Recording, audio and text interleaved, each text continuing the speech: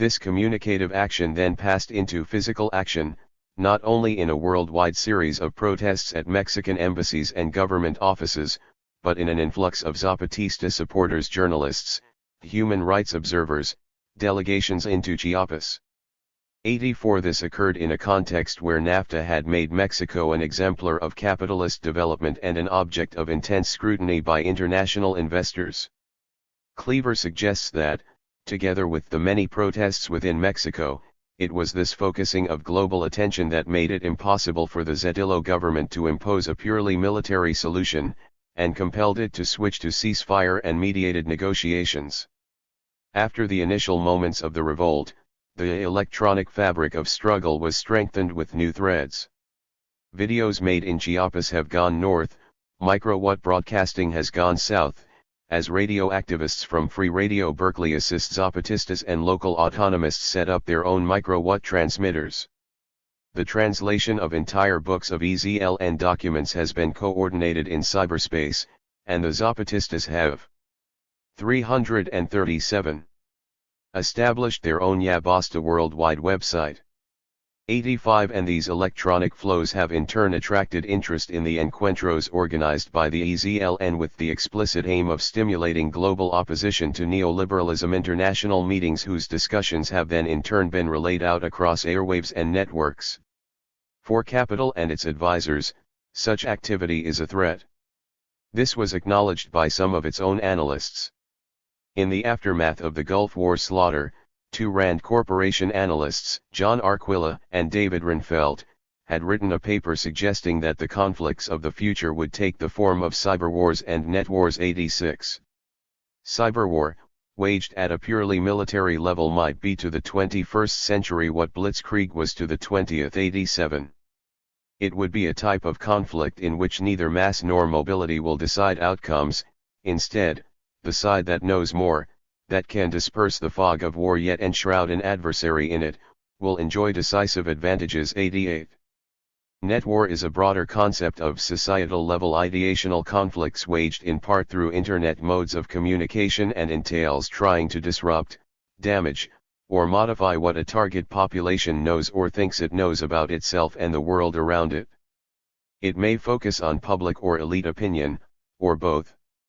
Involve public diplomacy measures, propaganda and psychological campaigns, political and cultural subversion, deception of or interference with local media, infiltration of computer networks and databases, and efforts to promote dissident or opposition movements across computer networks. 89. 338. Cyberwar and net war are forms of war about knowledge, about who knows what, when, where, and why. 90.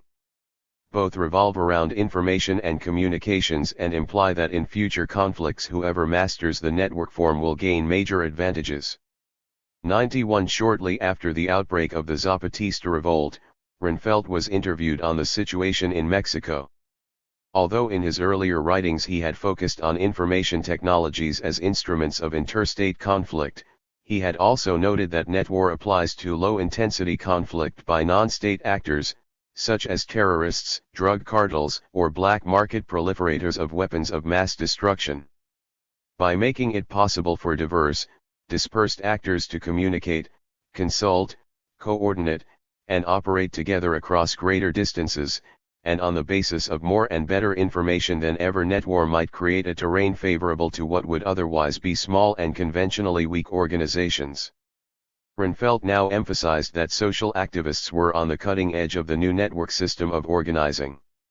Noting the use by Zapatistas and other opponents of Zedillo of internet, fax, and video, he suggested that, at a time when the political and economic crisis has created widespread disaffection, network-style organizing will enable the opposition to overcome its traditional factionalism. The greatest threat to the government could be hundreds or thousands of independent groups united in their opposition but accepting of each other's autonomy. 92. Although the decentralization of this oppositional force meant it could not take national power, Renfeld suggested its activities could make Mexico ungovernable. 339. The risk for Mexico is not an old-fashioned civil war or another social revolution. The risk is social net war. The country that produced the prototype social revolution of the 20th century may now be giving rise to the prototype social net war of the 21st century. 93. What Ronfold calls net wars I would rather call anti-wars. The mobilization of worldwide communications to hold open spaces within which experiments in autonomy can escape extermination. 3 examples. Subcommandant Marcos, inputting communiques to a laptop plugged into the lighter socket of an old pickup truck, has by now become something of a mythical figure both for the left and its enemies. But the communicational logic demonstrated by the Zapatistas is not limited to Chiapas. I will point briefly to some other examples, from Asia, Africa, Europe, and the South Pacific. One is East Timor. Here, until a very few years ago, the Indonesian government's invasion and genocide could proceed in quiet obscurity thanks to the huge interests of multinational capital in the development of one of Asia's most populous and resource-rich markets. In the early 1990s this changed, largely due to 3 events: the filming by British television journalists of the massacre of student demonstrators in Dili, the circulation of the independently produced film, Manufacturing Consent, giving central place to Noam Chomsky's analysis of mainstream media silences about Timor, and the establishment of 340. Several computer news groups, email lists, and websites giving information about the situation on the island. 94. This dissemination of news and analysis has encouraged a proliferation of international actions in support of the Timorese resistance, including civil disobedience and sabotage in England against an aerospace company supplying fighter jets to Indonesia, North American student protests against university cooperation with the Suharto regime, and contacts between Timorese resistance leaders and U.S. workers in Charleston, Illinois, striking against a company with commercial links to the Indonesian government. 95. Furthermore, the illumination of the Timorese situation has spilled over to shed light on other human rights abuses in Indonesia, including the repression of trades unions and students, and the implication of mining corporations such as Freeman McMorian in the ravaging of Irian Jaya. 96. The second case is that of Nigeria. Here again, there is a long history of struggle against the military regime whose self-styled wasting operations have swept across pollution-drenched landscapes, protecting the operations of Shell Oil from a population whose living standards have dropped 25% in the last 25 years. 97. And again, this struggle was shrouded in a handy from the point of Shell and General Abacha oblivion. Until the execution of Ken Saro-Wiwa and 9 other activists. For Saro-Wiwa's role as an author and television playwright placed him at the center of a web of cultural and communicational networks. As these transmitted the news of his death, they stimulated an unprecedented volume of mainstream analysis of the Nigerian situation. This provided the opportunity for international solidarity groups to set underway major demonstrations and boycotts against Shell, actions that were publicized and organized. 341. Through alternative networks of computer, print, and film. 98. This activity in turn built pressure for other campaigns driving for trade sanctions, and all rolled together to create an unprecedented attention to the cost in Nigerian blood of corporate oil. In Timor and Nigeria, unlike Chiapas, this flow of information has brought no immediate lessening of horrors. But it has resulted in an intensified circulation of struggles. It is, I emphasize, resistance on the ground, in the streets, the willingness of people to fight and die that lies at the base of these situations. But when the cries of the wounded, the crackle of machine gun fire, and the pop of tear gas enter into global communication networks, they can create a series of feedback effects and noise very unpleasant to capital. For business went global to find stability and predictability. In search of these goals it will turn a blind eye to, and pay for, unspeakable atrocities. But when such atrocities become visible, capital's very mobility can destabilize its own operations. Facing imponderable risks, the costs of public relations, the consequences of international protests, the rising morale of the local resistors, money sometimes finds it easier to migrate than fight, relocating production elsewhere or evaporating into financial speculation. And this volatility can create difficulties for the local authorities whose task it is to maintain the conditions of accumulation at gunpoint. On some recent occasions, the flight of private funds from hotspots has created the need for massive intervention by the highest levels of capitalist organization. In Mexico, partly as a result of the war in Chiapas, and in Russia, partly as a result of war in Chechnya, global financial institutions have had to siphon in billions of dollars to uphold the regimes they are depending on to secure the open market. The funds available for such rescue operations are vast, but not limitless. This is a 342 game that can be repeated once or twice simultaneously, but perhaps not 5 or 10 times. Let us give one other example of oppositional networking. In 1995, France's government announced an austerity plan aimed at meeting the Maastricht Treaty's requirements for European financial union. The response was a 4-week strike wave that put millions of French workers, students, and citizens into the streets in what has been termed a tad Eurocentrically the first revolt against globalization 99. These domestic actions coincided with an international outcry against French nuclear testing in the Pacific, which included mass rioting in Tahiti and other islands in the region, worldwide demonstrations outside embassies and airline offices, and a boycott call against French wines. A few months later, the shipment of French nuclear wastes across European borders precipitated 3 days of pitched battle between German protesters and police. The link between these apparently disparate events was made in a novel way on the computer list counter at francenet.fr that circulated news of the strike. Here an Italian group, Strano Network, proposed a net strike, grève en réseau, against French government internet sites, to be conducted by inundating them with hits to the point of paralysis. The proposal reads: the French government shows a total contempt for its people, for the international community and for ordinary people who want to see their children grow up in a better world. It carries out nuclear tests in the Pacific. It continues to use civilian nuclear power. It maintains its projects of social reconstruction despite demonstrations of massive opposition. 4. 343.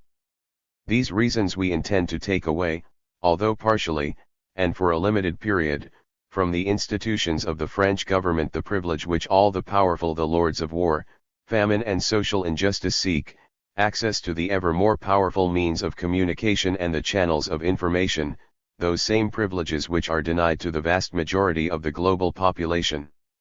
100. The proposal stirred some online debate about its utility or desirability as a tactic, but Strano Network persisted with its initiative, and later issued a report claiming the participation of several thousands of strikers and success in shutting down numerous French government sites.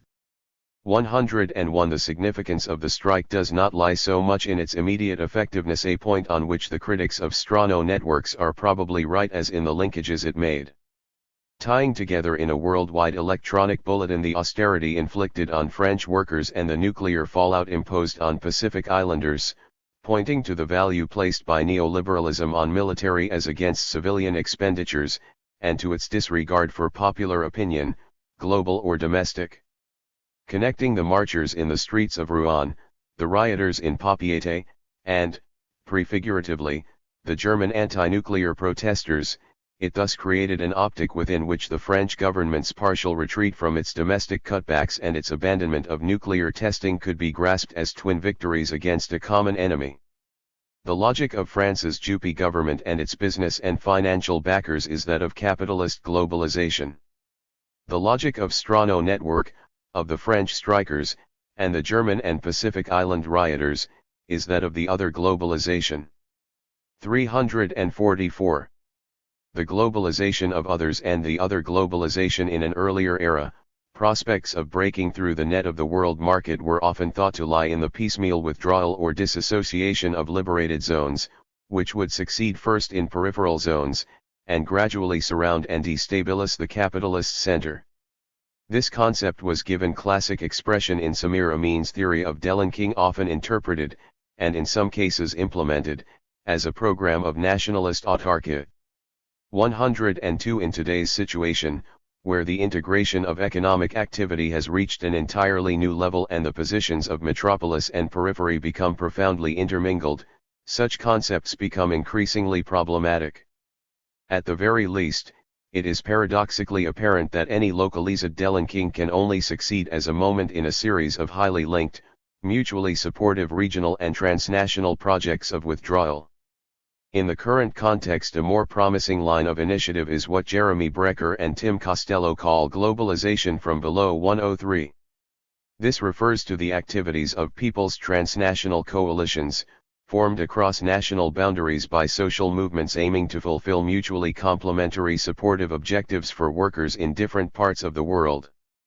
104 Brecker and Costello suggest that such movements will come to oppose the downward harmonization of wages, social wages, human rights, and environmental standards affected by free trade agreements and financial discipline with demands for harmonization upward. They will have as a priority the democratization of economic institutions, and be oriented toward the creation of a multilevel one-world economy, with regulation above and below the level of the nation-state, and powers. 345. Devolved downward and upward 105. Such proposals are often presented within a reformist perspective that obscures the depth of confrontation with capital that their realization would require. Nevertheless, globalization from below seems to roughly correspond to many of the tendencies in transnational struggles identified in this chapter. I have suggested that the increasing circulation of struggles during the crisis of the 1960s and 70s compelled capital to a fundamental reorganization, one which broke down the previous triplanetary segregation of the globe into first, second, and third worlds. The objective of this maneuver was to unify and integrate the circuits of profit while severing and destroying connections amongst the working class, decomposing points of opposition and unrest from the industrial factory to the jungle paddy field. This process has, however, unintentionally created the terrain for a new recomposition of oppositional forces, not least by its fabrication of a worldwide net of communications, a net formed to facilitate the operations of the market, but increasingly expropriated by oppositional forces for very different purposes. The result has been to produce not one, but two globalization processes simultaneous, superimposed, interdependent and antagonistic. The first is capitalist globalization. Its tendency is to create incredible wealth and power for the few, controlling the flows of international investment and finance, improvements in living conditions within a persisting context of exploitation for some, and, for very many, a chaos of immiseration. Celebrated, with partial truth, as the unification of the planet, this globalization also carries within itself a lethal acceleration of divisions and antagonisms. For its mechanism is an intensification of competition within a planetary market, an intensification of polarities and hierarchies in a one-world economy, a relentless setting of labor against itself, a globalization of others. 346. The alternative, opposing tendency is that of the worldwide counter-movements confronting transnational capital. As Waterman points out, these movements appear to have no international headquarters, no organization, no obvious terrain of battle, but alternatively, one could say that they have many headquarters, many organizations and many terrains, forms and levels of struggle. 106. Appearing first as a series of sporadic and localized neighborhoods of survival and communities of resistance, these struggles are generating a series of connections, contacts, coalitions, and networks of cooperation. They aim at the creation of a world space that, rather than being subject to the monologic of capital, contains within it the conditions for the interaction of diverse ways of living and organizing. This is the other globalization. Chapter 7 Postmodernists, Postmodern, Post-Industrial Proletarians. Notions of information revolution carry around with them, like a flickering aura, that most shimmering of contemporary concepts, the postmodern. Theorists of a postmodern condition, such as Jean-François Lyotard, Jean Baudrillard, and Johnny Vadimo, explicitly or implicitly base their claims about radical changes in today's society on the analysis of post-industrialism previously posited by Daniel Bell and other futurologists. One indeed, so deeply embedded in postmodern theory is the belief that computers, telecommunication, and other high technologies are a vital element distinguishing our epoch from the fading modern age that it can be seen as offering a new inflection of the earlier distinction between post-industrial and industrial eras, now reworked to stress the epistemological, philosophical, and aesthetic consequences of this transformation. 2. Given this, it is hardly surprising that Marxists' encounter with postmodern theorists has largely followed the trajectory of their earlier meeting with the post-industrialists' hostile collision. This is unfortunate. For although postmodern theory often accepts too easily the idea that high technology inaugurates a historically unprecedented era, it does not usually look on this prospect with naive enthusiasm. Indeed, it includes highly critical perspectives. Moreover, postmodern theory is a plural beast with several heads, some venomously anti-Marxist, but others much more conversational. Thus, while there are very substantial issues at stake in Marxist/postmodernist polemics, such 363 arguments can also sometimes constitute a disabling fracture of intellectual forces antagonistic toward high-technology capitalism. Recently, certain lines of theory, emerging from both the Marxist and postmodernist camps, seem to reach across this divide toward new dialogues, rapprochement, or even synthesis. Such efforts have concentrated on identifying certain aspects of postmodern culture as manifestations of capitalist restructuring.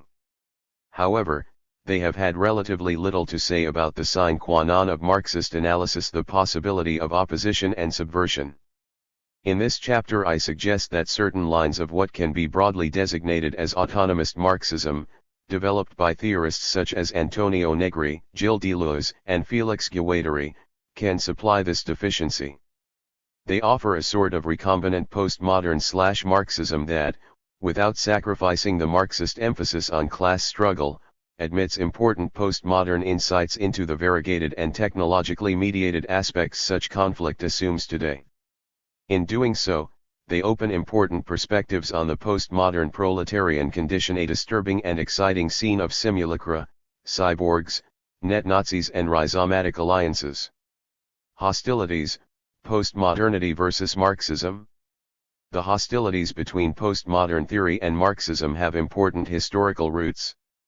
Many of the Parisian progenitors of postmodern theory, Jean-François Lyotard, Michel Foucault, Jean Baudrillard, Juliette Kristeva, were one-time Marxists for whom the defeat of the student-worker uprisings of 1968, and particularly the total failure of the French Communist Party to comprehend or respond to these revolts, were a watershed of disillusionment. 3. The theories they subsequently developed can in part be seen as an 364 attempt to understand the nature of conflicts apparently beyond the ken of orthodox Marxism, conflicts in which, for example, the leaders of dissent were not factory workers but university students, and also to comprehend why these new movements failed in their revolutionary aspirations.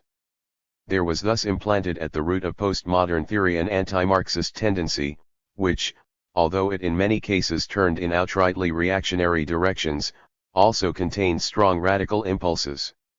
In their attempt to grasp the problems Marxism had apparently failed to address, the dissident Parisian intellectuals turned, somewhat incongruously, to conservative American sociology, and concepts of post-industrialism.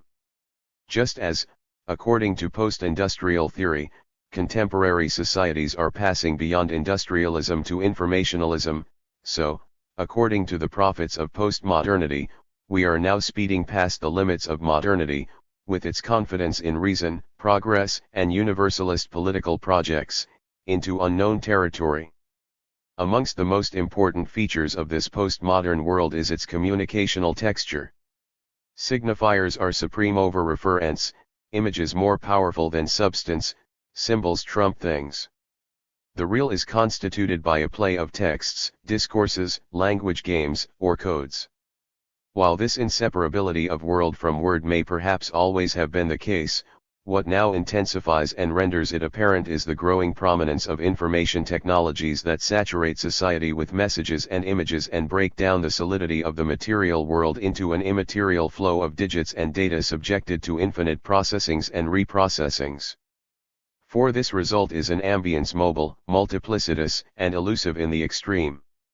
The proliferation of media channels throws all stable and authoritative accounts of the world into crisis. This collapse of what Lyotard calls meta-narratives may be seen either as 365. Potentially liberatory diversification or as profoundly atomizing and disintegrative cacophony, but it is in either case inescapable.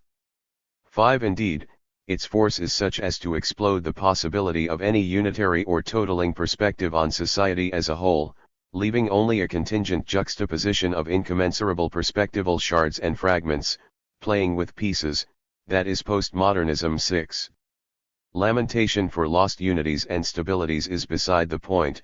All that is possible is clear-eyed acceptance of a transformation that has shattered pretensions to theoretical mastery of society and, with it, all grand projects of political emancipation. In such postmodern theorizations, Marxism is depicted as fatally anachronistic, usually elected as the exemplary case of modern thought, only to be immediately consigned to the dustbin of post-history. Lyotard catches the prevalent tone. The mere recall of the well-known guidelines of Marxist criticism has something obsolete, even tedious, about it. The ghost has now vanished, dragging the last grand historical narrative with it off the historical stage. 7. The decisive influence of the mode of production is superseded by that of what Mark Poster terms the mode of information. 8. Marxist claims that the economic sphere constitutes a ground-level base of which other cultural superstructures are mere epiphenomena expire as it becomes apparent that the real is made, not in the material transformation of the world, but in the immaterial play of signification. Consequently, the importance attributed by Marxists to class, that is, location within relationships of production, is dissolved in favor of concepts of social identity as decentered, transitory. 366. And heterogeneous. Furthermore, in a world now revealed as containing innumerable and incommensurable accounts of the real, the Marxist ambition to grasp the totality, that is, to gain a comprehensive overview of the societal whole, becomes not merely unattainable, but intensely suspect. It is seen as a manifestation of a dominative will to power deeply related to totalitarian schemes of social control, a megalomaniac theoretical dream that leads straight to the Gulag. It is hardly surprising, then, that the first and often last response of many Marxists to postmodernism is withering hostility. Postmodernist tendencies has been denounced by Marxian scholars as a mystique, which strives to cultivate ignorance of modern history and culture and serves to echo the ruling class self-delusions that it has conquered the troubles and perils of the past. 9. As a linguistic idealism that has strafed meaning, overrun truth, outflanked ethics and politics and wiped out meaning. 10. As an irrationalism that challenges the very notion of emancipation and produces an anxiety-ridden sense of chaos and isolation. 11. Or as just the smoked-out butt end of Theory. 12. Counterattacking, Marxists have pointed to the many self-contradictions into which postmodern theory falls as it dismisses totalizing theories while itself indulging in the most airily grandiose gestures of historical speculation.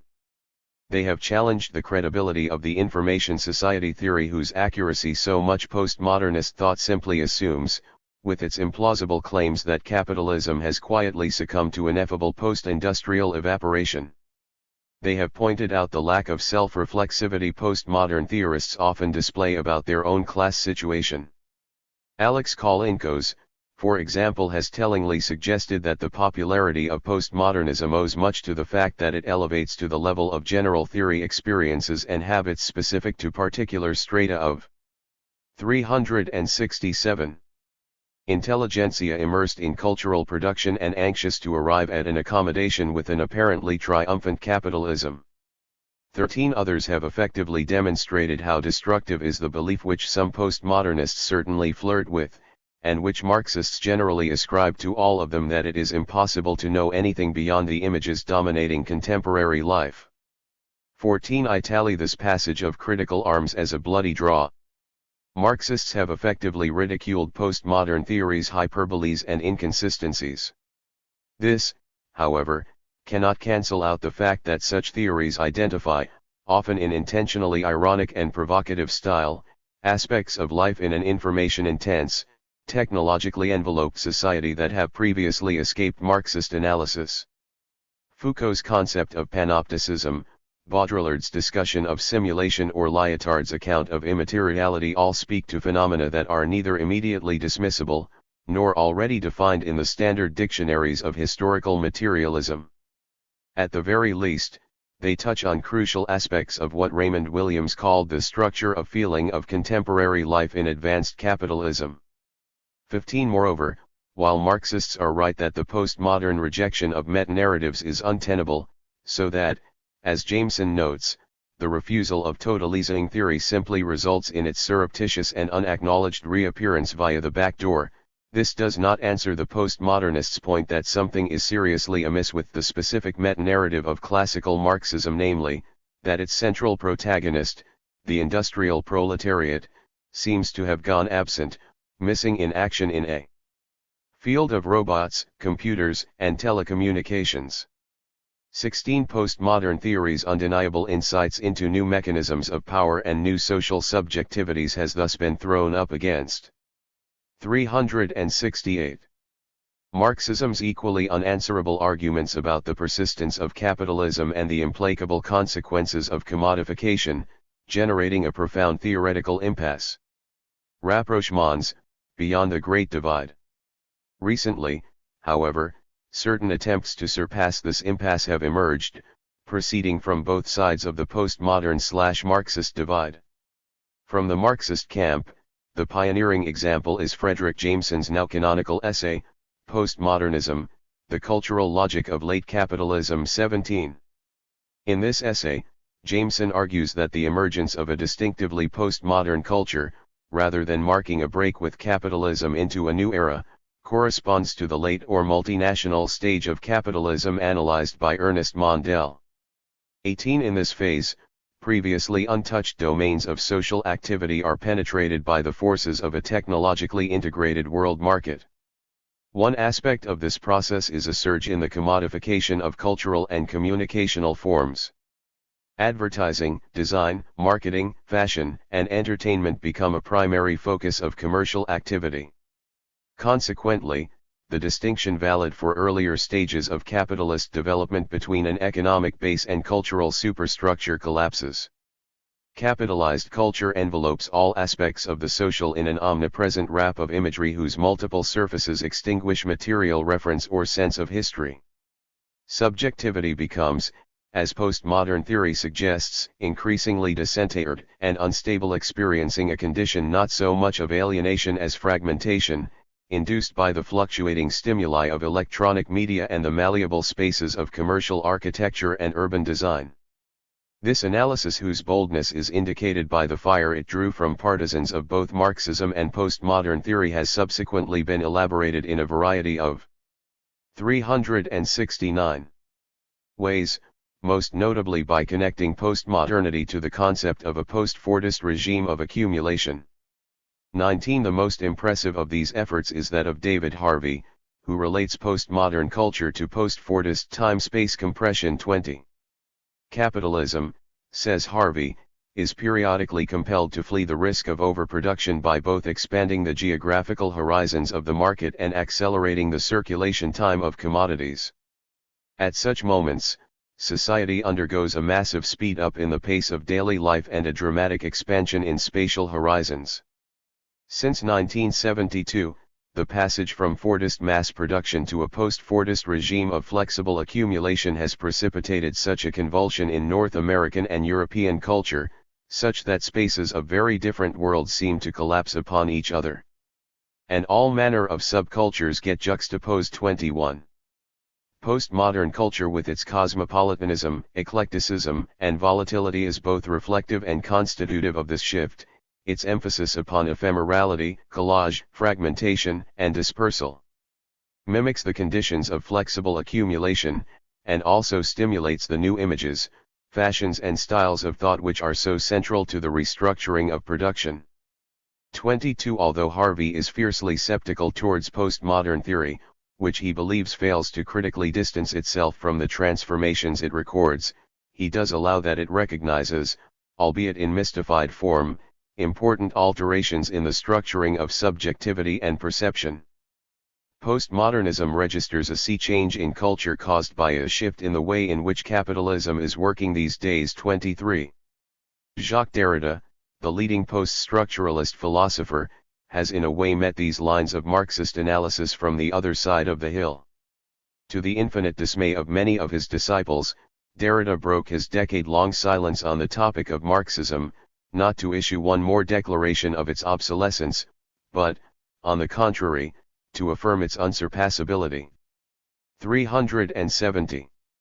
Of a horizon of contemporary thought. In fact, Derrida suggests, it is precisely the immaterial or spectral conditions of contemporary production, on which so many postmodern theorists have dwelt so extensively, that throws into new salience certain features of Marxist analysis. 24. In particular, the internationalization of production through telecommunication has made the issue of the world market, and with it issues of exploitation and inequity in the distribution of global surplus, inescapable. Rather than agreeing with Lyotard that the Marxist ghost has now vanished, Derrida argues that the spectral conditions of the new global economy, an economy predicated on media empires and telework, in fact summons up the continuance of Marxism as a spectral presence, a certain spirit of resistance against injustice which obdurately refuses to vanish from the world stage. These various postmodern/Marxist conversations are of considerable importance. Yet they lack a crucial dimension. While all in various ways identify aspects of what might be called postmodern capitalism, all are virtually silent on the question of opposition to such an order. Derrida calls for a new international, but does not specify how or where this might emerge. Indeed, as Adrian Wilding points out, Derrida's reasserted Marxism is undermined by his insistence that the specter of revolution can never be conjured in full presence, that communism is an ever-deferred futural project, urgency, imminence, but, irreducible paradox, awaiting without horizon of expectation. 25. Jameson suggests that postmodern culture has to be seen dialectically as both a mystificatory veil over the realities of contemporary exploitation and a field of emancipatory potential, but says almost nothing about how this latter potential might manifest. 26. Similarly, Harvey evokes a 371 revival of historical materialism but gives no indication of where this regenerated Marxism might find its protagonist or translate into political practice. 27. These silences signify a major problem. 4. If Marxism cannot under contemporary conditions locate agents of contestation and practices of opposition, its analysis of postmodern capital amounts only to a reiteration, albeit on a more political economic basis, of the chief point of anti-Marxist postmodern theory, that under postmodern conditions, the game is over. The struggle does not continue. What is therefore required is not just analysis of postmodern capital, but also of the subject, potentially antagonistic to it, an analysis of the postmodern proletarian condition. For at least some hints in this direction we can look to autonomist Marxism, and in particular to the work of Negri and his collaborators, Gilles Deleuze and Félix Guattari. Recombinancy, postmodern class struggle? To situate the autonomists within the Marxist/postmodernist debate, some historical perspective is again useful. As we saw earlier, the autonomia movement emerged from the wave of struggles that swept Italy during the 1960s and 1970s, starting in industrial plants but rapidly involving universities, schools, homes, urban squats, radio stations, transportation networks, cultural organizations and every facet of their society struggle similar to, but more protracted than, the French student worker revolts that provided the seedbed of postmodern theory. However, unlike both the official French and Italian communist parties, the Marxists of autonomia did not reject the widespread uprisings outside the factory as marginal and incorrect, but rather embraced them and tried to adapt their theoretical perspective to encompass these new points of conflict. Many. 372. Postmodern theorists such as Michel Foucault, Paul Virilio, and, most especially Felix Guattari, who was actively involved with dissident radio in Italy, had sympathies with autonomia. When the movement was repressed and its leaders were put on trial, they joined in the international campaign against persecution. Negri, fleeing Italy, found refuge in France through the assistance of Guattari, with whom he has subsequently worked collaboratively. Negri has in fact referred to his own work as a theory of class antagonism in the postmodern world. 28. From what we have already seen of his work, it is perhaps not hard to understand why. For while Negri reaffirms the Marxist analysis of the war between capital and labor, he reinterprets this antagonism within a horizon which emphasizes both the diverse sites over which this conflict is fought, and the importance to it of communicational practices. It will be remembered that Negri, like other autonomists, traces class conflict through a series of cycles of struggle from the professional or craft worker at the end of the 19th century to the mid-20th century mass, industrial factory worker. Each of these cycles of conflict has driven capital to adopt successively more highly organized and technologically intense forms. This trajectory has today led to a situation where the factory spreads throughout the whole of society. Production is social and all activities are productive. 29. However, according to Negri, such a development only inaugurates a new cycle of struggle, that of the socialized worker. For, says Negri, capital's self-enlarging subsumption of society also multiplies the potential points of resistance. When the locus of production shifts from the factory to society as a whole, anti-capitalist antagonism is no longer concentrated in the mass factory. 373. But radiates out to manifest in households, schools, hospitals, universities, media, and so on. Struggles at each site manifest their own specificity, yet all encounter a barrier in capitalism's subordination of every use value to the universal logic of exchange. Thus, unlike the relatively homogenist, factory-based mass worker, the socialized worker arises from a pluralistic, variegated form of labor power whose ranks include not only diverse forms of wage worker, in the service as well as industrial sector, but also the unwaged workers, homemakers, students, whose activities are indispensable for the operations of the social factory. As Negri puts it, in a formulation that clearly shows his convergence with characteristically postmodern themes of heterogeneity and diversity, the specific form of existence of the socialized worker is not something unitary, but something manifold. The paradigm is not solitary, but polyvalent. The productive nucleus of the antagonism consists in multiplicity. 30. Moreover, Negri argues, the social expansion of capital gives both its operations and the struggles against them an increasingly communicational nature. Avoiding the base/superstructure metaphor, whose baggage of mechanical materialism has so plagued Marxism, Negri's rests instead on Marx's observations about the importance of laboring cooperation. For Marx, a central feature of capital's enlarging organization was its attempt to impose despotic managerial control over a workforce whose activities depended on collective unity in cooperation, combination in the division of labor. 31. Developing this theme, Negri says that the advent of the social factory produces 374. A specific social constitution, that of cooperation, or, rather, of intellectual cooperation, i.e. communication, a basis without which society is no longer conceivable.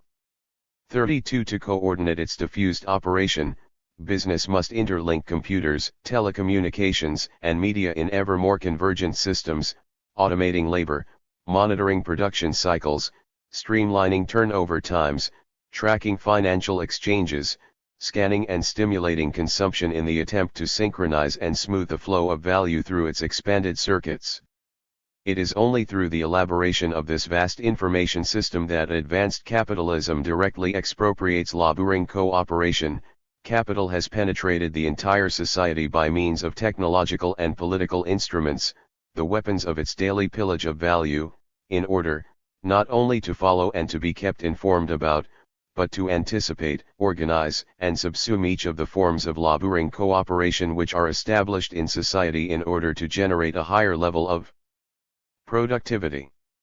Capital has insinuated itself everywhere, and everywhere attempts to acquire the power to coordinate, commandeer and recuperate value. But the raw material on which the very high level of productivity is based, the only raw material we know of which is suitable for an intellectual and inventive labor force, is science, communication, and the communication of knowledge.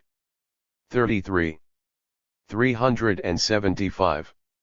The preeminence of communication as a category in postmodern theory, Negri claims, registers this process.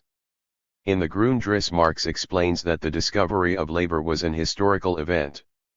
Although the category labor in general represents an immeasurably ancient relation valid in all forms of society, nevertheless it had to await formulation until capital's forcible abstraction of labor power, technologically reducing craft skills, homogenizing the workforce, stripping workers of all attributes other than as a factory hands, gave it practical truth. 34.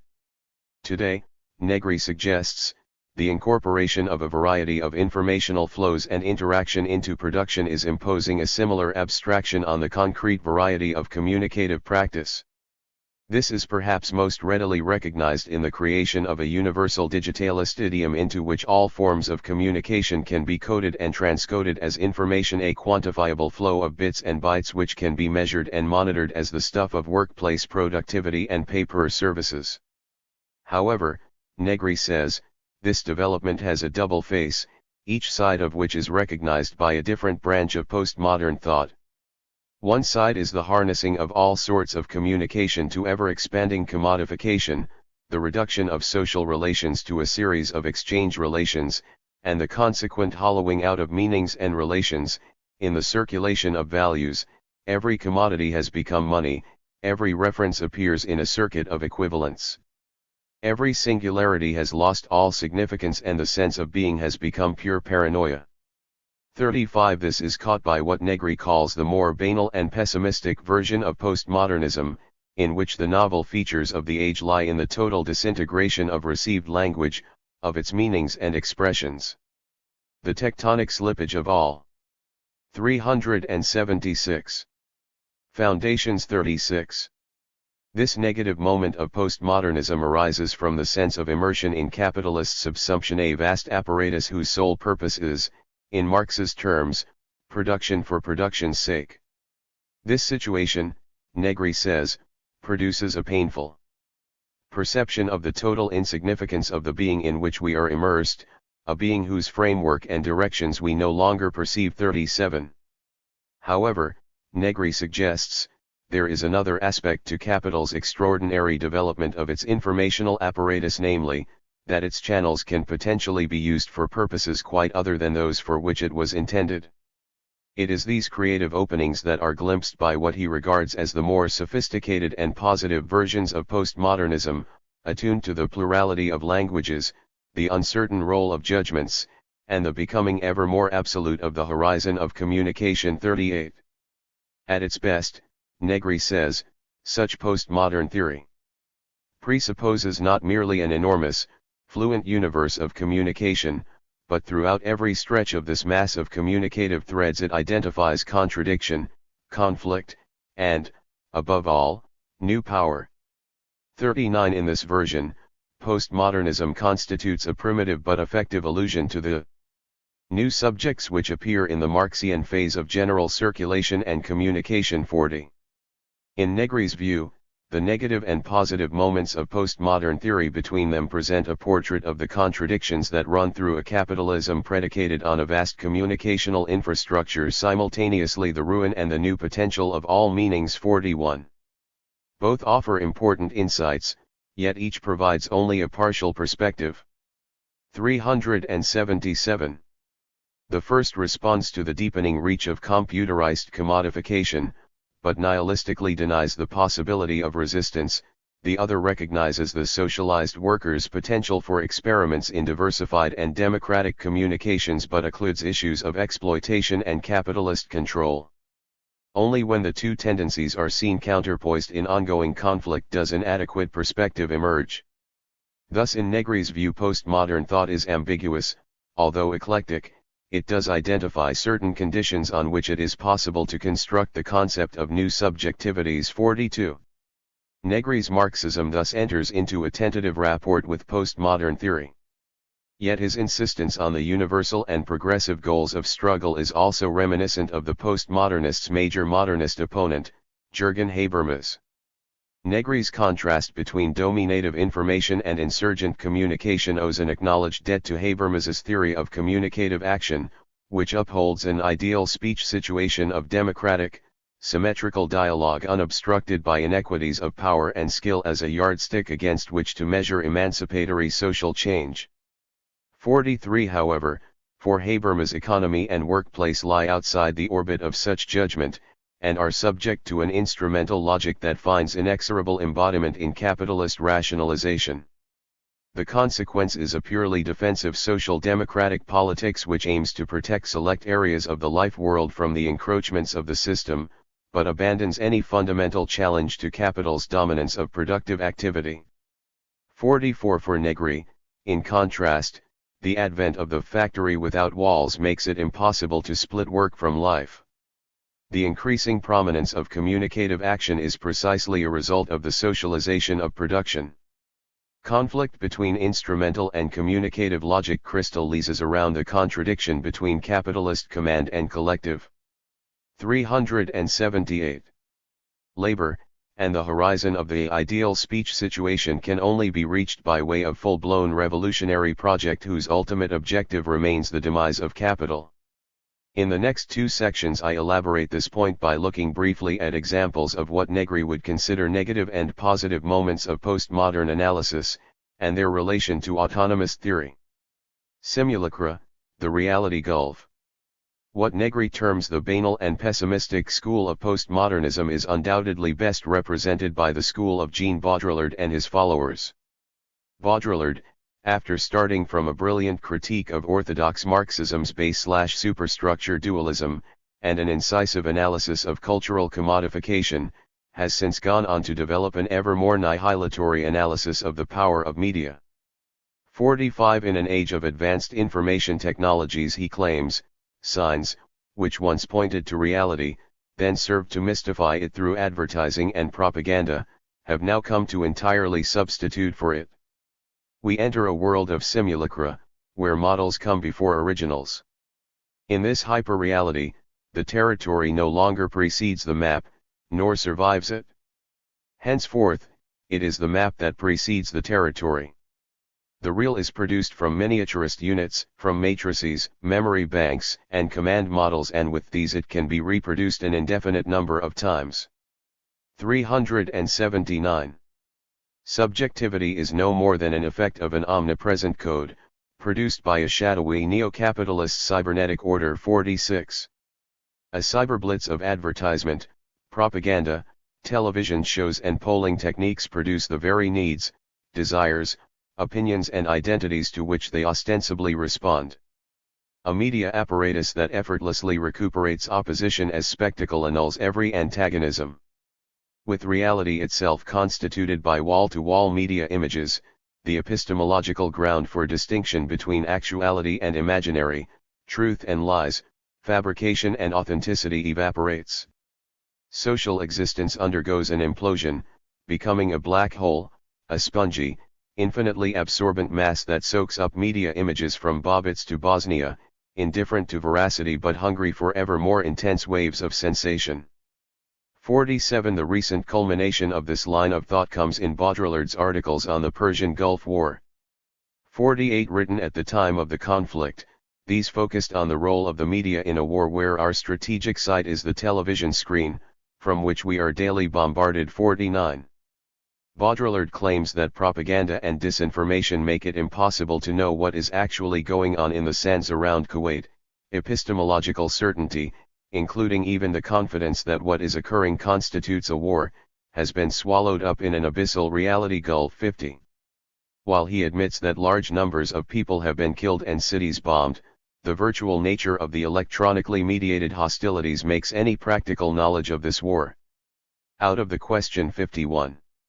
All that sceptical intelligence can do is reject the probability of all information, of all images whatever their source. 52.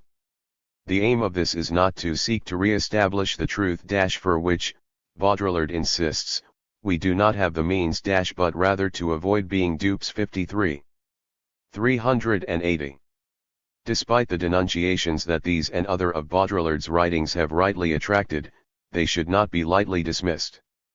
His account of the simulacra has, as Negri puts it, a very high degree of descriptive power. 54. Indeed, in many ways it more fully acknowledges the enormous challenges facing oppositional movements today than many more conventional Marxist accounts of ideology. For it registers a situation in which control of the media often, if not as uniformly as he suggests, gives established power the capacity not just to promulgate specific beliefs and values, but to set the very parameters of perception.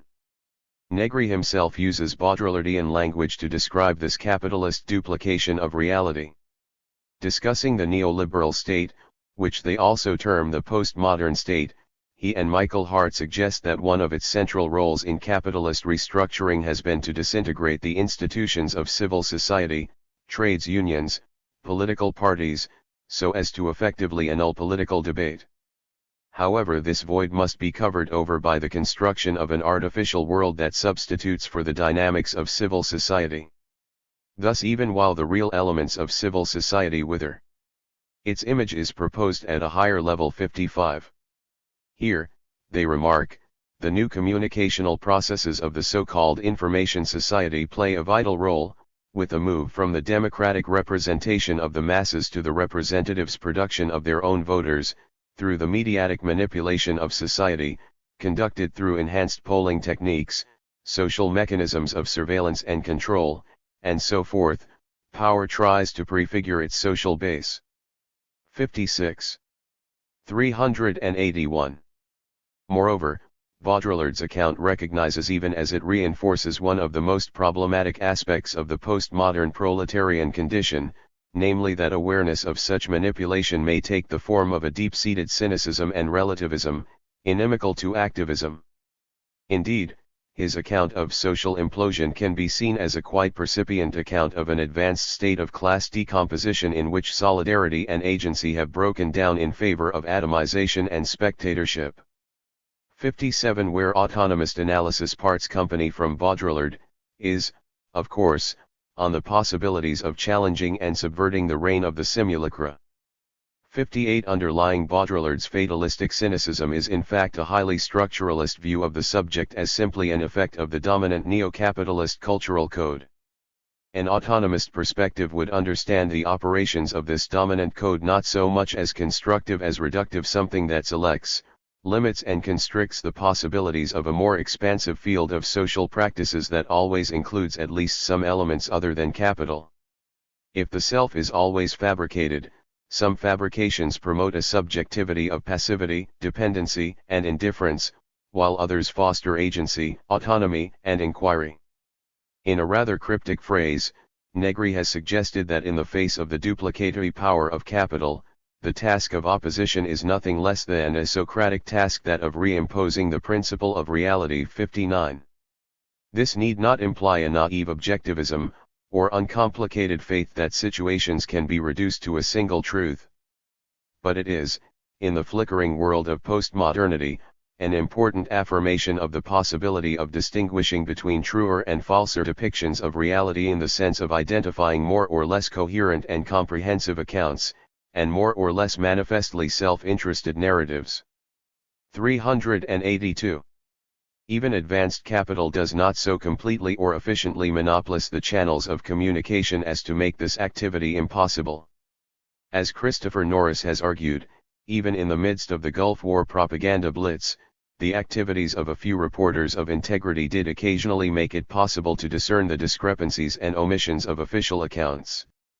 60. And Europe and North America also saw some remarkable uses of video, alternative television and computer networks to transmit news and analysis marginalized or excluded from mainstream accounts.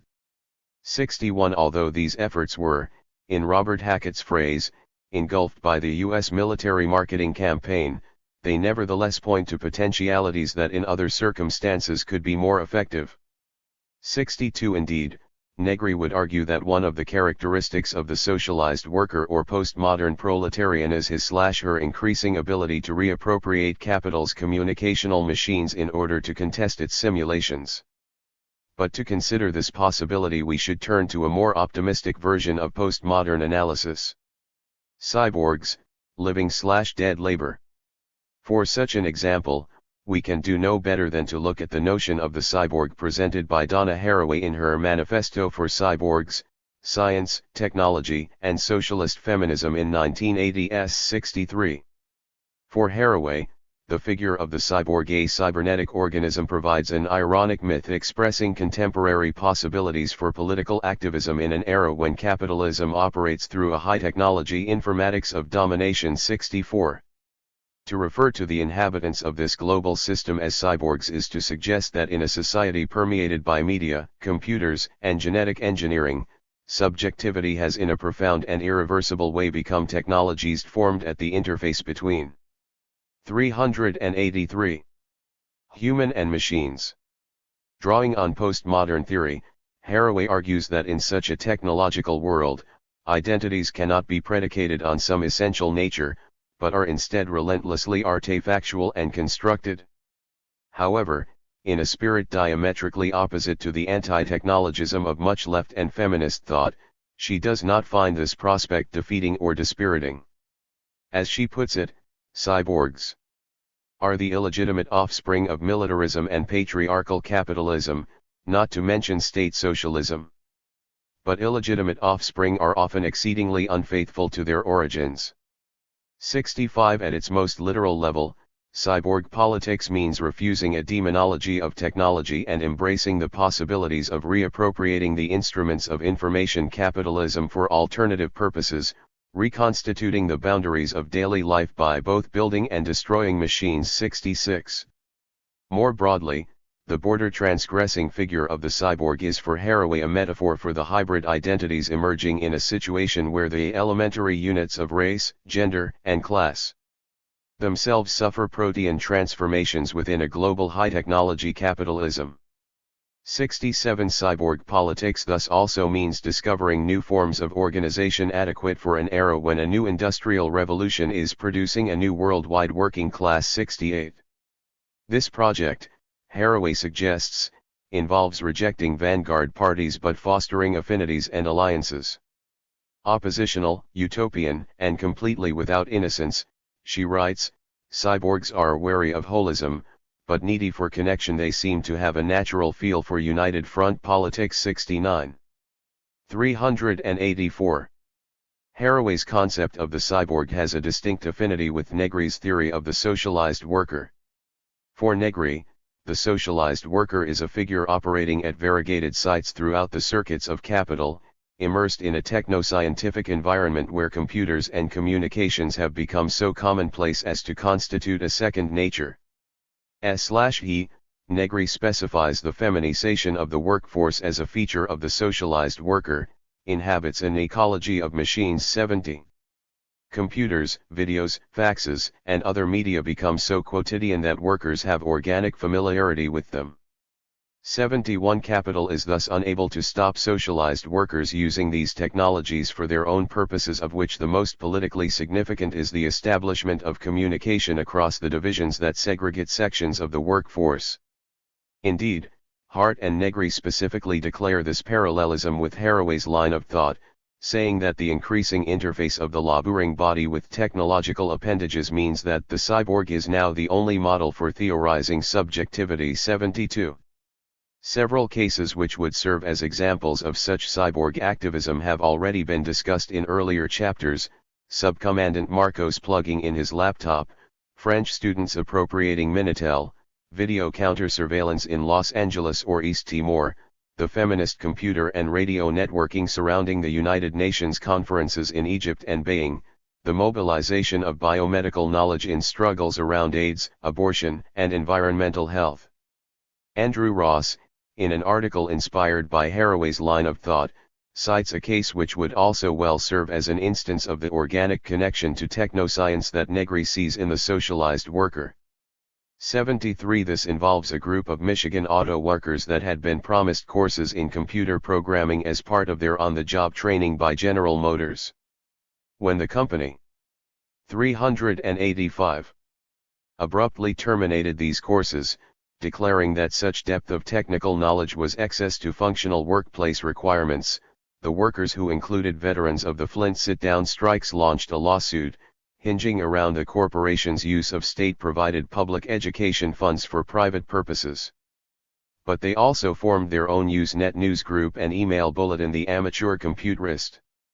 This bulletin was devoted simultaneously to practical self-instruction in computer lore, criticisms of the corporate use of technology, arguments for the reduction of the work week, support of auto workers' strikes, and netizens' arguments for the democratic, rather than commercial, organization of cyberspace. It eventually came to command a relatively wide following, a prime example of cyborg struggle. Although there are strong similarities between the lines of thought of Negri and Haraway's, there is a difference in emphasis. Haraway's work is characteristically postmodern in its refusal to nominate any central axis of conflict along which activism might be arrayed. This refusal results, particularly in elaborations by later authors, in the discovery of cyborg resistance in every aspect of contemporary technoculture, with little attempt to make strategic or tactical differentiations about its political significance. Negri's appropriation of the cyborg concept reinscribes it within a Marxist horizon of capital/labor conflict, but to heretical effect. Marxists have always emphasized that capital is a system that tends to supplant living labor with dead labor, replacing the variable capital of human workers with the fixed capital of machinery. This tendency now appears to be reaching a culmination in genetic and computerized technologies, where machines are infiltrated deep into organic life itself, while artificial intelligences promise to assume many of the attributes of 386 consciousness. One interpretation of this situation is to see in it a necrotic apogee of capitalist control, a near total subjugation of living to dead labor, the ultimate victory of fixed over variable capital, a nightmare of technological exploitation extended to the point where the very biological integrity of the species is subordinated to the imperatives of accumulation. This is the theme of some Baudrillardian strains of postmodernism, such as the brilliantly graphic, but ultimately voyeuristic, accounts of technocapital's virtual harvesting of human flesh offered by Arthur Crocker and his colleagues.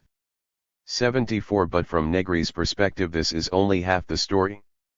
Against it must be set countervailing tendencies, in which the increasing interface and infiltration of living by the dead labor opens towards a quite different outcome, a prosthesis of labor and machine that loosens capital's unilateral control of technology. Expanding his point, I would say that capital, in its drive to automate every function of the workplace, mental as well as manual, has been compelled to develop machines of extraordinary versatility, technologies which in their potential universality emulate the very flexibility and plasticity of living labor itself. In this respect, information society theorists are right to emphasize the difference between mechanized and information systems. However, this protean quality of computers and communication systems, their reprogrammability, their interactivity, is often taken as simply marking a new, intensified level in capitalist development. What such analysis omits is the possibility that this flexibility might be used, not to augment capital, but to subvert it. For the malleability of the new technologies means that their design and application becomes a site of conflict, and holds unprecedented potential for the recapture. These are the possibilities recognized by Haraway and Negri, possibilities of which any Marxism confronting postmodern culture must take account. 387. Rhizomes and war machines. Although we can find elements of a postmodern/Marxist recombinancy in Negri's work, to see a sustained exploration of this possibility we should turn to the oeuvre of his allies and collaborators, Félix Guattari and Gilles Deleuze. Of course, despite the explicit insistence of these authors that they are indeed Marxists, many would feel that the chaotic playfulness, exotic vocabulary, and celebrations of desire and schizophrenia found in their writings are far removed from the sober business of historical materialism. 75. On the other hand, Witheford has specifically divorced his work from postmodernism, denouncing the ideas of a postmodern condition promoted by Lyotard and Baudrillard as the very paradigm of every sort of submission, every sort of compromise with the existing status quo. Yet is regularly included in anthologies of postmodern thought. 76. This confusion, if anything, confirms the accuracy of a hybrid designation postmodern Marxists. Deleuze and Guattari's work is now the topic of a growing number of excellent analyses. I will therefore only give a brief overview of their position before looking more specifically at how it bears on our discussion of information capitalism. 77. In the universe of Deleuze and Guattari, all social reality is constituted by desire. Desire is not good or bad, just productive and dynamic. Indeed, I think it is fair to say that Deleuze and Guattari's desire is the principle of transformative, constitutive action which Marx called labor prior to its appropriation within a structure of surplus value extraction. 78. Desire is heterogeneous and mobile. Social order is built on its homogenization and stabilization, the organization of the small, fluid, multiplicitous molecular forms of desire into big, institutional molar macrostructures. To code desire is the business of the socius. 79. This 388. Binding of desire is a territorialization - a fixing in place, setting of boundaries. 80. But desire is nomadic, always seeking lines of fight or flight, pursuing more objects, connections, and relations than any society can allow. 81. Consequently, there is no social system that does not leak in all directions. 82. Capitalism deterritorializes more stable archaic social orders based on landed property or tribal community, but reterritorializes everything in terms of exchange value. 83. Constantly adding or subtracting organizational axioms and altering its combinations of labor process, political organization, and cultural apparatus, it is more flexible than any of the social systems it supplants. 84. Its most recent form is integrated world capitalism, in which the single external world market is the deciding factor. 85. The global economy emerges as a universal cosmopolitan energy which overflows every restriction and bond. Today we can depict an enormous, so-called stateless, monetary mass that circulates through foreign exchange and across borders, eluding control by the states, forming a multinational ecumenical organization, constituting a de facto supranational power untouched by governmental decisions. 86. Characteristics of integrated world capitalism are a reshaping of the international division of labor, with the appearance of areas of underdevelopment appearing within the developed world and limited development within the underdeveloped world, a declining number of jobs, intensified integration of the upper, privileged strata of the working class, and the appearance of new strata of great insecurity: immigrants, hyper 389. Exploited women, casual workers, the unemployed, students without prospects, all those living on social security, and a constant reinforcement of control by the mass media. 87.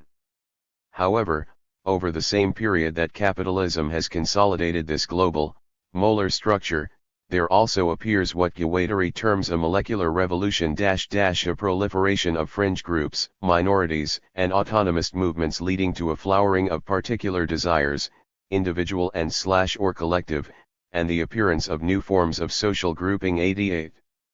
These are movements appearing beyond the ranks of the industrial working class amongst the unemployed, women, ecologists, homosexuals, the old, the young.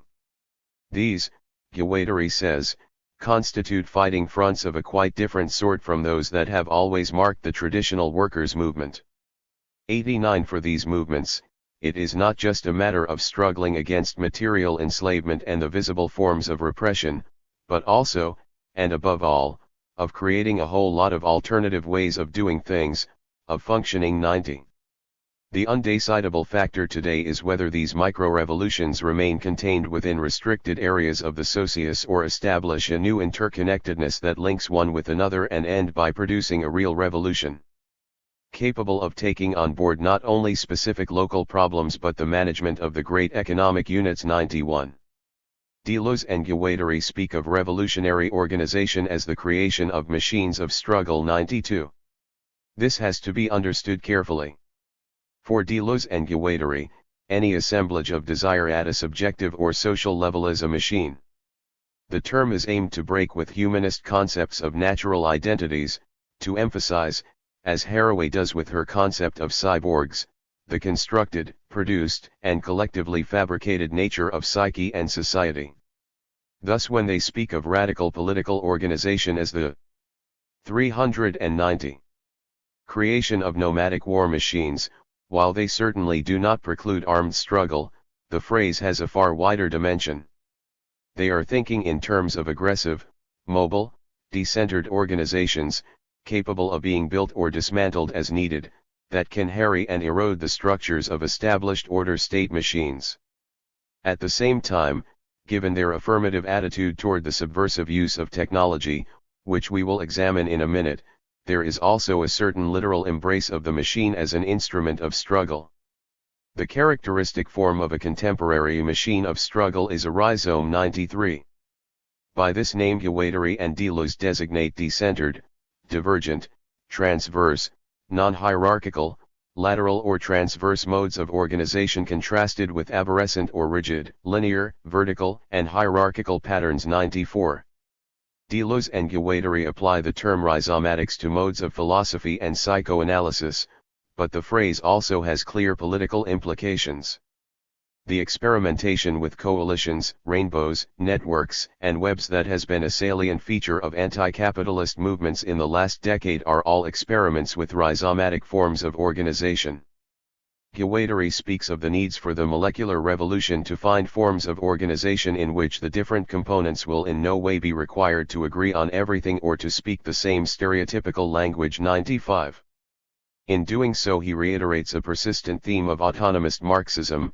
Sergio Bologna has similarly spoken of the search for a set of recompositional mechanisms that start, precisely from a base of dishomogeneity, while Silver Lotringer and Christian Marazzi emphasize multi-centered forms of struggle which stress similar attitudes without imposing a general line. 96. One characteristic of rhizomatic organizations is that the distributed nature of their decisions and actions makes rapid and efficient communication very important. Thus, 391. The possibility of using information technologies becomes very significant. Guattari, himself involved in politicist pirate radio, was particularly aware of this possibility and he repeatedly emphasizes the liberatory possibilities of new machines. On the one hand, high technology offers integrated world capitalism the opportunities of extending a generalist machinic enslavement in which humans operate as input-output relays within elaborated information systems dedicated to speeding the circulation of exchange values. However, this situation also abounds in undecidable propositions. 97. There is a shared line of flight of the weapon and the tool, a pure possibility, a mutation. There arise subterranean, aerial, submarine technicians, who belong more or less to the world order, but who involuntarily invent and amass virtual charges of knowledge and action that are usable by others, minute but easily acquired for new assemblages. 98. Guattari specifically rejects media fatalism, arguing that as a result of declining costs, and continued technological advancement, continuous labor market retraining, there is a growing potential use of media technology for non-capitalist ends. 99. Media, he says, can be tied to different types of group formation. One based on standard identifications and imitations, the father, the leader, the mass media star, the other more open and creative, leading to dialogues which can break down received stereotypes and encourage diverse collectivities to form their own discourses and self-representations.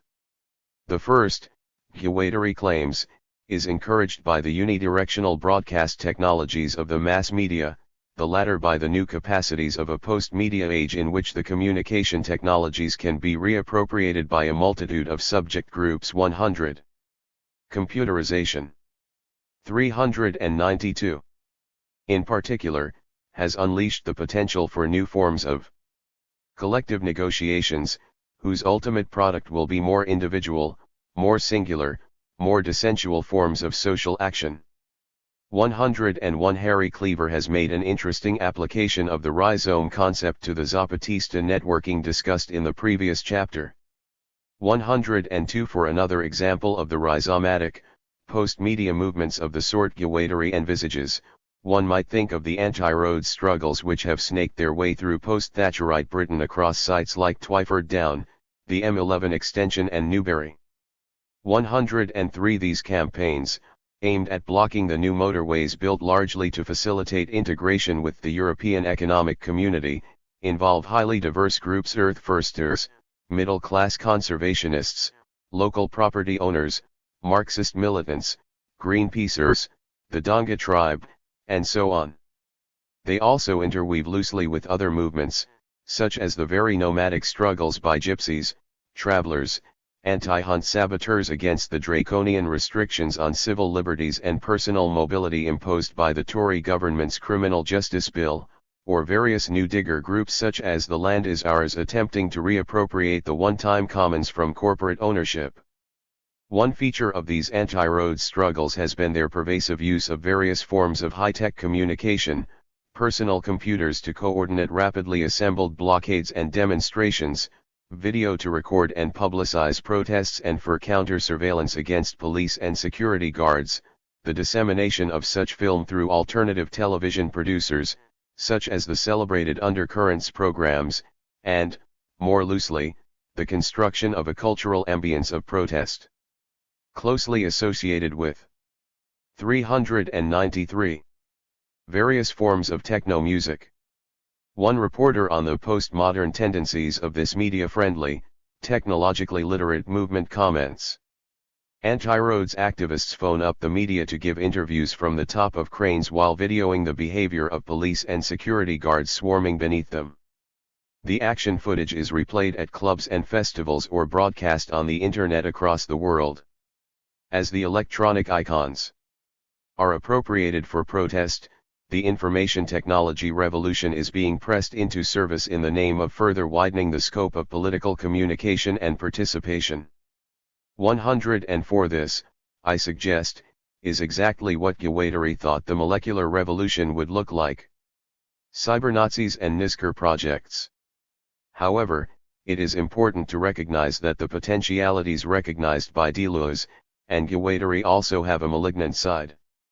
One of the salutary aspects of these authors' work is that they take seriously the possibility of a postmodern fascism, in which the very communicational and nomadic capacities so rich in anti-capitalist possibilities are recuperated in appallingly destructive form.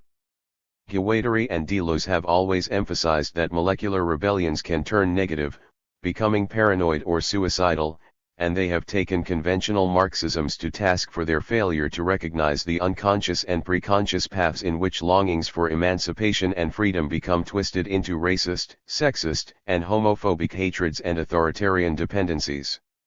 105. Like Baudrillard, they speak of black holes in this case, meaning the turning inwards of revolutionary. 394. Aspirations toward internecine hostility. 106. In this perverted form, they become available to capitalism as a weapon against movements of autonomy, providing the basis for fascism. Without doubt, capitalism's most fantastic attempt at economic and political reterritorialization. 107. Today, it is very evident that desires for autonomy from integrated world capitalism can take right and well as left forms. The proliferation in North America and Europe of neo-Nazis, Klan, Aryan nations, patriot militias, Holocaust deniers and fundamentalist churches, mobilized both in official forms, such as the movements headed by J.M. Le Pen in France and Pat Buchanan in the USA, and in clandestine, underground networks of the sort responsible for the Oklahoma City bombing or the burnings of immigrant hostels in Germany, represents a significant popular response to the social and economic costs of neoliberal restructuring. Recruiting their membership from sectors of the working class dramatically devastated by the advent of the information economy, the unskilled, rural white males at the base of the U.S. militias, the masses of European unemployed. These movements present an analysis that often mixes percipient analysis of globalization with extremes of pathological fantasy. Unemployment is attributed to aliens and immigrants, disintegrations in family security and social infrastructures to the activities of feminists and homosexuals. Capital's overrunning of national sovereignty is deciphered as the result of Jewish banking cabals. Real intensifications in security state activity appear as fantasies of black helicopters commanding takeovers engineered by the United Nations, and desires for release from deepening immiseration translates into programs of vengeance against every form of social other. 395. These movements have proved at least as adept as the left, probably more so, in availing themselves of the widely socialized capacities of information age capitalism. You may ask why the computer technology, wrote one Aryan nation's leader as early in 1984. The answer is simple, because it is our Aryan technology, just as the printing press, radio, airplane, auto, etc. etc. We must use our own God-given technology in calling back our race to our father's organic law. 108 such uses extended from the sophisticated BBS computer networking linking the armed cells of various North American white supremacist groups and militias, the Usenet news groups such as alt.skinheads, alt.politics.white_power, or alt.politics.nationalism.white, Holocaust denial worldwide websites, such as the trilingual Stormfront, the distribution by German and Austrian neo-Nazi groups of children's computer games based on genocidal scenarios, and the extraordinary success of the far right in colonizing talk radio in the United States. 109 Indeed, the considerable communication power of proto-fascist groups has meant that combating their high-technology propaganda itself become an important focus of information activism. One thinks of the Nizker Project, from the Hebrew word for we will remember, operated by Ken McVeigh, a 54-year-old Vancouver Island store clerk and self-described modem junkie who has over years compiled a vast electronic archive, or what has been described as the information equivalent of a gigantic weapons dump, devoted to refuting Holocaust revisionism on the Internet. 110. 396. The relations of these far-right groups to the central institutions of capital are complex. On the one hand, the threat to order posed by their armed wings has meant that such movements are indeed targeted by the state security apparatus, which often brings to bear on them the most violent forms of repression, Waco, Ruby Ridge, while at the same time making their activities a pretext for a more generalist repression, censorship of the Internet. At the same time, there are undoubtedly sectors of capital, for example the corporate backers of the Republican right in the US, which look to either tolerate or actively harness the energies of such movements to the project of paralyzing and destroying working class unity. Out of such complicity emerges the real possibility of a fascist reterritorialization of capital. Deleuze and Guattari note that what makes fascism dangerous is its molecular or micropolitical power, for it is a mass movement, a cancerous body rather than a totalitarian organism. 111. As they observe, the success of Nazism in Germany lay in its creation of micro-organizations capable of penetrating every cell of society, organizations which both predated its assumption of state power, and, persisting afterwards, gave this power an insidious and omnipresent grip on society. Fascism is inseparable from a proliferation of molecular focuses in interaction, which skip from point to point, before beginning to resonate together. Rural fascism and city or neighborhood fascism, youth fascism and war veterans fascism, fascism of the left and fascism of the right, fascism of the couple, family, school, and office. Every fascism is defined by a micro-black hole that stands on its own and communicates. 397. With the others, before resonating in a great, generalist central black hole.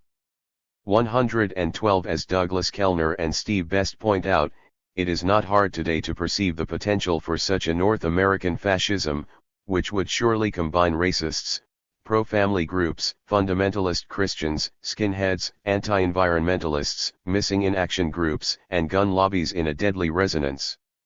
113 The condition of the postmodern proletariat thus includes what Negri calls alternative subjectivities. 114. One powerful tendency is for the destructive effects of capital's offensive to translate into intensified competition between different groups of workers.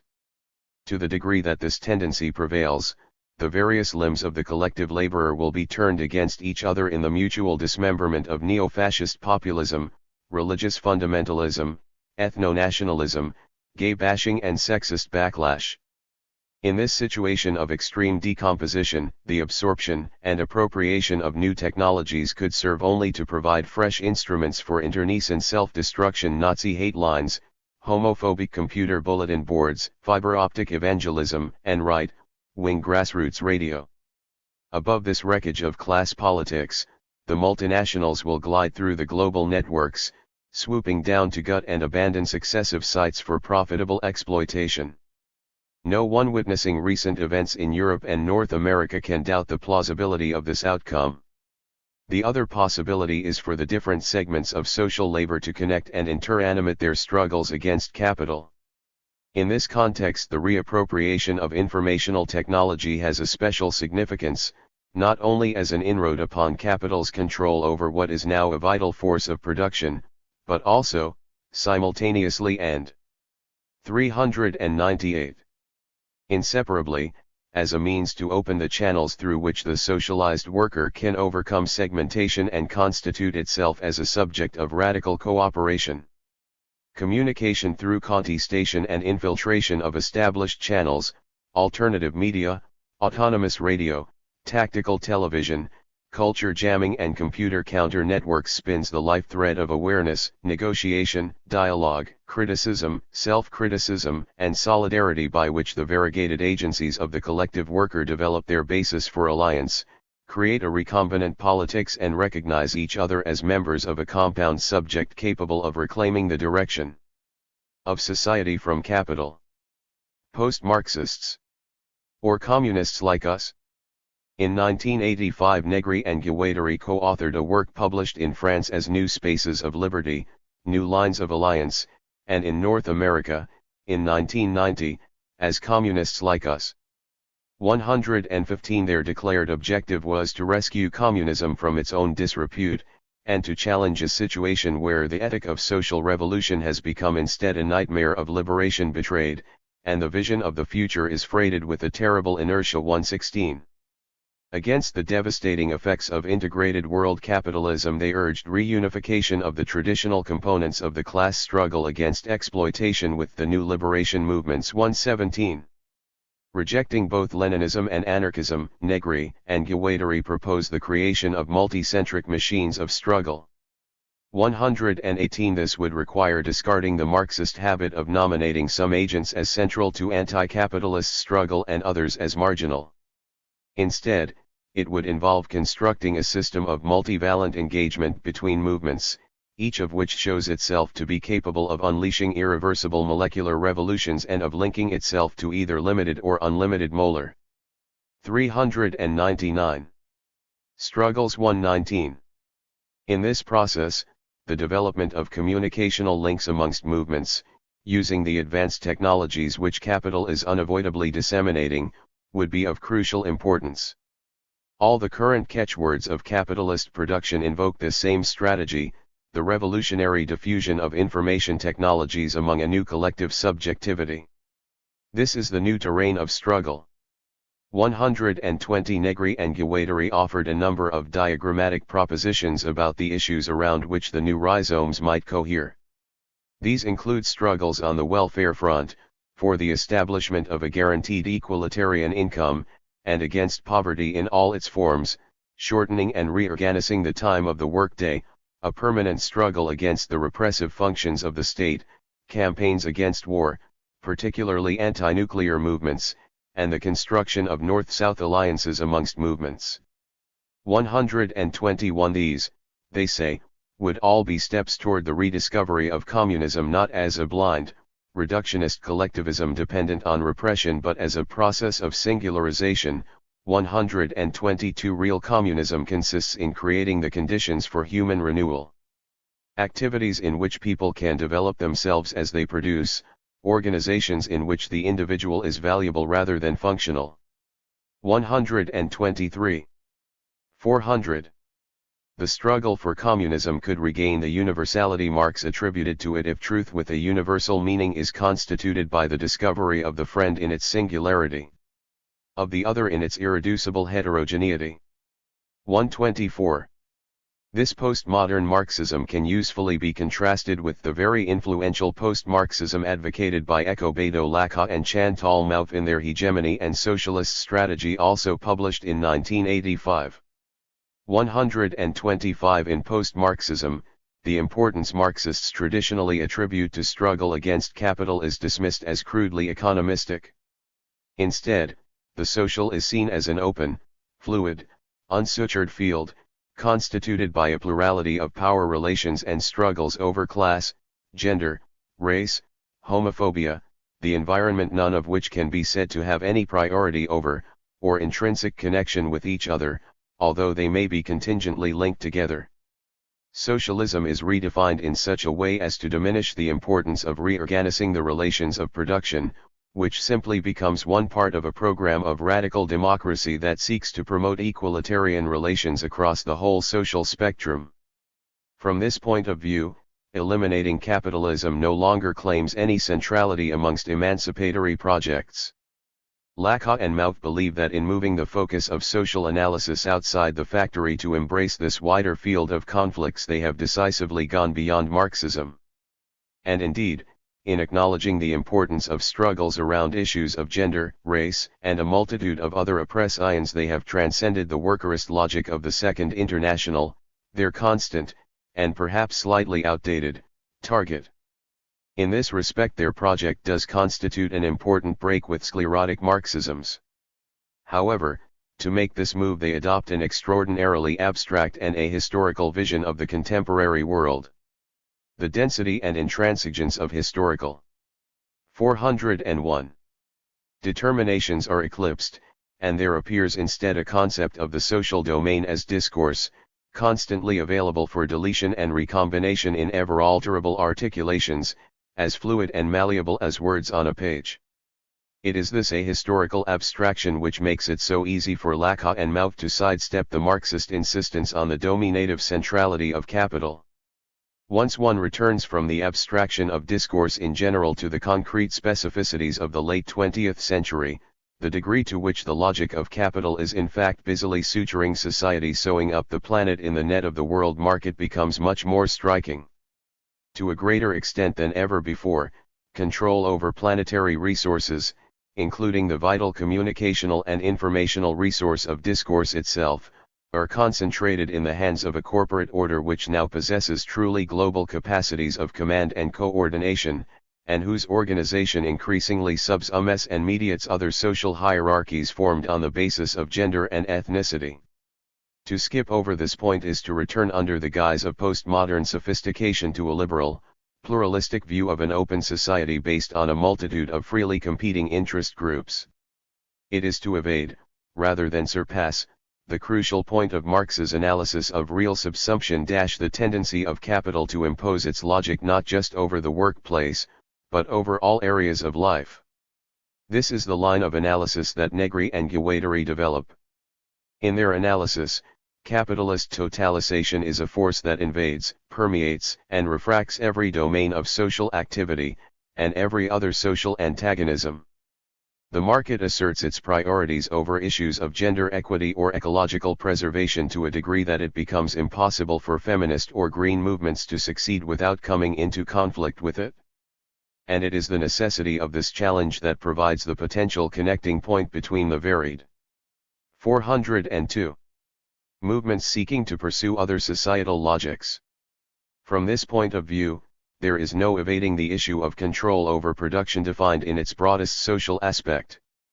Instead of new political alliances, we could say just as well, new productive cooperation. One always returns to the same point, that of production of useful goods, production of communication and of social solidarity, production of aesthetic universes, production of freedom. 126 Although Lacan and Mauth's ideas have commanded an enormous academic interest, post-Marxism seems, a decade after its first enunciation, strangely dated. This is surely because analysis that has almost nothing to say about the international division of labor, new technologies of communication and exploitation, and changing conditions of labor misses some of the most dynamic aspects of contemporary social transformation. 127 In a massive failure of theoretical nerve, post-Marxism has shut its eyes to the approaching big story of the early 21st century, the consolidation of the world market. Moreover, in practice, radical democratic politics have proven peculiarly lackluster. It has been associated with the rejection of some of the most important actually occurring forms of militant struggle, such as the British miners' strikes and anti-poll tax riots, with a fixation with electoral politics and reformist constitutional schemes, and with the recycling of that most exhausted shibboleth of social democracy, the mixed economy, at the very time when international capital has decisively signaled its lack of interest in such a settlement. 128. 403. Negri and Guattari's collaborative work lacks the enormous theoretical sophistication with which Lacan and Mauth invest their proposals, and its sense of urgency sometimes translates into a purple, overblown rhetoric, and certain traces of slapdash assembly. But in the decade since they wrote, their analysis of integrated global capitalism grows in pertinence. Their discussion of new, technologically facilitated machines of struggle resonates with the actual paths being taken a variety of coalitions and networks worldwide. And while their sketch of a revitalist communism is only rudimentary, it does at least begin to raise the pressing questions about the reorganization of work, income, and the allocation of social time that the general collapse of both state socialism and social democratic compromises necessitates. For these reasons, their postmodern/Marxism seems today a far more germane project than the eminently fashionable post-Marxism. Detotalising totalizations. As Harry Cleaver has observed, autonomist Marxism has evolved in such a way as to answer the postmodern demand for the recognition of difference and the Marxist insistence on the totalizing character of capital. 129. Its project can be defined as a paradoxical detotalising totalization that seeks to analyze the overarching social command of capital the better to dissolve it into a more multiplicitous and varied order.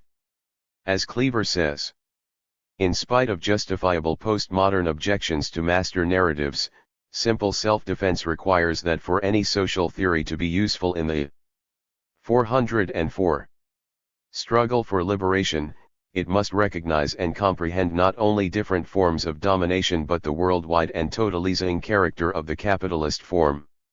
What is required is an ability to grasp simultaneously the nature of the totality/globality that capital has sought to impose, the diversity of self-activity which has resisted that totality, and the evolution of each in terms of the other.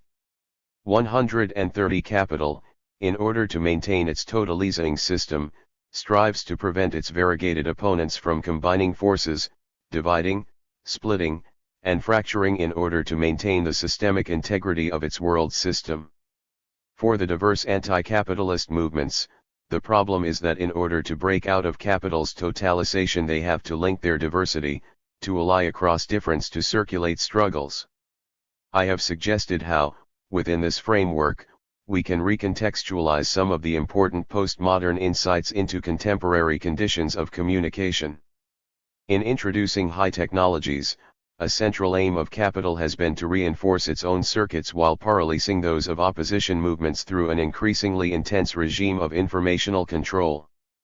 This decompositional, disintegrative, immobilizing tendency is recognized in the Baudrillardian school of postmodernism which, however, completely fails to recognize the countervailing tendencies of oppositional groups.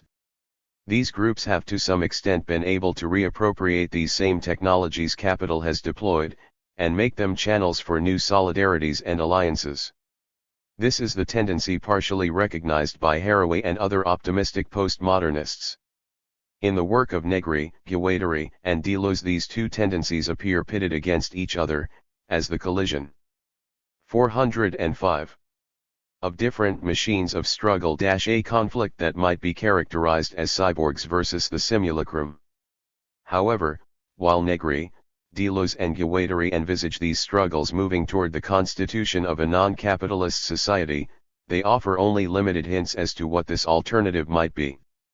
They clearly see it not as a state socialist imposition of centralist uniformity, but as an explosion of difference, a dissolution of the global command of profit which opens the way to alternatives that, like a volcanic magma, spreads out in a network of streams of enjoyments, of propositions, of inventions. 131.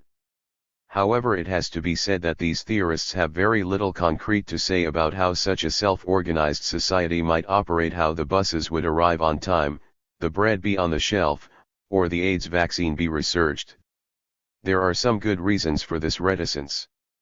Blueprints for a post-revolutionary society have too often had authoritarian implications. The stipulation of a preconceived set of ideal relations has resulted in transitional programs that repress anything deviating from their model. Postmodern/Marxists emphasize that any project truly believing in the self-determining capacities of people should avoid theoretical foreclosure of the paths this energy might take. Furthermore, if the aim of revolutionary activity is to break the totalizing logic of capital and shatter its homogenizing and systematizing tendencies, as Negri and Guattari suggest, any stipulation of a singular form of post-revolutionary society can be seen as self-contradictory. Rather, the aim should be to create a space where a diversity of social, cultural, and economic ways of being can coexist. 132. These are important points that nevertheless leave difficult problems unresolved. While a post-capitalist society definitely should encourage diversity of social organization. 406. And be open to evolving and unforeseen directions, this does not eliminate the need to think carefully about what arrangements, on a planet effectively unified by trade, transport, and communication, might enable such a coexistence, or of considering which within a plethora of possibly emergent non-capitalist ways of life are desirable and worth fighting for. So it is to these points that I turn in the next chapter. Chapter 8. Alternatives? The Great Leviathan. Describing alternatives to capitalism has always troubled Marxists. Marx's early writings contain lyrical evocations of post-capitalist possibilities. But he and Engels were highly critical of utopian socialisms - many of them technocratic ancestors of today's information society theory that drew up elaborate pictures of ideal societies without recognizing the need for struggle and conflict to attain them. One rejecting these communist cookbooks about the future, they held that communism is not a state of affairs which is to be established, an ideal to which reality will have to adjust itself, but rather the real movement which abolishes the present state of things too. Today, however, mere invocation of the real movement is not immediately encouraging. A vast block of despair and cynicism consolidates the dominance of the world market. The catastrophe of state socialism has left millions convinced that, however appalling the trajectory of capitalism may be, there is simply no alternative to it. This resignation is then reinforced by information capital's managers, those whom Pierre Bourdieu recently called the kings of technocracy, in whose discourse any attempt to think beyond the realities of global competition and automating technology is instantly dismissed as tantamount to delirium. 3. As Massimo de Angelis observes, such technicism serves as the ultimate legitimization for capitalism, making its economic order into a great leviathan, the unchangeable and unquestionable constraint facing all political and cultural subjectivity, a constraint that subsumes everything. 4. 424. De Angelis argues that in the face of this conceptual closure there is an urgent need to recover a utopian discourse, in thought as well as in antagonistic and constitutive practice. 5. He observes that, through an interesting play on words, the word utopia is defined in English as nowhere, no place. But this could also be read as now here, here and now. 6. De Angelis goes on to distinguish between realizable futures, that presuppose a preconceived plan which must be realized, by subordinating to the plan all the people who don't like it, and actualizable futures, where whatever is actualizable is already existing in a virtual way, where virtuality is a dimension of reality. 7. He urges utopian invention, not as the alternative model, not as a party program or a plan in search of subjects to subordinate, but as an open and inclusive horizon of thought, antagonistic practice, and communication that can show different possible horizons and contrast them to the poverty of the mainstream. 1-8. It is in the spirit of De Angelis' proposal that I offer a sketch of an alternative future. I propose a series of measures: the institution of a guaranteed annual income, the creation of universal communications networks, the use of these networks in decentralized, participatory counterplanning, and the democratic control of decisions about techno-scientific development. These elements would, in their full implementation and synergistic interaction, go a long way towards constituting a viable alternative to capitalism. Moreover, each of the separate elements proposed here, and each of the various gradients and steps in their realization, can be seen as delineating fronts of struggle. They are conceived of as invading beachheads that can be established on the shoreline of capital and advanced, up to the point where their combined effect overwhelms. 425. The logic of the entire system. The final section of the chapter briefly reflects on some conditions under which this might occur. The ideas proposed here have not fallen from the sky. They extrapolate not only from a variety of theoretical sources but also from what is really being done, now, in what autonomists would term the self-valorizing practices of a multitude of activists. 9. The interweaving of elements and possibilities that are now in fact commanding wide attention can constitute what might be considered a utopian future. 10. This thought experiment does, however, have some important limitations. It focuses only on those issues that relate to this book's major theme, the social uses of the new information technologies. Its basic orientation comes from Marx's observation in Grundriss, that while machinery may be the most appropriate form of capital, capital is not necessarily the most appropriate social form for machines. 11. To illustrate this point, I assume a society in which high technologies are fairly readily available. Since currently these conditions obtain most strongly in a handful of advanced capitalist economies, the sketch is Eurocentric. There is a missing dimension, whose importance I acknowledge but do not address, one that involves issues such as the release of the South from an exterminatory debt burden, the reversal of the flows of value from South to North, the payment by the North for the preservation of the ecological resource vital to planetary survival, and the support of spaces for what is sometimes termed autonomous development freed from the economic and cultural constraints of neocolonialism. 12. I think of the sketch as a proposal for communism, a continuation of the red thread which Marx and so many others have spun across centuries. But I also know that this name, communism, has become so heavy, so sodden with blood and weighted with 426 nightmarish history, and carries with it such a burden of explanation, repudiation, and qualification, that many regard it as unspeakable, at least for this generation and probably several more.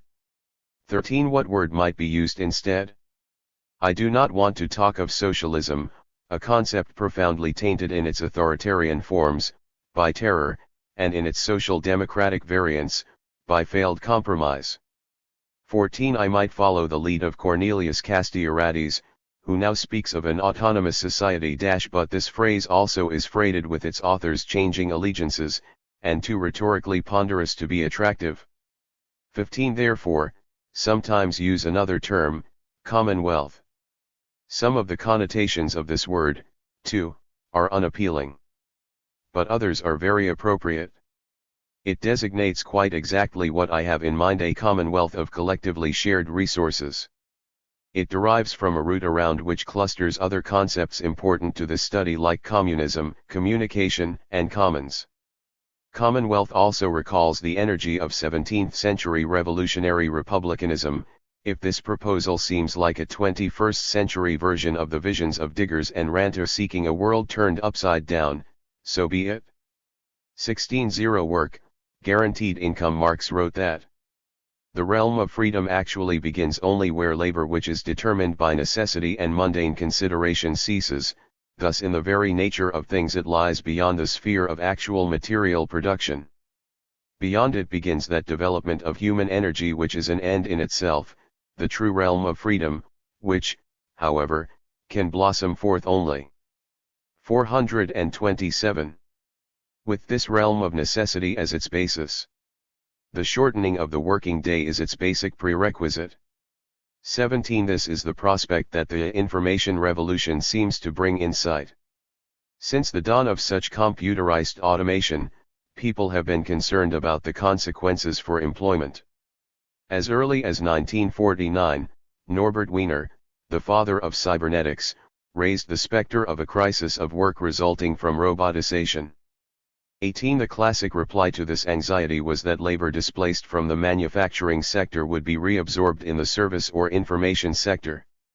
For several decades, this optimistic prediction seemed to be borne out by the course of events.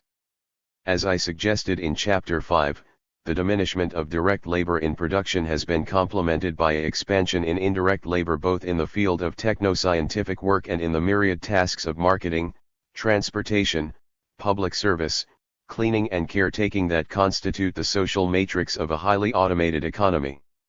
Today, however, there are signs that this logic may be exhausting itself.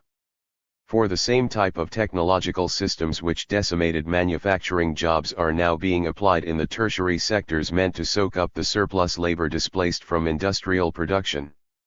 In the banking, insurance, wholesale and retail industries, companies are using seamless, end-to-end information processing systems to eliminate whole layers of employees.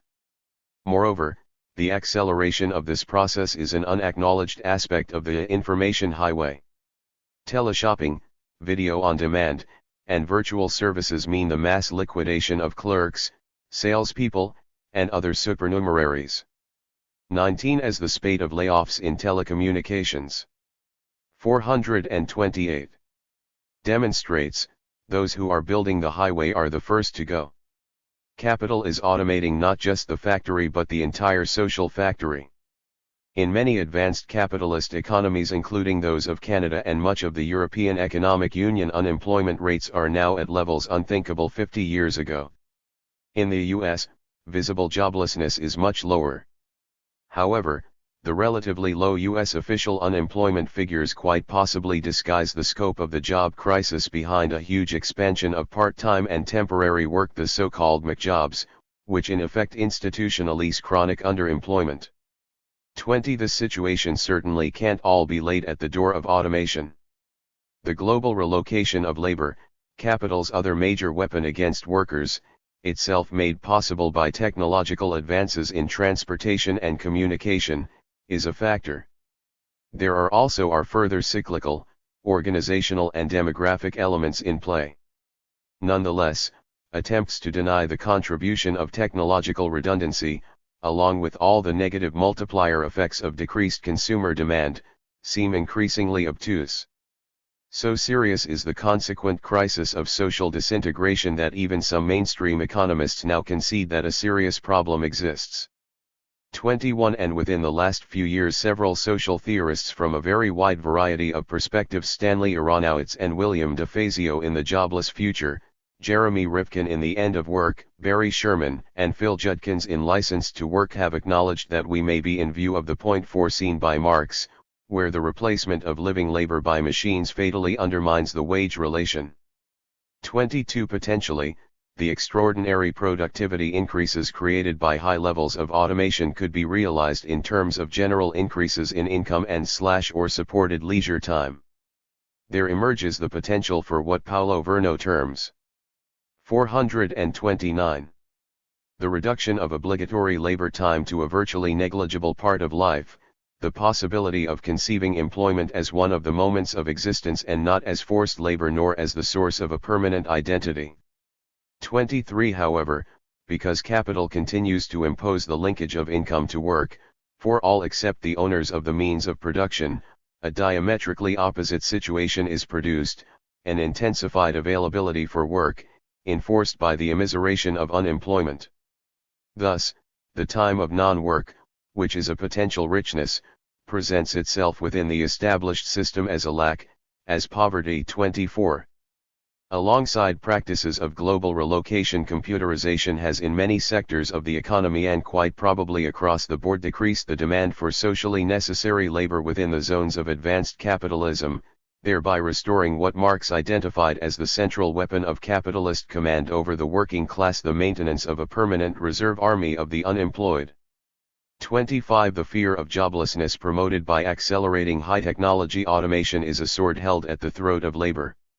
It undermines trades union strike power, and allows management to coerce employee cooperation, recruit desperate strike breakers, and drive down wages and working conditions. As workers compete amongst themselves for employment, capital sifts them into different strata. The declining core of permanent employees needed to run the new production systems, the periphery of temporary and part-time workers called up according to the fluctuations of the economy or the production. 430. Cycle, the absolute rejects destined for the welfare lines or starvation. Labor is segmented into an increasingly vicious hierarchy whose rungs tend to correspond and reinforce discriminations of gender, race, and age. Those at the top must work ever harder, faster, and more flexibly to save themselves from the immiseration below. Those at the bottom buy survival only at the price of super-exploitation, pricing themselves into a job so cheaply it is not worth replacing them with machines. Faced with this convulsion, the usual response of the socialist left has been to call for the creation of more jobs, engineered by a renewal of Keynesianism or an adjustment of interest rates. Not only does this response run in the face of the actual capacities of technological innovation, but it forgets that, in origin, socialism was not a project for the extension of wage labor, but for the ending of what was understood as an exploitative and dominative institution, wage slavery. The reduction of this aspiration to a call for full employment, a call, moreover, made more implausible by every advance in computer science, dramatically reveals the attachment of social democratic and trades union leaders to the basic structures of capitalist society, at the very moment when these walls are being breached. Putting the wage form on an elaborate life support system is a strategy of making some people toil unnecessarily so that they can be paid without others complaining that they are hanging around with nothing to do. 26. One sign of more creative thinking is the re-emergence of an issue Marx saw as vital to the emancipation of labor, but which has since the end of World War II been largely abandoned by trades unions: the shortening of the working day. 27. Demands for the reduction of hours without loss of wage are now on the agenda of the most innovative sectors of labor revolt in North America, as in Europe, and even entertained by social. 431. Democratic thinkers. 28. This strategy builds solidarity between the employed and the unemployed. Rather than dividing those impoverished by too little work and those exhausted by too much, it aims for a situation where everyone works, but only a little. 29. However, the real significance of such demands is that they point toward an even more radical possibility, namely, dissolving the link between work and income by the institution of guaranteed annual income. The case for this step is quite simple. Capitalism has created a productive capacity so great that there is no necessity for anyone to suffer want because they cannot sell their labor time.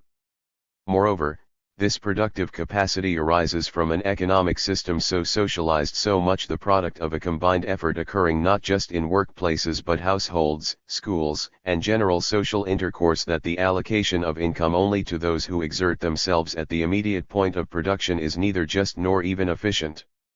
The social risks of people freeloading on a system of generalist income are now infinitely less than the problems created by consigning increasing masses to an income less, because work less, future. 30. As Steve Wright notes, the institution of a universal guaranteed income has long held an honored place within autonomous discourse. 31. In the 1960s and 70s, theorists such as Negri were already suggesting that the automation and socialization of production had rendered labor theories of value anachronistic. They saw this as marking a crisis, not for Marxism, which has always seen wage labor as an historically transitory form of social organization, but for capital, which depends on upholding the necessity and rationality of the wage relation.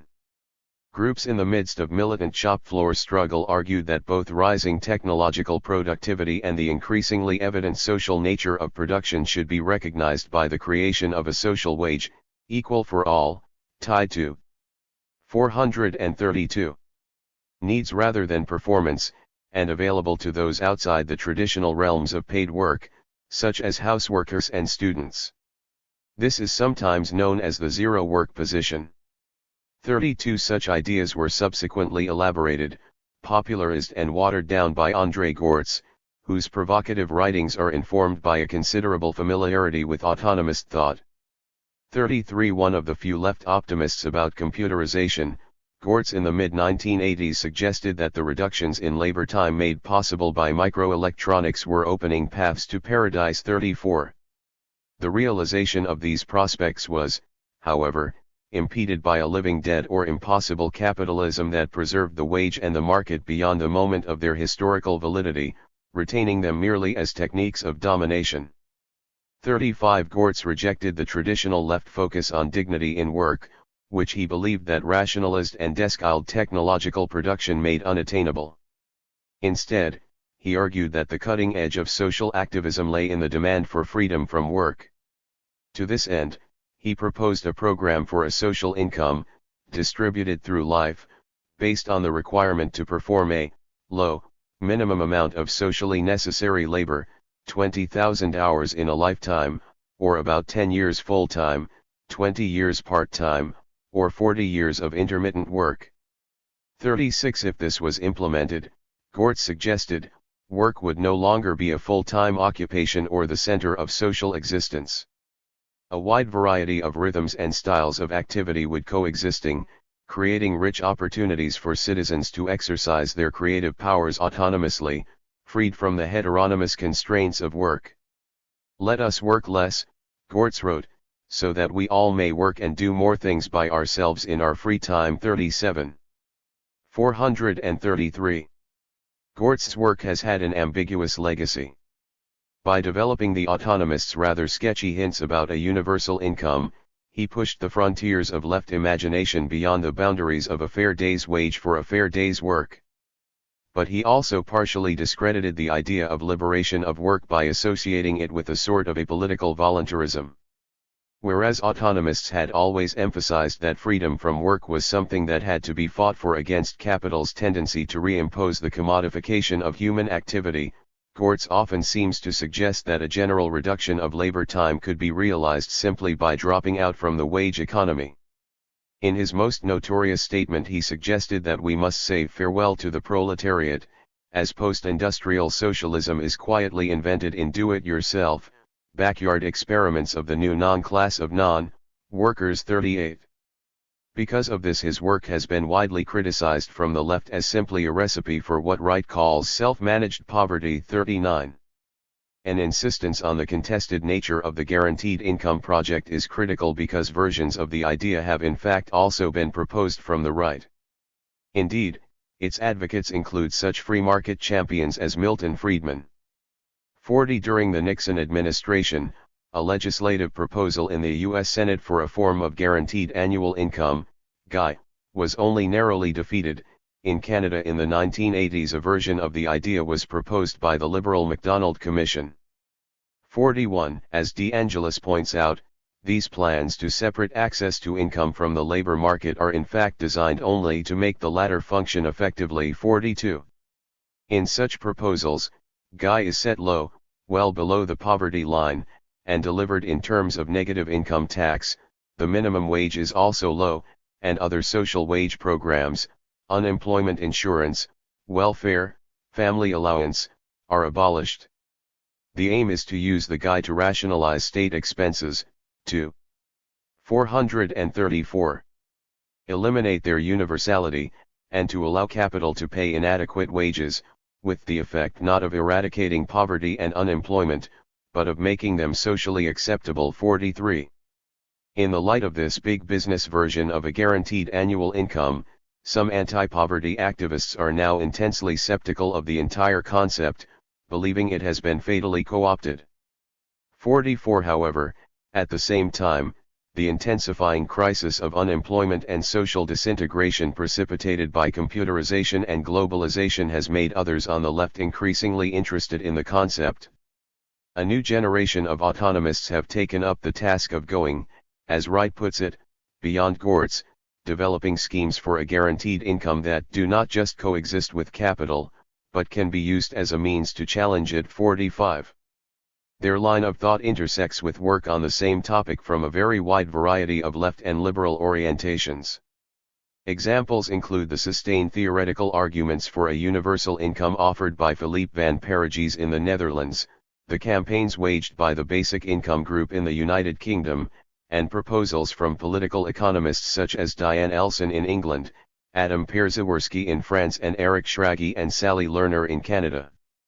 46. Drawing on these sources, one can suggest some of the features of a guaranteed income scheme as it might figure in our Commonwealth. Its level should be set high, very well above the official poverty line. To the degree that such an income coexists with wage labor, as it might in the early stages of its introduction, it should be adequate to free people from the necessity of selling their labor power, even if the possibility of supplementation by this means continues. Its level should expand as and if the productivity of society grows, and accompany a generalist and egalitarian reduction in waged work. 435. Time, to a point where guaranteed income eventually supersedes the wage as the main source of livelihood. Although receipt of such an income might initially be tied to some obligation to perform socially useful labor, this would not be construed in terms of participation in traditional paid productive employment, making it a workfare, but of fulfilling responsibilities such as care for children, the sick and elderly. And it should be seen as an integral part of an expanding package of freely distributed services and use values, from housing and schooling to health, associated with the development of cooperative and collective forms of administration discussed later in this chapter, that would encourage forms of social solidarity going beyond the cash nexus. Such an innovation would have multiple ramifications. I will comment on only three.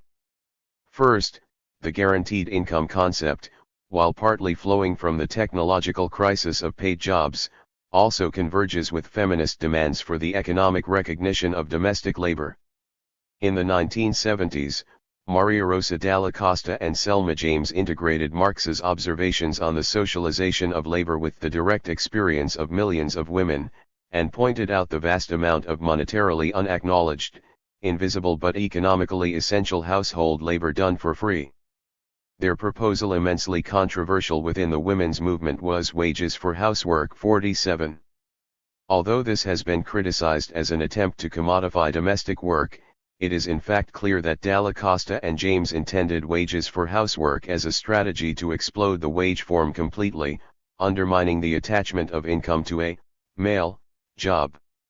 Today, the drive to compensate domestic work is attracting widespread attention through the work of feminist economists such as Marilyn Waring. 48. A guaranteed annual income of the sort described here, perhaps tied to a requirement for men and women alike to participate in activities. 436. Such as raising children, caring for the sick and elderly, would effectively annihilate the hierarchical division of waged and non-waged labor which has so closely entwined capitalism and patriarchy. Second, although the zero-work perspective focuses on reducing the overall amount of socially necessary labor, it should not be understood as precluding efforts to make what remains more enjoyable.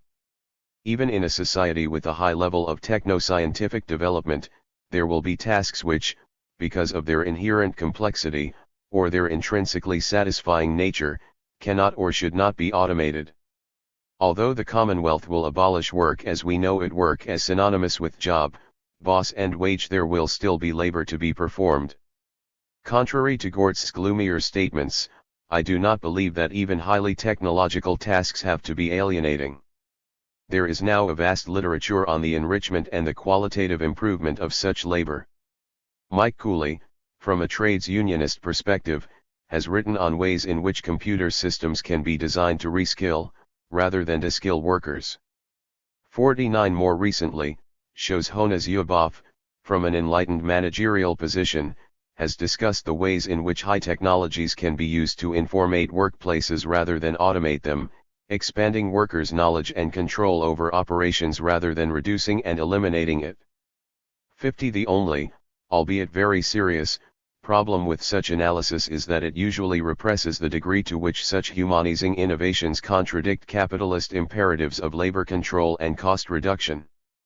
Outside of this context, trade-offs between productivity and gratification could become a matter of social choice rather than profit-driven imperative. When a guaranteed income frees people from the necessity of enduring degrading, monotonous jobs, there is every prospect for a creative remaking of 437. Labor. Thus, as Van Perigee suggests, the abolition of work should be seen as unfolding along two converging routes, by giving work an ever smaller place in life and by making it less and less like work. 51. Third, freeing people from the compulsion to perform wage labor creates opportunities for more profound and creative involvement in other aspects of social life. One common and important objection to schemes for post-capitalist, self-organized societies is that they assume honorously high levels of political participation. Oscar Wilde's quip that socialism is a good idea, but it requires too many evenings, springs to mind. 52. If one assumes a world like the present one, where most people are exhausted after 8, 10, or 12-hour days of waged labor plus the longer hours of unwaged domestic duties and double shifts which are the indispensable accompaniments of the current job system, this is a telling point.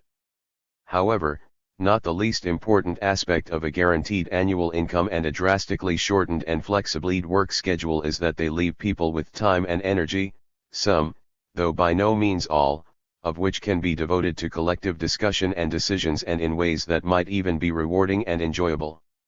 In other words, zero work creates the communicative preconditions for other aspects of commonwealth. This potentiality can be enhanced by ensuring accessibility to the extraordinary communication systems that are, along with automation, the other major technological creation of information revolution. This is the prospect taken up in the next section. Zero commodity, communication commons. 438. Under capital's direction, successive waves of electronic communication technologies, the radio, television, telecommunications, and computer networks whose networks now girdle the planet, have served mainly as the basis of vast, vertically and horizontally integrated commercial media empires. The consequences barely need rehearsal: an envelopment of society in corporate speech, market censorship of news and artistic expression, increasing privatization and stratification of access to information, and a relentless interpellation of audiences in the name, not of citizenship, but of consumerism. The erosion of publicly owned media exacerbates these tendencies. Insofar as such institutions exist within advanced capital economies, and here conditions vary from the rudimentary services in the US to the more developed institutions of Canada and Europe, the public ownership of media has largely centered around state-financed public broadcasting organizations. Always existing, like the other institutions of the welfare state, in an uneasy relationship to the market society that surrounds them, these organizations are now subjected to intensifying corporate encroachment. This proceeds under the watchwords of deregulation, the reduction of governmental limits on free enterprise activity, and privatization, the conversion of state institutions into corporate property. It is associated both with the use of new technologies to outflank and fragment the audiences of public broadcast systems, and, even more importantly, with the ideological claim that the potential of new communicative technologies can only be realized by market forces. The net result is to deepen the communicative subsumption of society by capital. 53. And yet, at the same time, electronic media display quite contrary tendencies that radically subvert the logic of the market. Because advanced communications networks can circulate information goods very fast and very widely, goods that are by their very nature 439. Dependent on extensive availability of appropriate machines, skills, and knowledge, imposing commodity exchange in this area has proven extraordinarily difficult. A wave of everyday media piracy, including photocopying, home taping, bootlegged videos, unpaid reception of satellite signals, copying of computer software and hacking is informally decommodifying information flows. These practices constitute a clandestine shadow world that obstinately follows the attempt to enclose information in commodity form. 54. To give only one example, in the United States, where theft of satellite television signals was to be prevented by scrambling, it is estimated that half the desk ramblers are now used illegally. 55. Of course, much of this illicit activity is folded back into commodity form through black market industries. However, what is remarkable is that so much corporate effort both in terms of technological design and legal activity is today being exercised to restrict what the media corporations ostensibly promote, that is the, literally, free flow of information. 56. To understand this dynamic, we can elaborate on a hint of Marx's. He argued that a crucial motive behind the capitalist development of communications was its drive to shorten the circulation time of commodities to speed the passage from commodity form to money form and back again. But Marx also observed that there was a limit to this acceleration. If a product passes instantly, without barrier or impediment, from producer to consumer, it destroys the moment of exchange. A commodity must remain in the owner's hands long enough to be sold. Capital might wish to maintain the continuity of circulation by passing through its different phases as it does in the mind, where one concept turns into the next at the speed of thought. 57. But this dream cannot be realized. For the commodity to retain its essential attribute that of being bought and sold, its passage must be interrupted. 440. It must spend some time as a cocoon before it can take off as a butterfly. 58. Today, electronic technologies are making a whole range of commodities central to the information economy: computer software, films, video, television programs, electronic music and games, and a proliferation of digital goods into instant butterflies. Disseminated at virtually the speed of thought through electronic and digital channels, they take on aerial and evanescent forms difficult to contain within the commodity form. Nowhere is this more apparent than on the computer networks which capital hopes to make the central technology in its new wave of accumulation. The famous hacker slogan "Information wants to be free" displays a naive technological determinism, but its mystification contains a kernel of truth, namely, that many people want information to be free, and are finding in cyberspace the means to make it so. The Internet makes available a voluminous amount of information in uncommodified form. Vast banks of data are available for free. Creators who prefer to see their work used rather than sold have dropped large amounts of software into the net gratis. Others have been electronically liberated from commercial owners and given instantaneous worldwide distribution. 59. Information society theorists have long pointed out that ethereal goods have qualities anomalous in a market economy: they can be used simultaneously by many people, be duplicated and transmitted cheaply and instantaneously, are not consumed or exhausted by use, and may grow in use value the more widely they are shared. These features have become increasingly problematic to those concerned with policing digital commodity transactions. For what has emerged in cyberspace are collectivities of users who, rather than being subordinated to the laws of commodification, are rather characterized by a persistent, indeed often gleefully overt, transgression of these rules. The massive confusion 441 that now reigns over copyright and patent law in the electronic domain suggests that the enforcement of property rights in this arena will be extraordinarily vexed. 60. Just as capital's introduction of new technologies, by potentially freeing huge surpluses of time, have unintentionally opened up prospects of liberation from work, so its expansion of new communication technologies inadvertently opens up a world of counter-usage. As computerized automation, by reducing socially necessary labor time, makes possible either intensified exploitation or subversion of the wage form, so electronic communication, by reducing the necessary circulation time for information goods, opens onto two diametrically opposed options. It makes possible either a radical intensification of commodification through paper services and consumer surveillance, or a fundamental attenuation of the commodity form, through the generalist transgression of electronic property rights. Our commonwealth would build on and amplify this latter decommodifying tendency. Dorothy Kidd and others have referred to this process as the creation of a communications commons-a counter-project against capital's attempts to enclose the immaterial territories of airwaves, bandwidths, and cyberspaces in the same way it once enclosed the collective lands of the rural commons.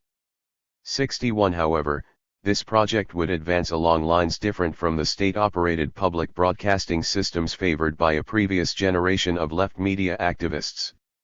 While certain aspects of the public service, state-financed model remain valuable, these need to be revitalized and transformed by combining them with the more decentralized and diffuse practices of alternative media, from microwatt radio to community cable to the Internet.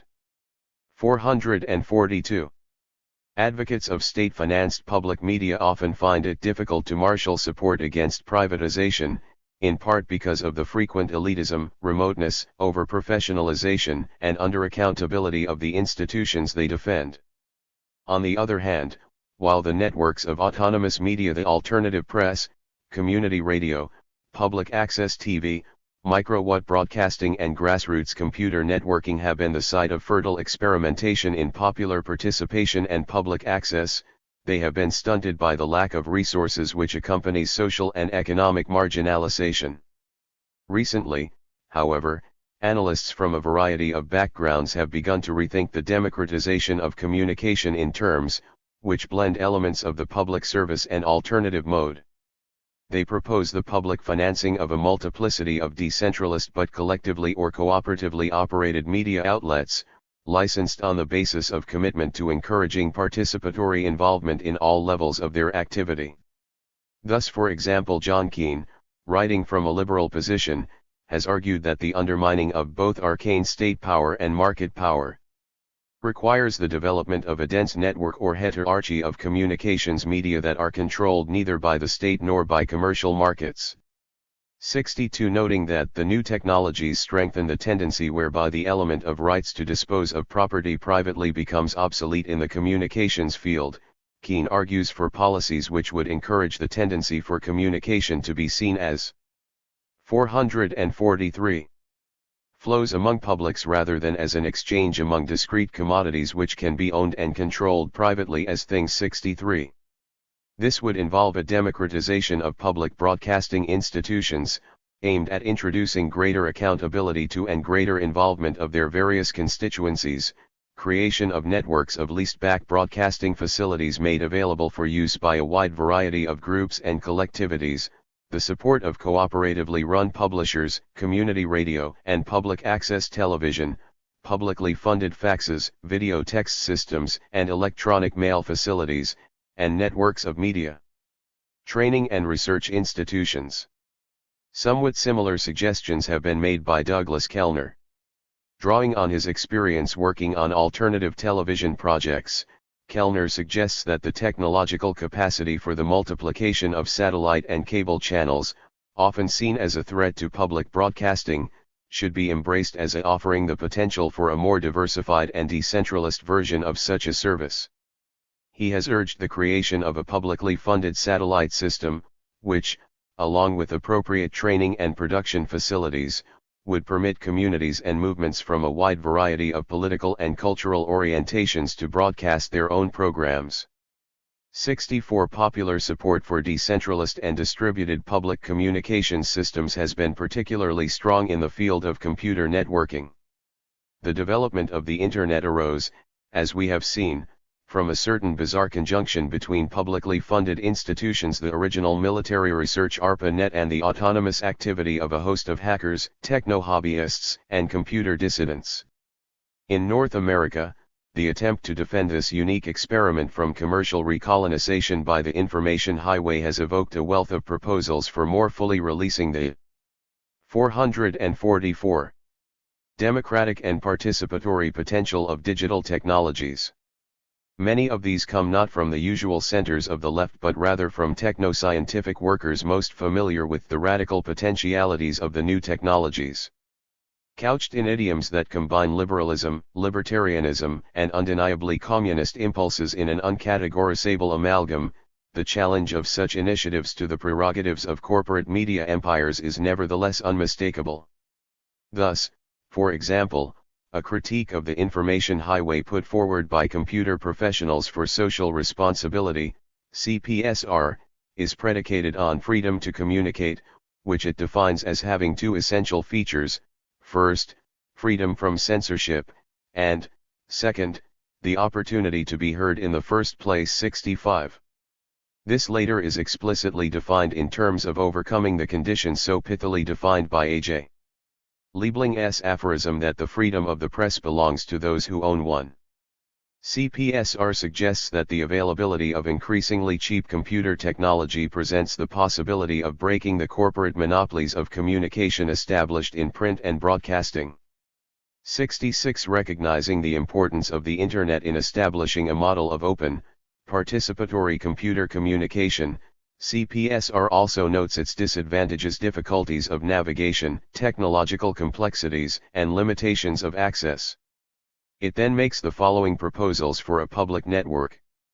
There should be universality of access, defined not only in terms of availability of connections, with full service to homes, workplaces and community centers, but also of low pricing, and the provision of subsidized hardware, software, and training. A basic feature of the network should be to enable all users to act as both producers and consumers. Every user must have the option to generate new information as well as publish that information through the 445 network. While CPSR concedes commercial interests a major role in the construction of the networks, it insists on preservation of diversity of content. 67. Common carrier status. Preventing the control of content by the owners of the channels is crucial. A central aspect of any information infrastructure must, CPSR says, be the development of a vital civic sector, constituting public spaces for discussion, governmental interaction, distribution of free software, and the spontaneous development of communities of all kinds amongst groups of people who want to discuss issues concerning their neighborhood, worksite, nation, or planet. 68. Other local branches of CPSR have gone further. The Berkeley chapter calls for a national computer network infrastructure to be publicly built and maintained, for the creation of a public information treasury specifically aimed to ensure that the widest possible kinds of social information are collected, and for the abolition of intellectual property laws. 69. On this last point, it notes that the ostensible and traditional rationale for such property rights is to promote progress and creativity. However, current patent and copyright systems do not perform this function but rather lead to secrecy, duplication, and litigation. As the CPSR activists observe, other models exist for organizing and rewarding intellectual work in ways that do not require proprietary title to the results, such as grants, peer or public recognition. They therefore call for a moratorium on computer software patents, accompanied by social funding of research and development, and the implementation of new systems, such as public competitions, to spur development of socially needed technology. 70. Even partial implementation of these ideas would represent a significant collective inroad on the capitalist information economy. But the significance of such a socialization of 446 media goes well beyond the immediate reappropriation of resources from corporate conglomerates.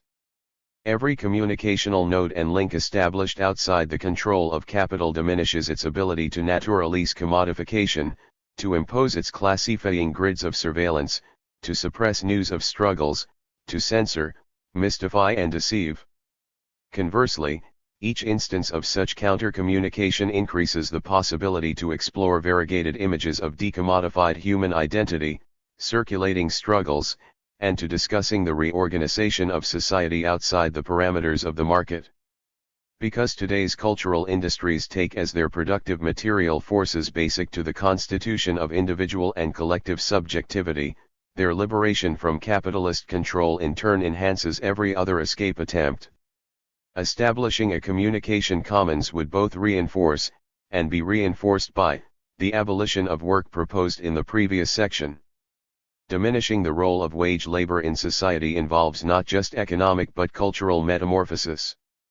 This transformation would include lifting the cultural opprobrium attached to the sheer enjoyment of free time, validating the skill, difficulty, and worth of undervalued or non-market activities such as collective decision-making or domestic labor, and constructing forms of subjectivity other than those revolving around the image of the consumer. A diverse communication commons provides the matrix for such cultural experimentation, while the free time made available by the reduction of work creates the condition for the widespread involvement in cultural production necessary to give the new networks vivacity. Moreover, the establishment of such a commons creates unprecedented opportunities for cooperative organization, not least in the sphere of social governance, to which it is now time to turn. 447. 0 State, computerized counterplanning. To pose an alternative to advanced capital is, necessarily and centrally, to raise the issue of planning. In the socialist tradition, centralist state planning has been the alternative to the market. The years of the high-technology revolution have also, and not coincidentally, been a period during which both the necessity and viability of the nation-state as a central unit of social organization has been seriously challenged. This challenge has, however, appeared simultaneously in two different and antagonistic forms: privatization and socialization. Marx glimpsed both these tendencies a century ago. Writing of the roads, railways, and canals of his age, he described the production of the means of communication, of the physical conditions of circulation as part of communal, general conditions of social production as distinct from the conditions of particular capital and particular production process. 71. As capital expands in scope and scale, such systems become increasingly necessary for individuals to reproduce themselves as members of a social collectivity and hence to reproduce the community, which is itself a general condition of productive activity. 72. Marx noted that the enormous cost of investment in such infrastructures usually resulted in capital leaving their initial development to the state. Only subsequently does business reclaim them from the realm of public works as sources of private profit, precisely what we know as privatization. 73. This takeover of the means of communication and other public infrastructures represents the highest development of capital and indicates the degree to which the real community has constituted itself in the form of capital. 74. 448. But Marx also saw a contrary tendency. For example, in Grundriss he describes how institutions of information, such as the mails and telegraph, are established by capital in an attempt to overcome the crises, etc., that arise from the contradiction between increasing global interdependence and the indifference of privatized production. 75. The new means of communication are instruments in the autonomization of the world market. The alienation of human powers to a vast transpersonal apparatus of monetary exchange. 76. Yet at the same time, they open relations and connections with the potential to overcome this alienation. They introduce the possibility of suspending the old standpoint and replacing it with a real communality and generality that affirms the general bond of planetary humanity. 77. Today, the privatizing tendency is of course actualized the neoliberal program of marketization and deregulation. Its essence is the reversion of the apparatus of government, which the era of the welfare state had, as a result of pressures from labor and other social movements, attained a certain relative autonomy from the immediate imperatives of business, back into direct instruments of capital accumulation. In some respects this involves a diminution in state functions, the erosion of welfare expenditures, reduction in social services, sale of public industries. In others, it expands these functions, most notably in the intensification of the state's security, surveillance and coercive role. Privatization abolishes the state only insofar as it presses the interdependence of capital and state to the point of identity, making the latter, in effect, the direct administrative and coercive arm of the former. As Gilles Deleuze and Félix Guattari put it, never before has a state lost so much of its power in order to enter with so much force into the service of the signs of economic power. 78. 449. This fusion of capital and state relates to the issue of information technology in several ways. It is increasingly through the state, by means of government-industry consortia, university-business partnerships, training and education schemes, military contracts, and business subsidies that capital mobilizes the range of cooperative social activities necessary to generate the technological innovations on which it depends.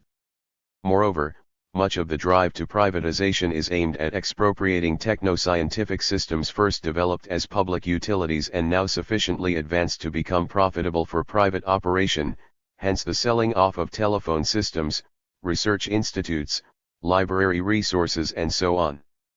At the same time, high technologies allow corporate power to exercise both the carrot and the stick in compelling privatization and deregulation.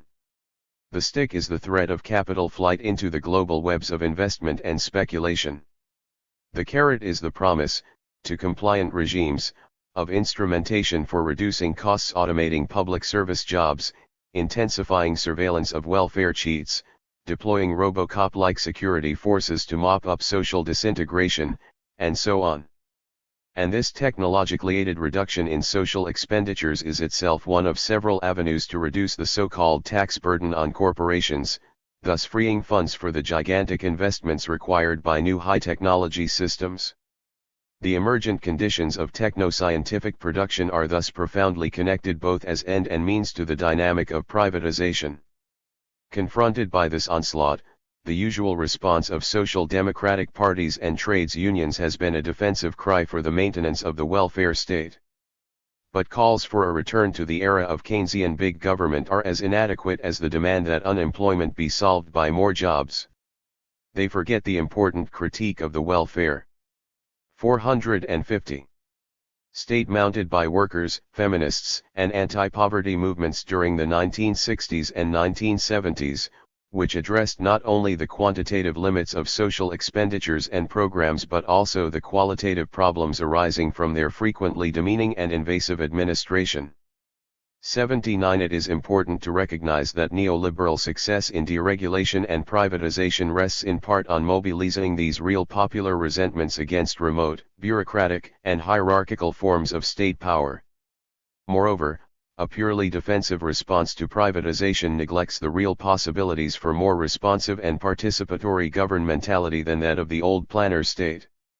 80. The withering away of the state was once viewed on the left as an occasion for jubilation rather than dismay. This perspective can be maintained without lapsing into any sort of anarchist romanticism.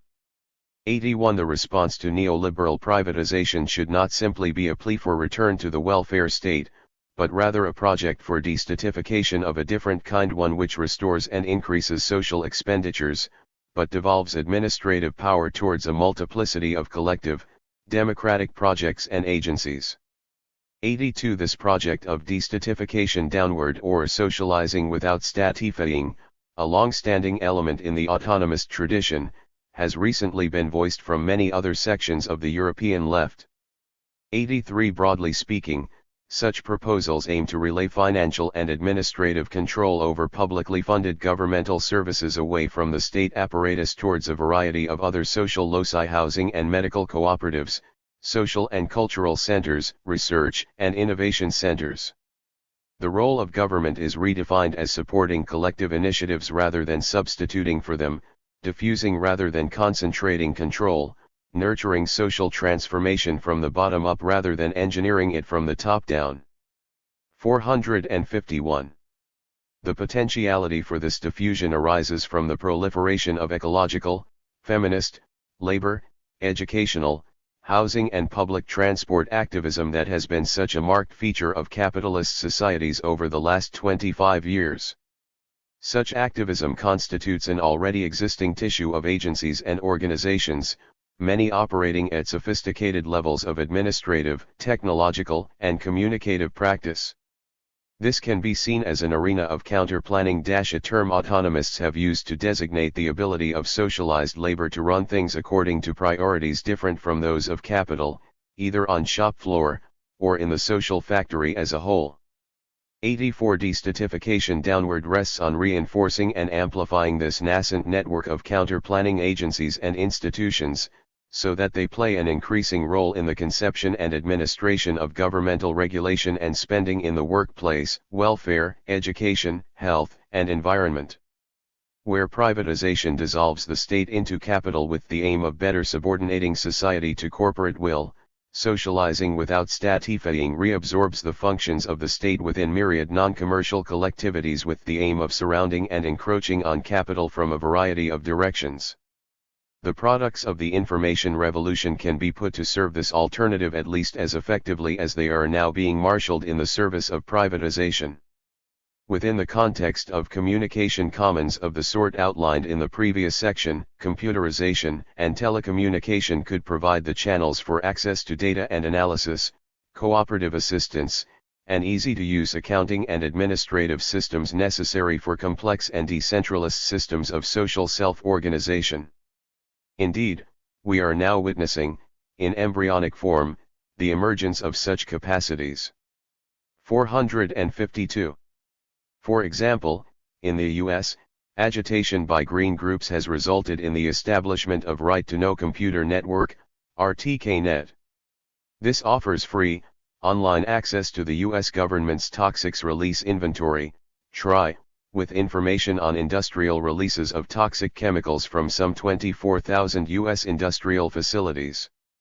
Grassroots groups around the country have used TRI information to produce dozens of reports on pollution, garnering public attention and compelling industry cleanup efforts in a number of states. 85 in Canada, the Ottawa-based Rural Advancement Foundation International, which serves as a clearinghouse and information source for movements of Indigenous people and first and third world farmers fighting biotechnological enclosures, uses electronic database searches to identify pending corporate patent claims. It disseminates its analysis via World Wide Web. 86 to these examples can be added others: feminists coordinating proposals for international conferences by email, unions establishing in-house electronic databases on health and safety practice, community networkers making available public information on health or recreational activities on free nets. All these experiments are in various ways using the networks to accumulate and distribute knowledge and coordinate activities on a scope and scale that was previously the prerogative of state and business organizations. 87 Limited as these instances are, one can extrapolate from them to envisage the potential role of computers in providing the fibers for destatification from below. Indeed, here it is possible that information technologies may help resolve a major dilemma of the left, that of large-scale economic coordination. It is widely held today that on this issue there exist only two options: the free market, or the command state, and that the latter of these has been decisively discredited. 88 Neither, in my view, offers a desirable prospect, the former because it drives inexorably toward the commodification of human. 453. Lifetime, the latter because of its tendencies tragically demonstrated in previously existing socialism to official despotism. Reformist combinations of state and market in a mixed economy have revealed their extreme instability. 89 In this situation, attempts to envisage an emancipatory social order seem stymied between two unacceptable choices: command by money or bureaucracy, non tertium datur. There is, however, a third way, periodically proposed by the anti-authoritarian left. Decentralist democratic planning, sometimes known as participatory economics. The classic riposte to this suggestion is that the volume and complexity of information required to coordinate a modern economy could never be processed in time to allow any exercise of democracy or participation. However, the emergence of highly distributed, very fast information systems throws this rebuttal into question. Some radical economists are now asking whether the extreme sophistication of contemporary communications technologies does not make feasible highly decentralized forms of planning previously considered unwieldy, eliminating the need to choose between the single brain of the centralist state or the blind exchanges of the market. 90 proposals along these lines encompass varied, perhaps contradictory, possibilities. For example, the socialist feminist Diane Elson envisages a crucial role for communication systems in her vision of a socialized market. 91. Elson's economy assumes a guaranteed income along the lines discussed earlier and a situation where production is predominantly in the hands not of corporations, but cooperatives, the self-employed, or publicly owned but worker-managed companies. Centralist economic planning would be limited to the setting of a guiding strategy by means of fiscal and monetary policy, with the daily coordination of supply and demand left to the market. However, the market would be 454. Socialized by rendering it transparent. Enterprises would be obliged to divulge information about the design, production processes, price formation, wage conditions, and environmental consequences of the goods that they make. Publicly supported collectives, consumers' unions analyze this data, and propose norms to govern various aspects of these practices.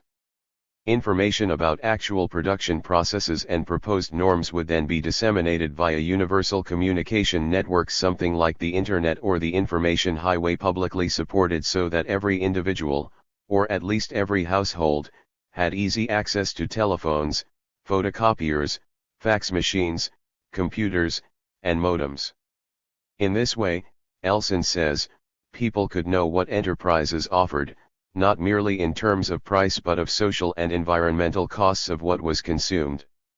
In a situation where it would be immediately apparent what goods had been produced in low-wage or environmentally dubious conditions, shopping would, she suggests, become a series of decisions about the collective, as well as individual, costs and benefits of goods selected. Collective control over information is thus interpreted in terms of democratization rather than centralization. 92. Arguing that open access to information is the key to conscious control of the economy, Elson concludes by arguing for a strategy that aims to attack capital's prerogatives over information, and to begin to develop networks which prefigure those a socialist economy would need. 93. Issues ranging through environmental and consumer protection, industrial democracy, and open government should be woven into a coherent campaign around access to information, appealing to a wide range of non-socialists as well as to socialists, while going to the heart of capital's ability to exploit labor. 94. 455. Michael Albert and Robin Hahnel propose an even more comprehensive model of decentralist planning. 95. They conceive a society in which production and consumption are entirely organized by decisions of workers and consumers' cooperatives. Initial statements of needs, in the case of consumer councils, and capacities, in the case of workers' councils, are matched and then adjusted one to another according to what emerges about the overall situation. This process proceeds by several rounds of discussion or iterations, ascending and descending through various levels of neighborhood, regional, national, and international organization. Now, this is of course precisely the sort of scheme that might be suspected of taking so long nothing would ever get produced or consumed. However, Albert and Hahnel argue strongly that the rapidity of information processing, speed and scope of communication and relative ease of use of contemporary computer technology would make involvement in the process no more complex or time-consuming than the daily processes we take for granted in a market economy. These models are, as their authors admit, necessarily abstract and schematic. But the possibilities they raise of linking high-technology communications to non-statist planning models are important. If we consider the incredible sophistication of the electronic networks now used by global stock exchanges, or corporate just-in-time production, or military Star Wars systems, the prospect that these might be used to facilitate highly decentralized forms of collective negotiation, decision-making, and resource management does not seem far-flung. By facilitating economic coordination without commodity exchange or dependence on centralist state bureaucracies, the information technologies capital has created dissolve a major barrier to actualizing a non-capitalist alternative. 456. Zero technology. The reconstitution of machines. Writing of technology, Marx observed that, nature builds no machines, no locomotives, railways, electric telegraphs, self-acting mules, etc. These are products of human industry, natural material transformed into organs of the human will over nature, or of human participation in nature. 96. How far the author recognized the significance of this apparently casual distinction must remain unsure. 97. What is certain is that today the issue of whether technology is conceived as an organ of will over or participation in nature marks a momentous line of struggle. For capitalism, the use of machines as organs of will over nature is an imperative.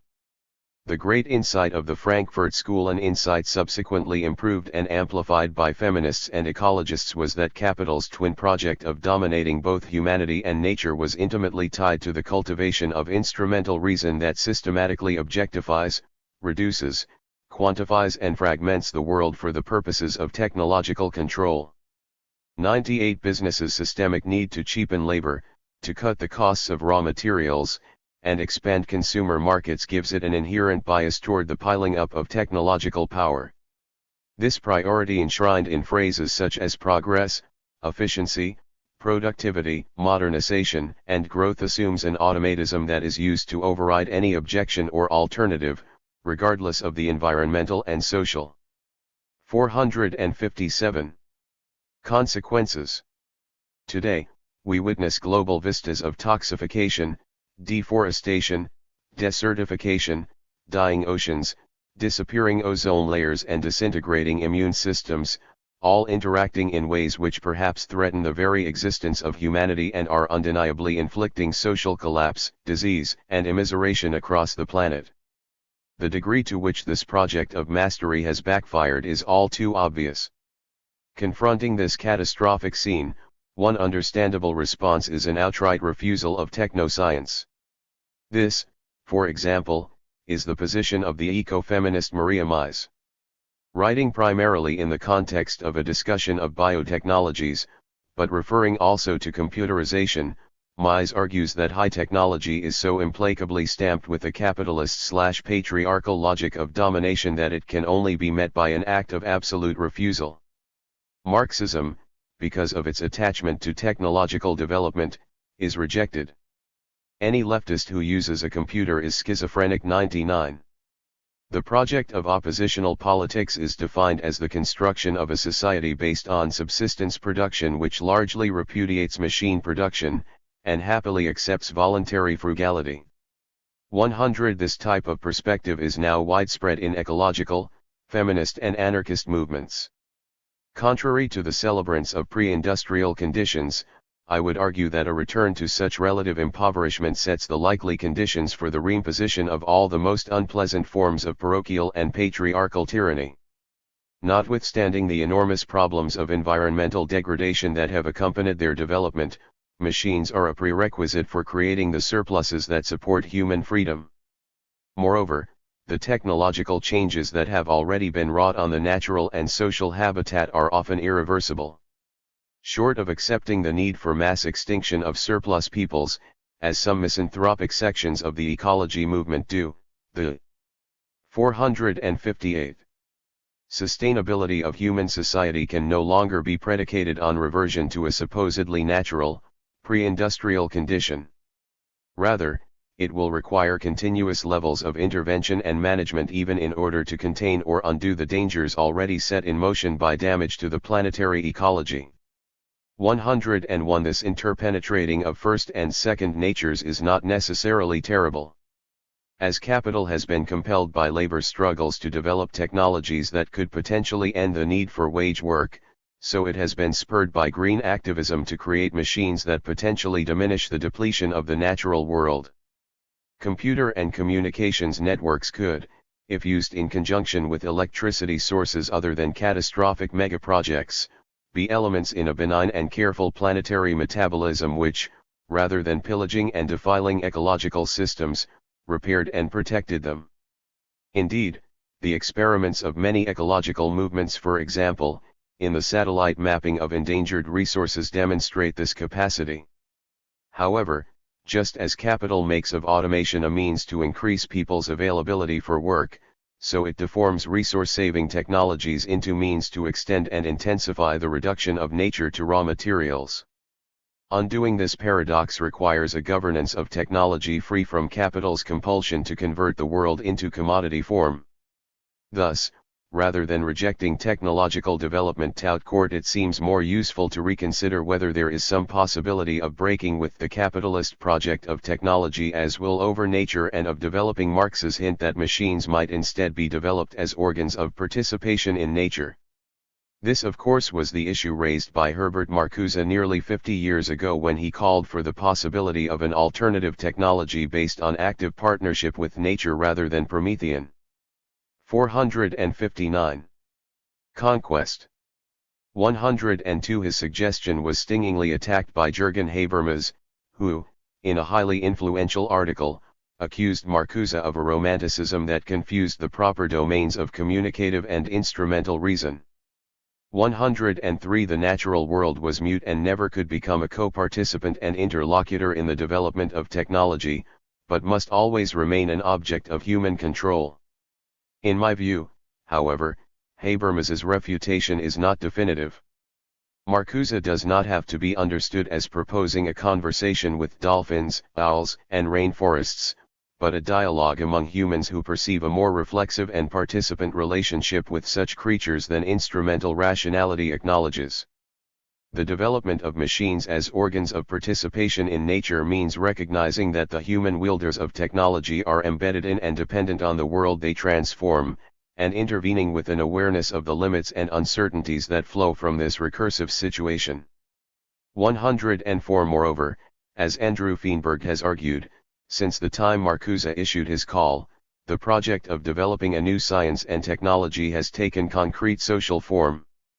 Social movements in conflict with the techno-scientific agenda of capital feminists, ecologists, community health, and worker movements have, at both theoretical and practical levels, challenged the characteristic methods, preoccupations, and institutional structures of corporate techno-science.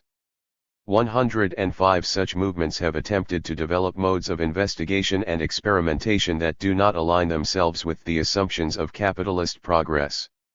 In a field of workplace, medical and environmental settings, they have challenged the rigid instrumental division between subjects and objects of knowledge, and investigated research practices emphasizing holism, interaction, complexity, and self-reflexivity.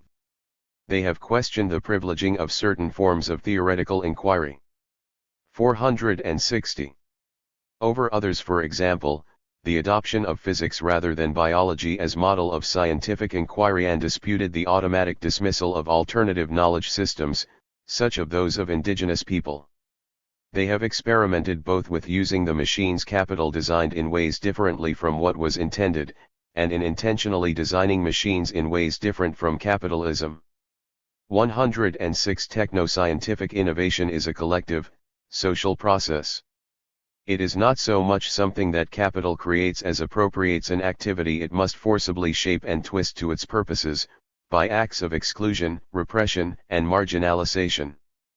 Moreover, scientific practices are manifold rather than monolithic. Thus, although reductionism, fragmentation, and will over nature are elements in techno-scientific endeavor to which the path of capitalist development has given precedence and emphasis, they are not the whole story. As Evelyn Fox Keller has argued from a feminist perspective, they are only part of a more complex and variegated bundle of impulses and approaches associated with scientific activity, which also includes very different tendencies toward holistic perspectives, reverence, curiosity, etc. 107. If these aspects have been devalued in capital's expropriation of social knowledge, they have never been completely extinguished, and can be revived. The Commonwealth would create space for these emergent counter-knowledges and alternative ways of doing. It would not reject technological development, but broaden its scope, opening and creating institutions to allow the emergence of experiments, innovations and logics other than those which have hitherto been admitted, and assessing them not according to the needs and priorities of capital, but by far more widely determined criteria. As the many movements and theorists now arguing for a democratization of technology point out. 461. A democracy deep enough to function even at the level at which the machines are shaped from the uses to which those machines are applied to their design and construction and use. 108. Theorists such as Andrew Feenberg, Richard Sclove, Michael Goldhaber, and Hilary Wainwright have done valuable work in suggesting non-capitalist criteria which might be applied in evaluating technologies for collective adoption. For example, the degree to which they support ecological sustainability, local economic self-reliance, satisfying work experiences, flexible life scheduling, and equalitarian and diverse social relations. 109 They have also suggested the array of new institutions necessary to make application of these criteria feasible. These include the creation of extensive opportunities for citizen involvement in technological research, development, design, and strategic, publicly funded organizations to assist communities research and develop technologies shaped to their needs, public programs to overcome traditional patterns of marginalization and exclusion in the institutions of science and technology, and a wide array of collective bodies to monitor, test, evaluate and debate the consequences of specific lines of research and determine the level of funding for their development, possible redirections, or termination. As Douglas Schuller observes, while these approaches could not and should not control techno-scientific innovation, which indeed depends on the surprising and unpredictable, it could shape its trajectory just as capitalist control today channels it, but in very different directions. 110. 462. The only shortfall of this approach is the apparent reluctance of many of its advocates to recognize that the adoption of such arrangements, on any large scale, is incompatible with capitalism. For the liberal-sounding slogan democratization of technology is, if taken seriously, tantamount to a call for the reappropriation of the means of production, and will be resisted by established power accordingly. Such a democratization is, however, consistent with a non-capitalist commonwealth characterized by decentralized, networked collective planning and an abundance of free time. Moreover, the advance of such initiatives for the collective control of machine development is itself a way of struggling for the institution of such a commonwealth. The commonwealth outlined here is clearly not a primitivist one based on the abolition of machines.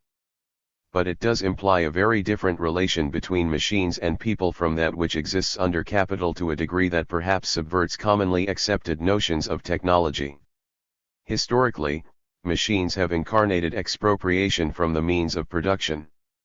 In their fixity of design, industrial technologies embodied or metallist the alien will of their owner, so much so that sayings like a cog in the machine summon up a world of dispossession and powerlessness. Indeed, as Marx often pointed out, in a certain sense this association with dominative power became definitive of what a machine is. There are in play today, in social struggles and in everyday experimentations like hacking, tendencies to erode this situation. The commonwealth envisaged here would accelerate this dissolution. In particular, it would undo the line of machine development, dynamic in some respects, narrow and constrained in others, that in the name of progress and efficiency assumes the status of a natural law, repressing question or deviation, and 463. Cancelling the autonomy of the humans it ostensibly serves. Instead, the selection or refusal of particular paths of innovation would be the outcome of collective reflection and discussion. This collective decision-making might well lead to the phasing out of certain machines which the capitalist structuring of everyday life has made indispensable, such as the private automobile, or the rapid development of others, such as the universal provision of adequate cooking and clean drinking water facilities on a global scale, to which it has paid little or no attention. In the absence of capital's compulsion to accumulate, any number of more, less, or differently technologist futures, currently ruled out of play as inefficient or non-economic, become available. This would not be because of any magical translation to some realm of infinite abundance, but because a self-organized society is empowered to make the difficult decisions as to how to allocate its resources. If the Commonwealth itself has any technological imperative, it is a paradoxical and self-reflexive one, namely, that there shall be enough machines to permit choice about whether to develop more machines. Sufficient automation to free ample time from work, a communications infrastructure capable of acting as an organ of democratic debate and planning enable collective decision and reflection. The aim is to subordinate the imperative aspects of technology to the collective, communicative determination of social directions. Future seed. I have pointed to various ingredients for the creation of a social order different from capital. The elements for this alternative are to hand, but not combined. They exist. 464. Here and now, but only here and there, just as at certain point in the prehistory of capital its various ingredients wage labor, market exchange, new machinery all existed in scattered form but had not cohered or been violently welded into a new order. Under what conditions, and through what pressures, the new ensemble might come into being is uncertain. I do not believe its emergence is inevitable. It is, however, obvious that capitalism is experiencing serious difficulties in managing the world-transforming technologies it has itself brought into being. The problems of sustaining employment in the face of blisteringly fast automation, the consequent contrast between restricted consumption power and endlessly expanding production, the tendencies of social spending cuts to erode the very public infrastructures on which technological development depends, the repeated failures to restrain the depredation of the planet's ecology, and the manifest instabilities introduced by the lightning-fast transactions of global financial markets, recently dramatically revealed by the meltdown of the Southeast Asian economies, all suggest that maintenance of the existing order may be a project no less utopian, in the negative sense of inviting incredulity, than the creation of an alternative. What is offered here is not so much a blueprint as a battlefield map. It does not identify an agenda to be implemented after the revolution, but a series of initiatives whose advancement would contaminate and overload the circuitry of capital with demands and requirements contradictory to the imperatives of profit. Pursuit of these interrelated measures would cumulatively undermine the logic that binds society around market exchange, and increasingly require the reassembly of everyday activities into a new configuration. 465. The actualization of such an alternative will, however, be contested. While the recent disintegration of Soviet state socialism presents the historically unusual case of a system so demoralized and undermined that it collapsed without major exercise of force, a repetition of this pattern should not be assumed. Present policies are not accidental. Capital will put up a fight. 111. Insurrectionary concepts of revolution. The storming of the Winter Palace are today a dead letter. But capital's capacity to unleash violence against any serious challenge is undiminished. To agitate for social change while ignoring this would be to act in bad faith. I can imagine a commonwealth born in extreme tumult. It could come out of mounting civil disorder arising from intensifying unemployment and social disintegration, accompanied by increased activity of proto-fascist militias and extreme right parties, and resistance against them. A social democratic government elected to implement part of the Commonwealth program, say, a guaranteed annual income, might face a reactionary coup, whose defeat in turn propels deeper social transformation. A region or nation attempting to secede from the world market by debt repudiation might actualize some parts of the program, at the risk of invasion or intervention. At worst, the alternative may emerge in the wake of ecological catastrophe or the devastation of intercapitalist war. Whatever path their actualization might take, the measures suggested here, combined in some concerted society-wide ensemble, would make up a world very different from that which we today accept as normal. It would be a world where wage work would have a steadily decreasing importance or vanish entirely, where, although there would be labor to be done, livelihood would not be dependent on a job, where, consequently, people would have more time to think about and participate in decisions. 466.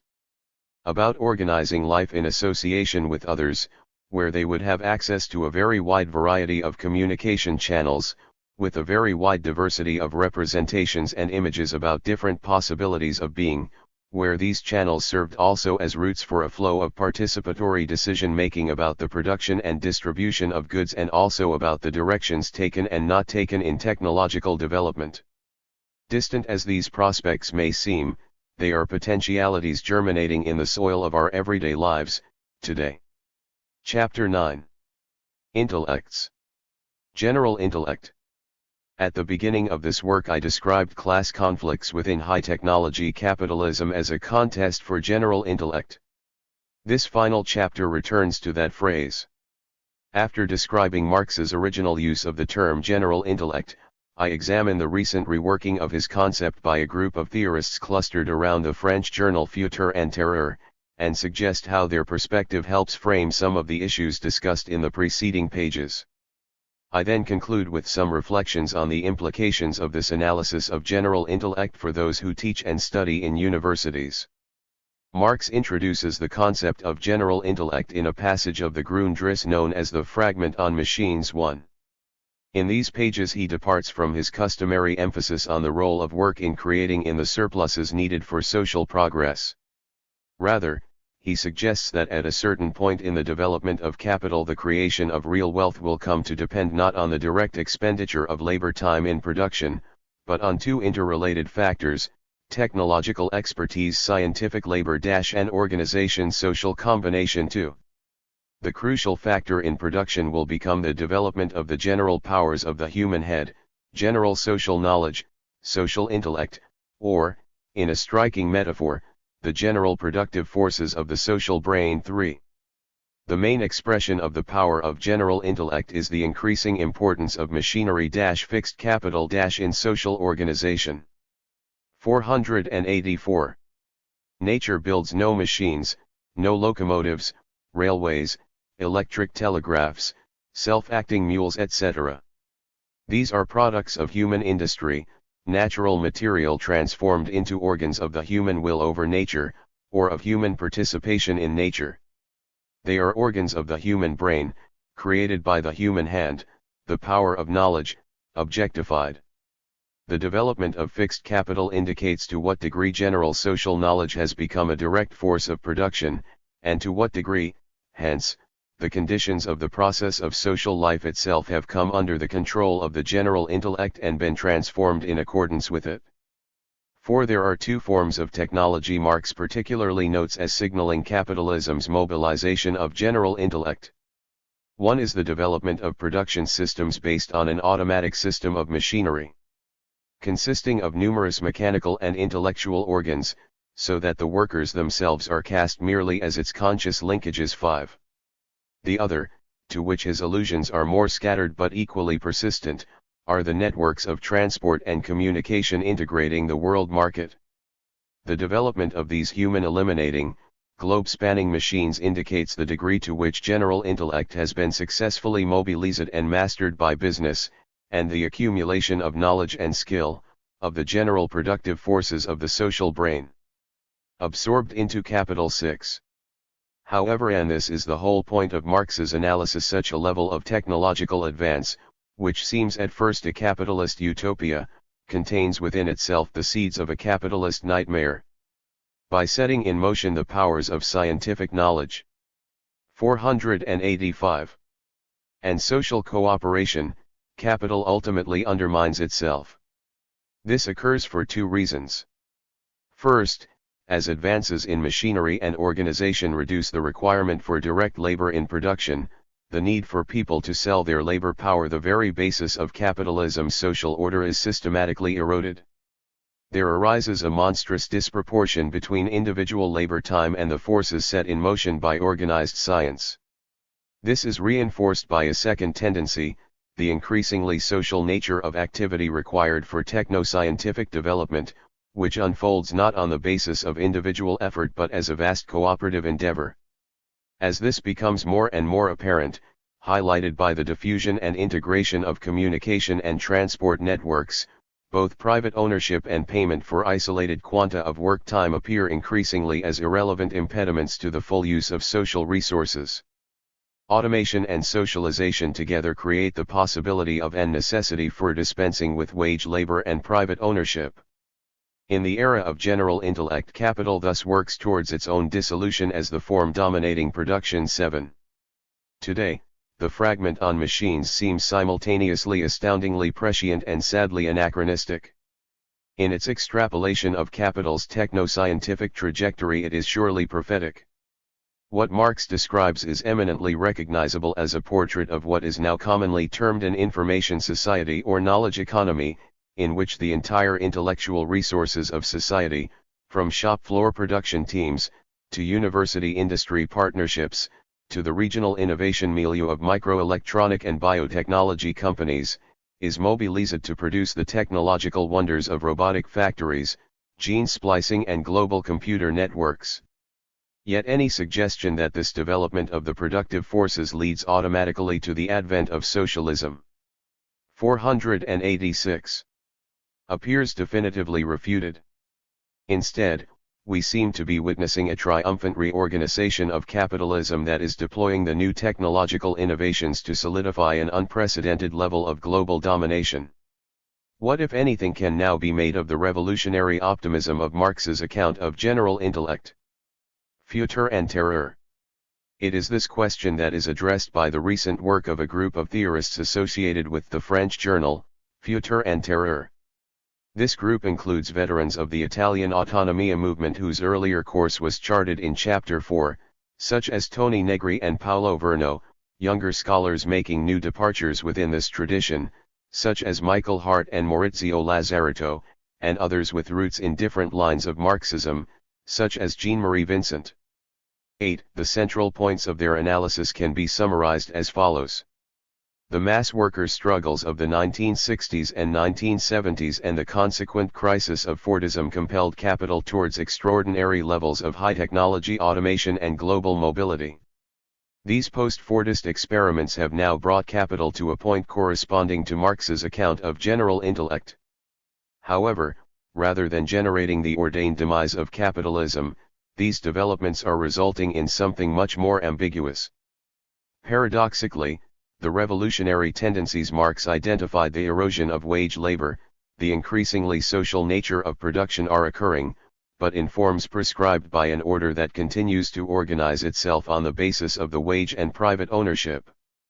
As Verno remarks, these processes remind one of what Marx wrote about joint stock companies, that in such institutions one witnesses the disappearance of private. 487. Property on the very ground of private property. 9. Today post-Fordist capital displays a similar transformation of communist potentialities into capitalist actualities.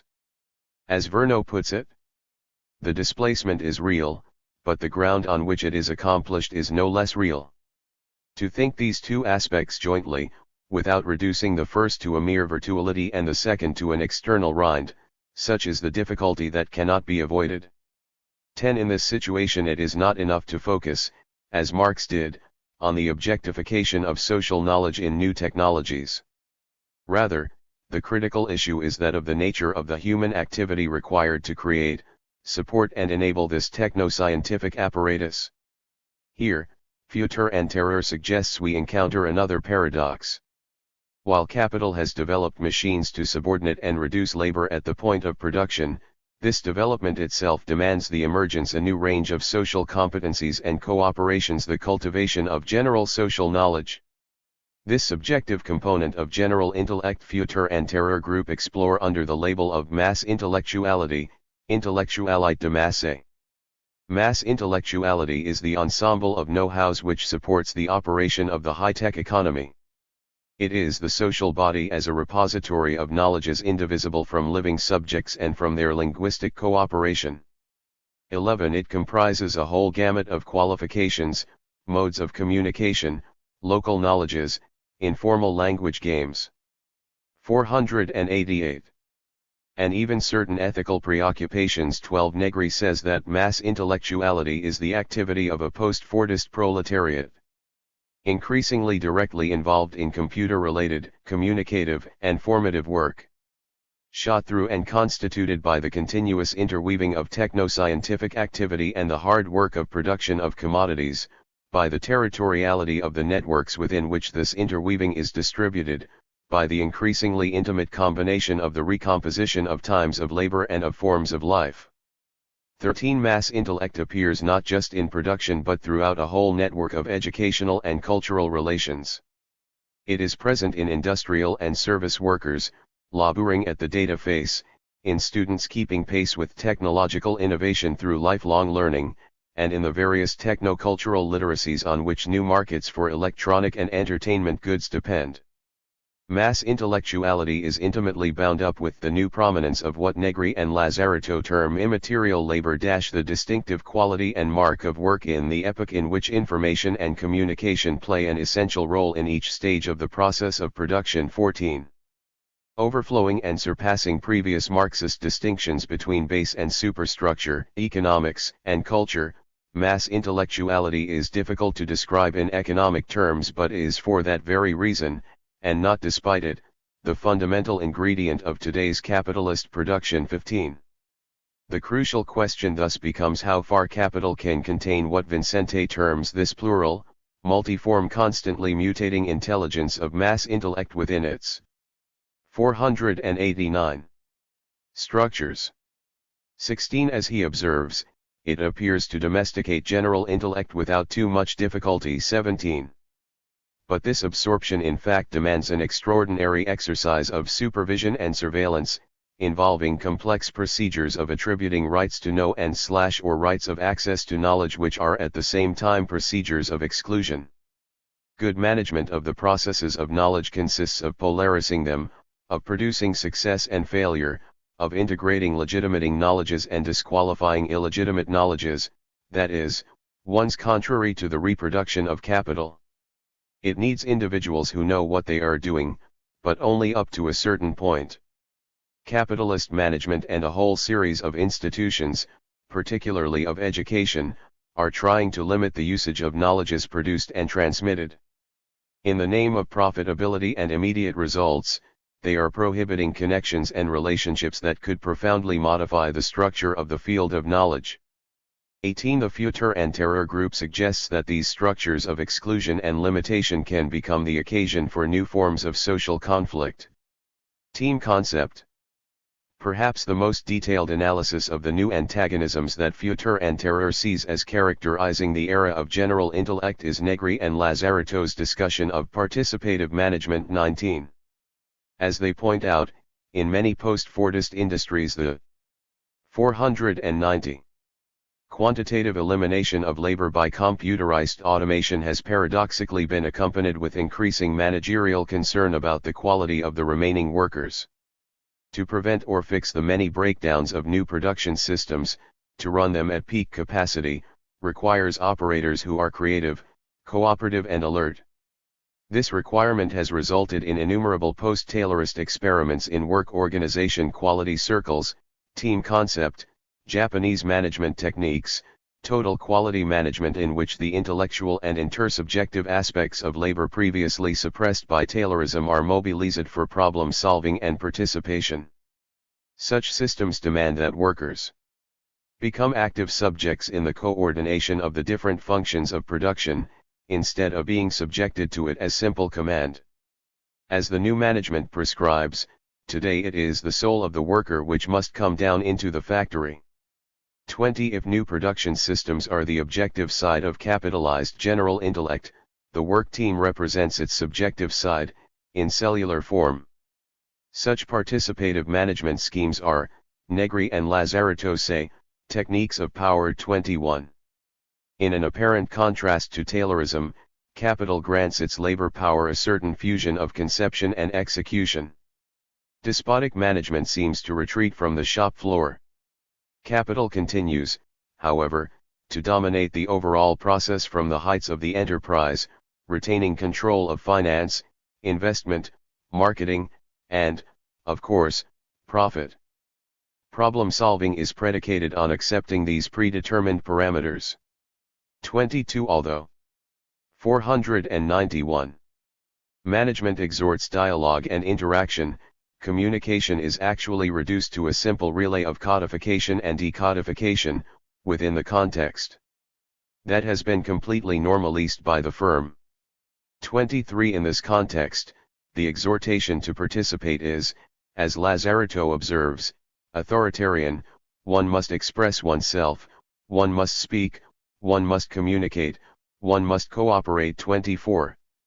Indeed, the new team organization is even more totalitarian than the old assembly line, precisely because it seeks to involve the very subjectivity and will of workers, making them self-control themselves so that command arises from the subject itself, and from the communicative process. 25. However, Negri and Lazaretto suggests there is another side to this process. In delegating even nominally certain managerial responsibilities to workers, capital is partially relinquishing its claim to act as the mediator and coordinator of production.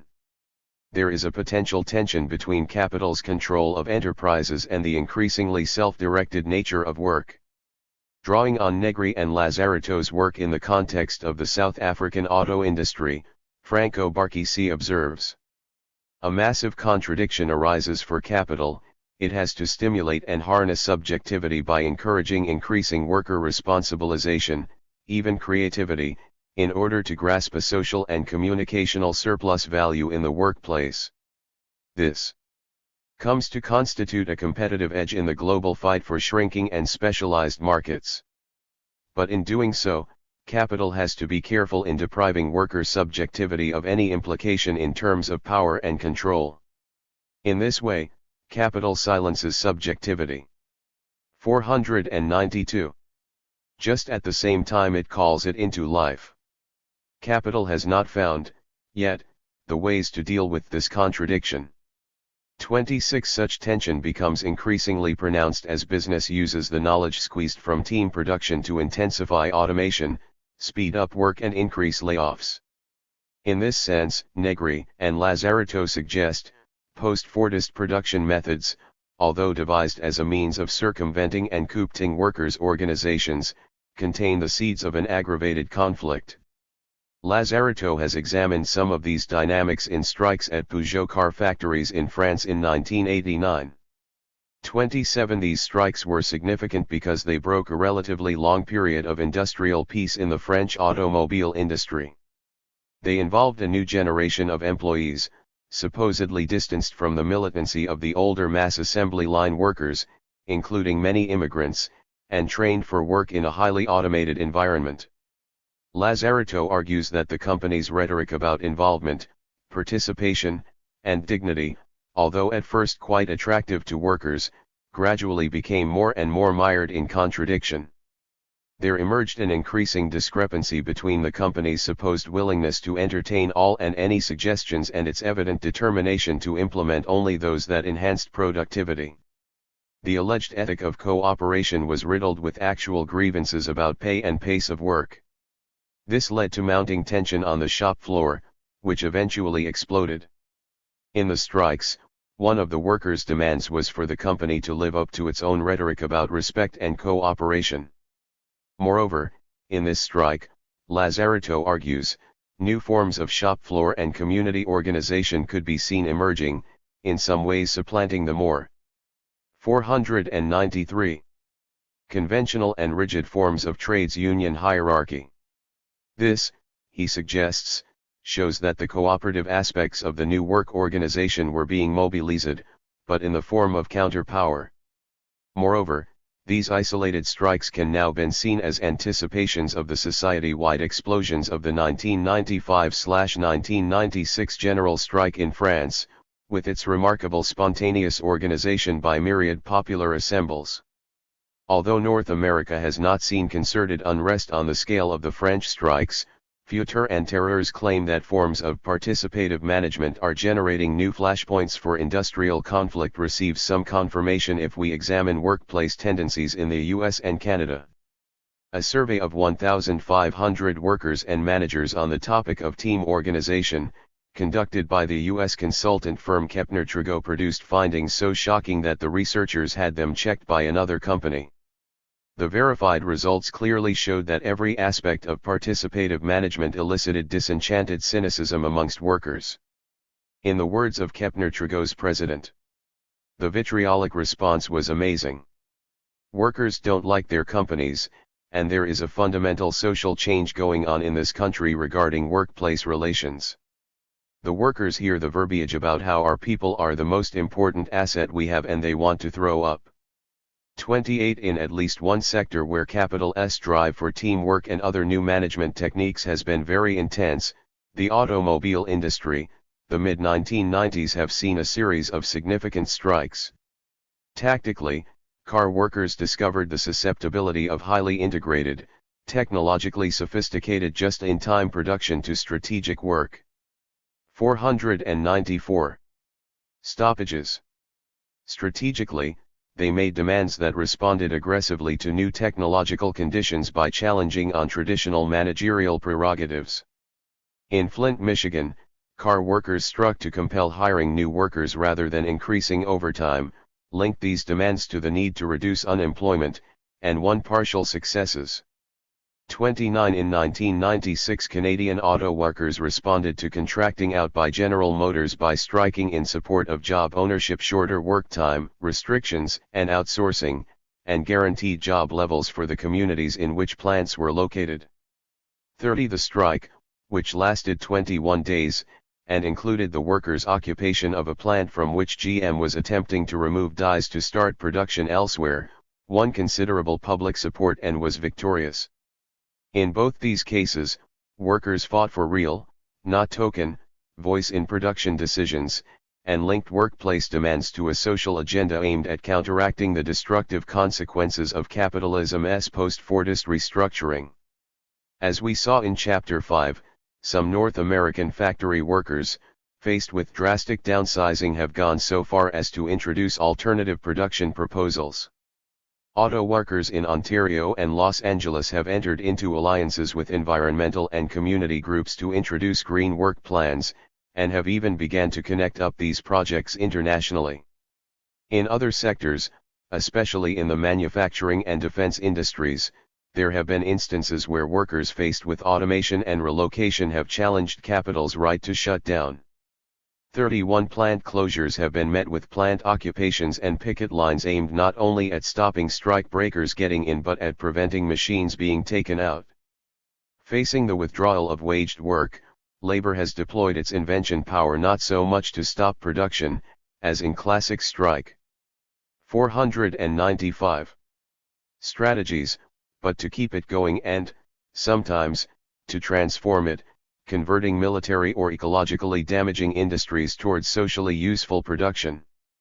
32.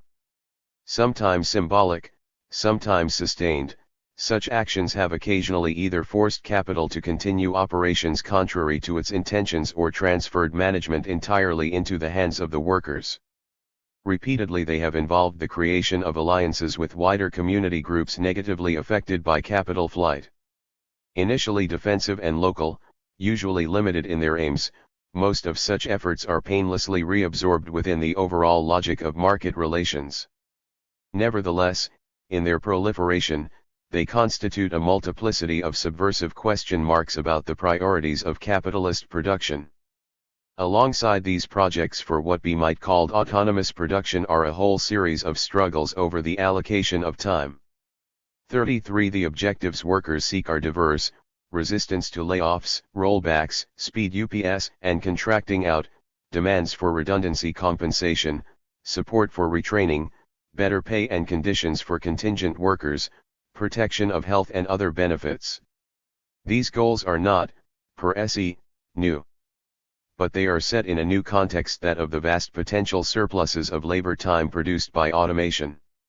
Underlying the new wave of struggles is a rejection of capital's prerogative to plan and manage these surpluses to its own advantage. Most importantly, there are, as discussed in Chapter 8, a number of initiatives to address the crisis of employment by shortening the working day, and introducing new, general forms of income distribution separate from the wage. These movements often emerge at the intersections of labor, feminist, green and poor people's movements. Currently tentative and in a state of flux, their potential, in terms of weakening the wage relation, reorganizing household labor and 496. Stopping the environmental destruction resulting from capital's drive for production's sake, is very wide. In such movements social labor has mobilized the same intellectual and cooperative capacities that capital tries to harness through teamwork, but in different directions, and with a vastly expanded horizon of collective responsibility. These movements establish networks of counter-research and pools of shared experience, new connections and alliances. They build a capacity for counter-planning from below. In short, they represent a nascent alternative to capitalism's organization of general intellect. Interactive networks. The other field where Futur and Terror has investigated the contradictions of general intellect is that of media and communication. As Vincente puts it, general intellect is in fact a labor of networks and communicative discourse. In effect, it is not possible to have a general intellect without a great variety of polymorphous communications, sequences of communication in the team's and collectivity's work, communications to use in a creative fashion the knowledges already accumulated, communications to elaborate and record new knowledges. 34 Capital has developed technologies of information mass media, telecommunications, and computer networks to consolidate markets and ideological control. But here too it has 497 been unable to develop the objective, fixed, machine side of general intellect without also involving the subjective, variable, human aspect. Negri specifically rejects media critiques framed only in terms of manipulation. 35. Although we now inhabit a world where corporate media seem to constitute a vast machine which dominates society, there are, he says, spaces on the inside of this machine within which new individual and collective subjectivities can emerge. 36. The Futur and Terror authors have studied a number of movements in France where groups opposing neoliberal policies have shown great dexterity in using media and information technologies to publicize their cause. These include strikes by cultural workers, film crews and audiovisual technicians fighting for improvements in the conditions of contingent work, the movements of nurses opposing cutbacks and privatization of healthcare, and the student revolts of 1986, which were discussed in Chapter 4. 37. In Italy, Lazzarato has analyzed the media practices of the Panther student movement, which in the late 1990s closed some 150 Italian colleges and universities in protests against privatization. 38. These movements, Lazzarato says, were characterized by their extreme sophistication in counter-management of the media. The students exercised careful control of how, and under what conditions, journalists covered their actions.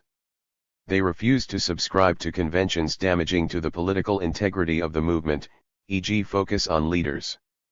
And they made constant use of information technologies, particularly fax, to generate their own coverage and bulletins.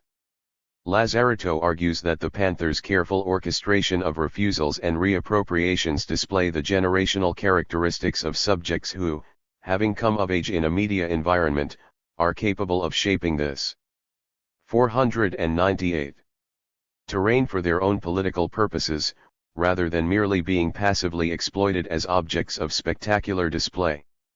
These tendencies are, again, manifest in a North America context, where alternative and subversive media channels, political film and video networks, community TV, microwatt, and community radio have spread like fireweed. Even as corporate media consolidate more massive vertically integrated empires, mass intellect seems engaged in a proliferating counter-usage of information technology, springing hundreds of leaks and counterflows within capital's communication apparatus.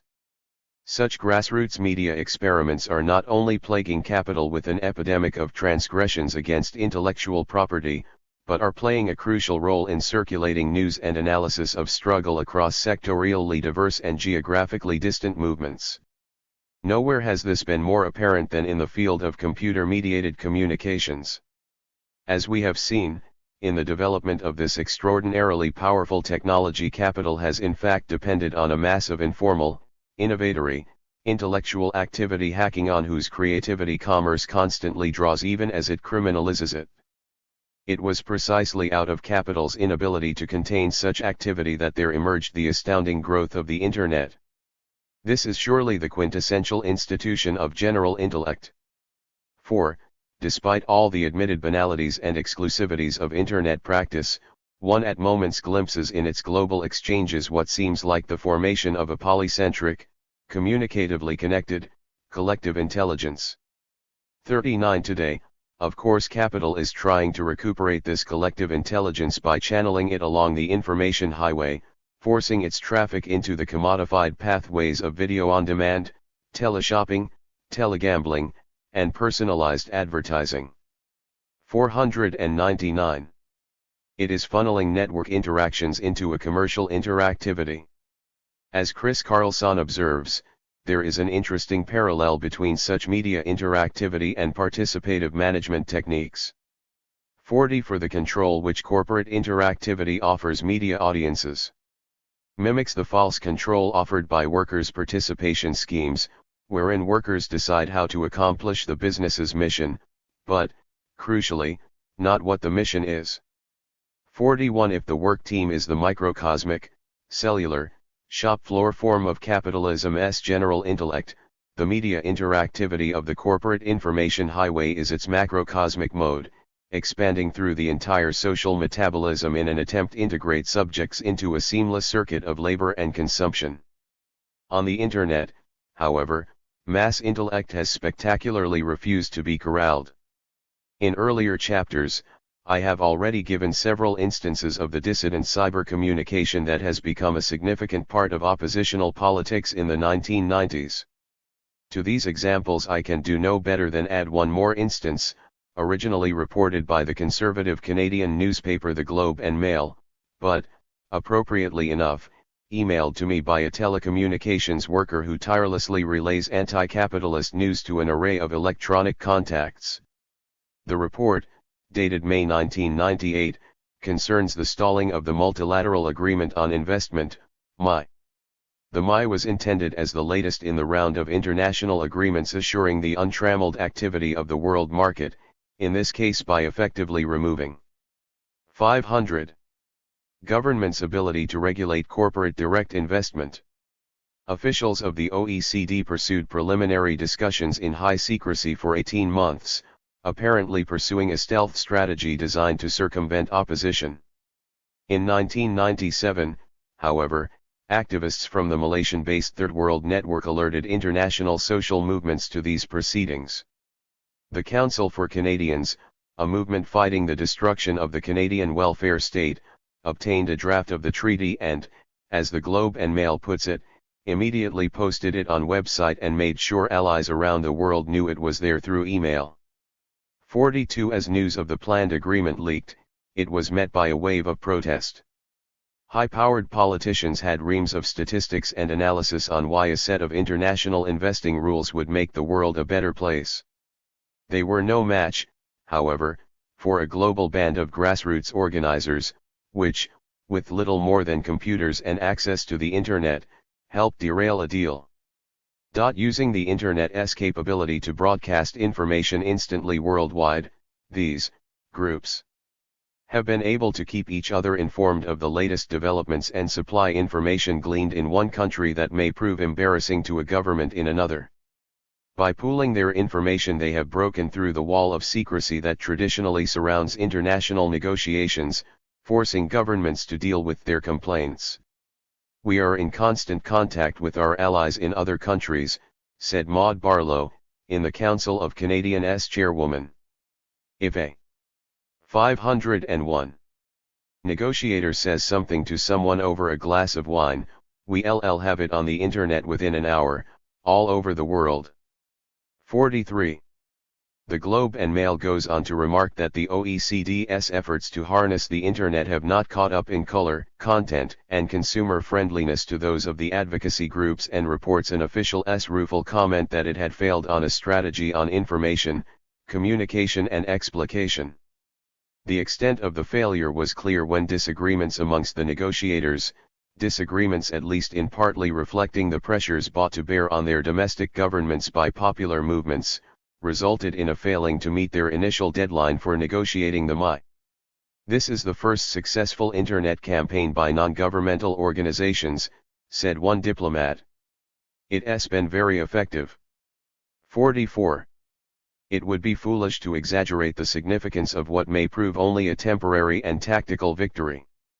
Nor should the Globe and Mail's account of how the net killed the MI be uncritically accepted, for it overlooks the amount of very traditional, on the ground in-person meetings, marches, demonstrations, and pickets, involved in the anti-MI mobilization.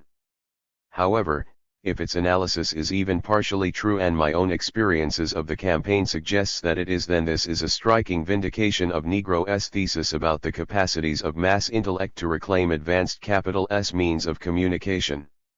Moreover, this example suggests that social movements are beginning to consider using this capacity in more than a reactive way. Spokespeople for the Council of Canadians are cited as suggesting that the next stage of the anti-MI campaign will activate the global communications network to circulate plans for alternatives to capitalism's 502 Globalizing project. They stress that while anti-MI groups are against this model of economic globalization, their use of the Internet shows their own commitment to the idea of coming together and working together across international boundaries.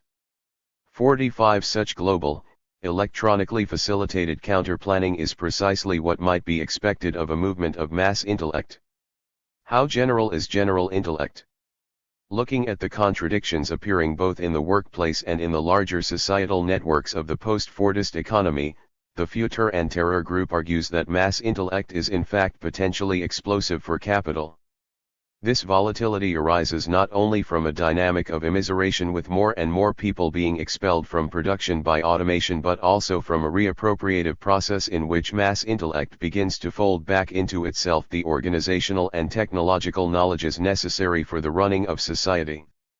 Negri now calls this capacity constituent power, and describes the task of radical politics as the creation of a republic that dissolves both capitalist command and state authority.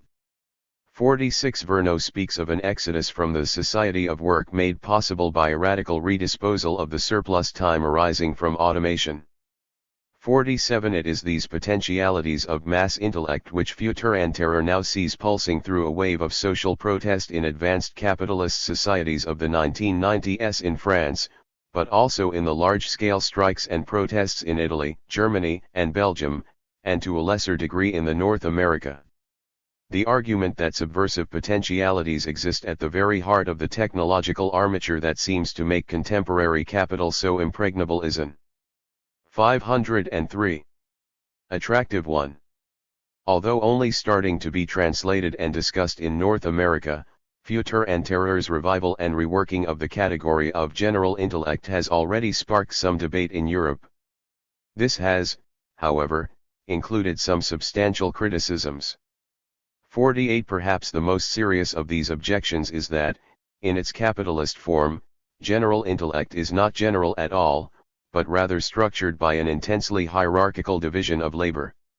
This restricts crucial knowledges to a narrow stratum of privileged, and hence loyal, employers, leaving the rest to suffer the effects of technological descaling. The edifice of scientific technological power depends not just on scientists, engineers, programmers, and various symbolic analysts, but on a mass of janitors, home workers, fast food cooks, and other service workers.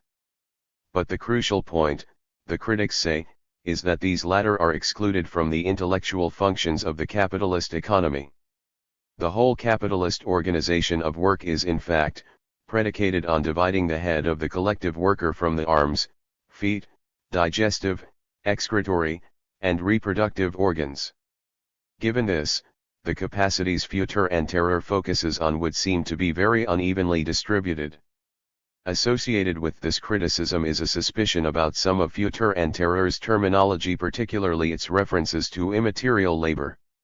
For this can easily be read as obscuring the continued importance of a vast mass of all too physical and material work in the post-Fordist economy domestically, in the service sector, and internationally, in everything from labor on coffee plantations to the trade in body organs.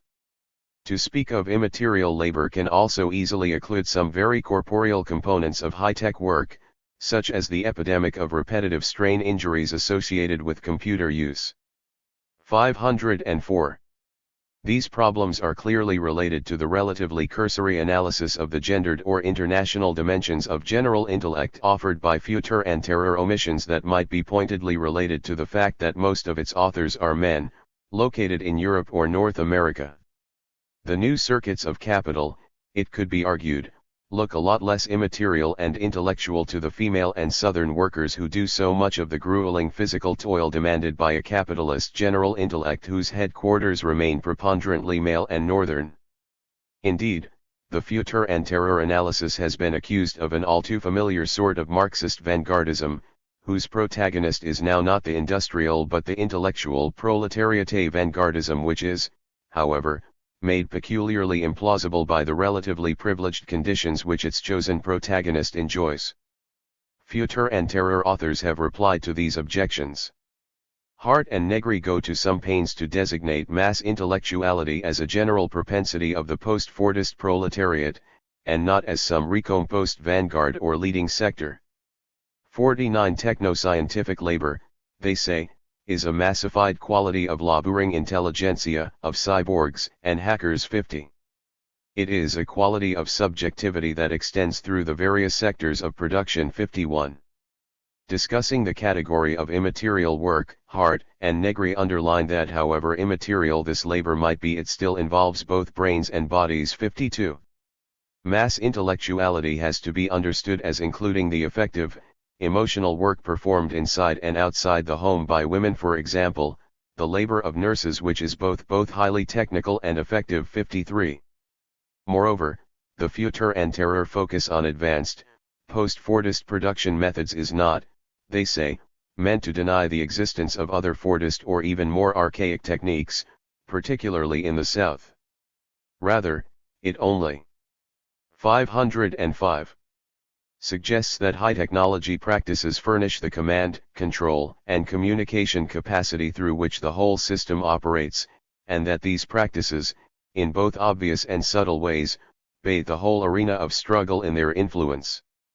As Ed Emery has recently suggested, resolution of the debate about general intellect really calls for a project on the lines of what Marx called the workers' inquiry, involving a network of researchers engaged in participatory study of emergent forms of struggle.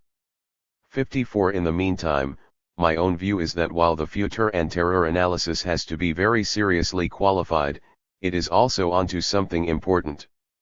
Although the initial propositions of Negri, Lazaretto, and Hart need extensive revision to take fuller account of capital's tendency to polarize the allocation of skills and competencies along lines of gender and race, such a reworking need not invalidate the concept of mass intellect. As we saw in Chapter 5, while capital has found in computers and other forms of informatics the weapons to assault the old factory-centered fortifications of working class, this attack is rebounding in unpredicted ways. The creation and operation of such technologies depends on widespread scientific and organizational competencies. Indeed, it presumes the very development of so-called human capital which neoliberalism is now eroding through its erosion of the educational, medical, and communicational infrastructures of the welfare state.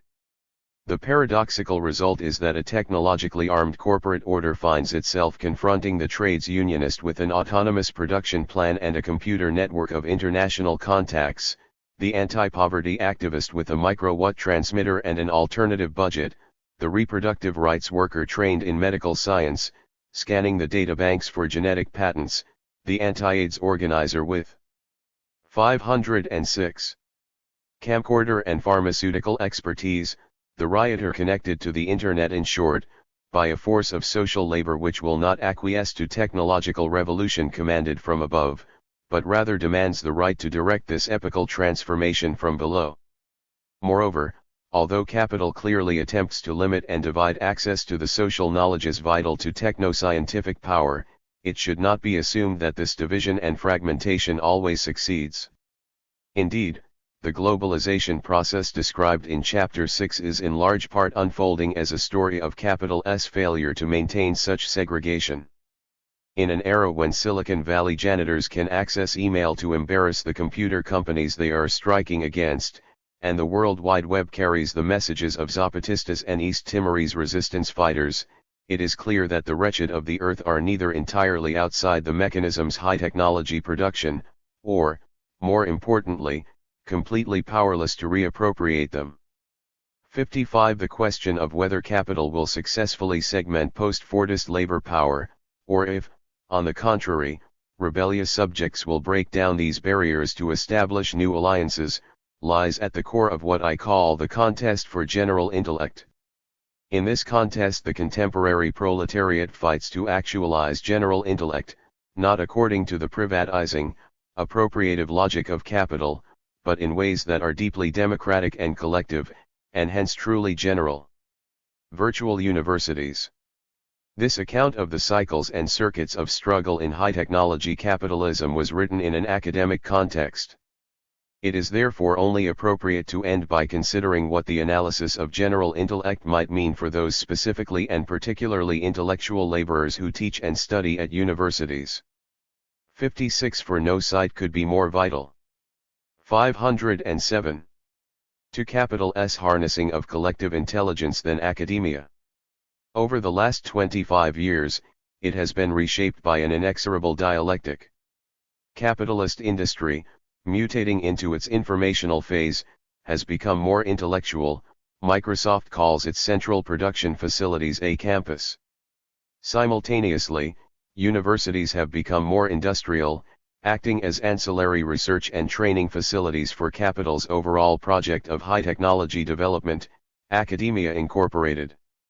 This advancement of corporate university partnership has as its aim what David Noble, North America's most trenchant critic of this union, terms the systematic conversion of intellectual activity into intellectual capital, and, hence, intellectual property. 57. As Noble points out, this process has passed through a series of phases. In the first stage, unfolding through the 1970s and 1980s, the research activities of the university were effectively commercialized.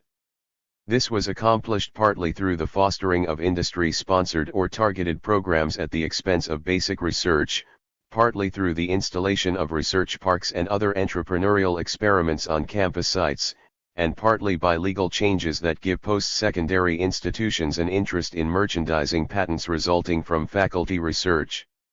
The second stage in the university corporate merger, however, has only appeared during the 1990s, with the drive towards the virtual university, based on large-scale, computer-assisted, telelearning, a development which, Noble says, has as its aim nothing less than the commodification of the university's teaching function. Virtual university experiments, now widespread in both the US and Canada, are promoted under the banner of accessibility, innovation, and inevitable technological progress. But, Noble argues, they are really concerned with transforming courses into 508. Courseware, and the activity of instruction itself into commercially viable proprietary products that can be owned and bought and sold in the market. 58. At the core of this process is a classic industrial strategy of descaling and automation, downloading instructors' courses into reusable software packages over whose use they surrender all pedagogical control. Experiments in this direction typically involve the universities in complex partnerships with computer corporations, carrier companies, and edutainment providers. These commercial interests look to the virtual university as a market for hardware and software products, and educational software as a saleable online commodity. For university administrators, virtual universities offer a dramatic way of cutting labor costs and centralizing managerial control. This is accomplished either by the simple elimination of the faculty whose knowledge has been extracted in digital form, or, in the case of the remaining live instructors, through an envelopment in multiple online teaching requirements, complete with endless email solicitations, website preparations, and monitored electronic activities. Although there is an almost complete lack of substantial evidence as to the pedagogical benefits of computerized education, this does not deter the rush to convert universities into what Noble scathingly terms digital diploma mills. 59.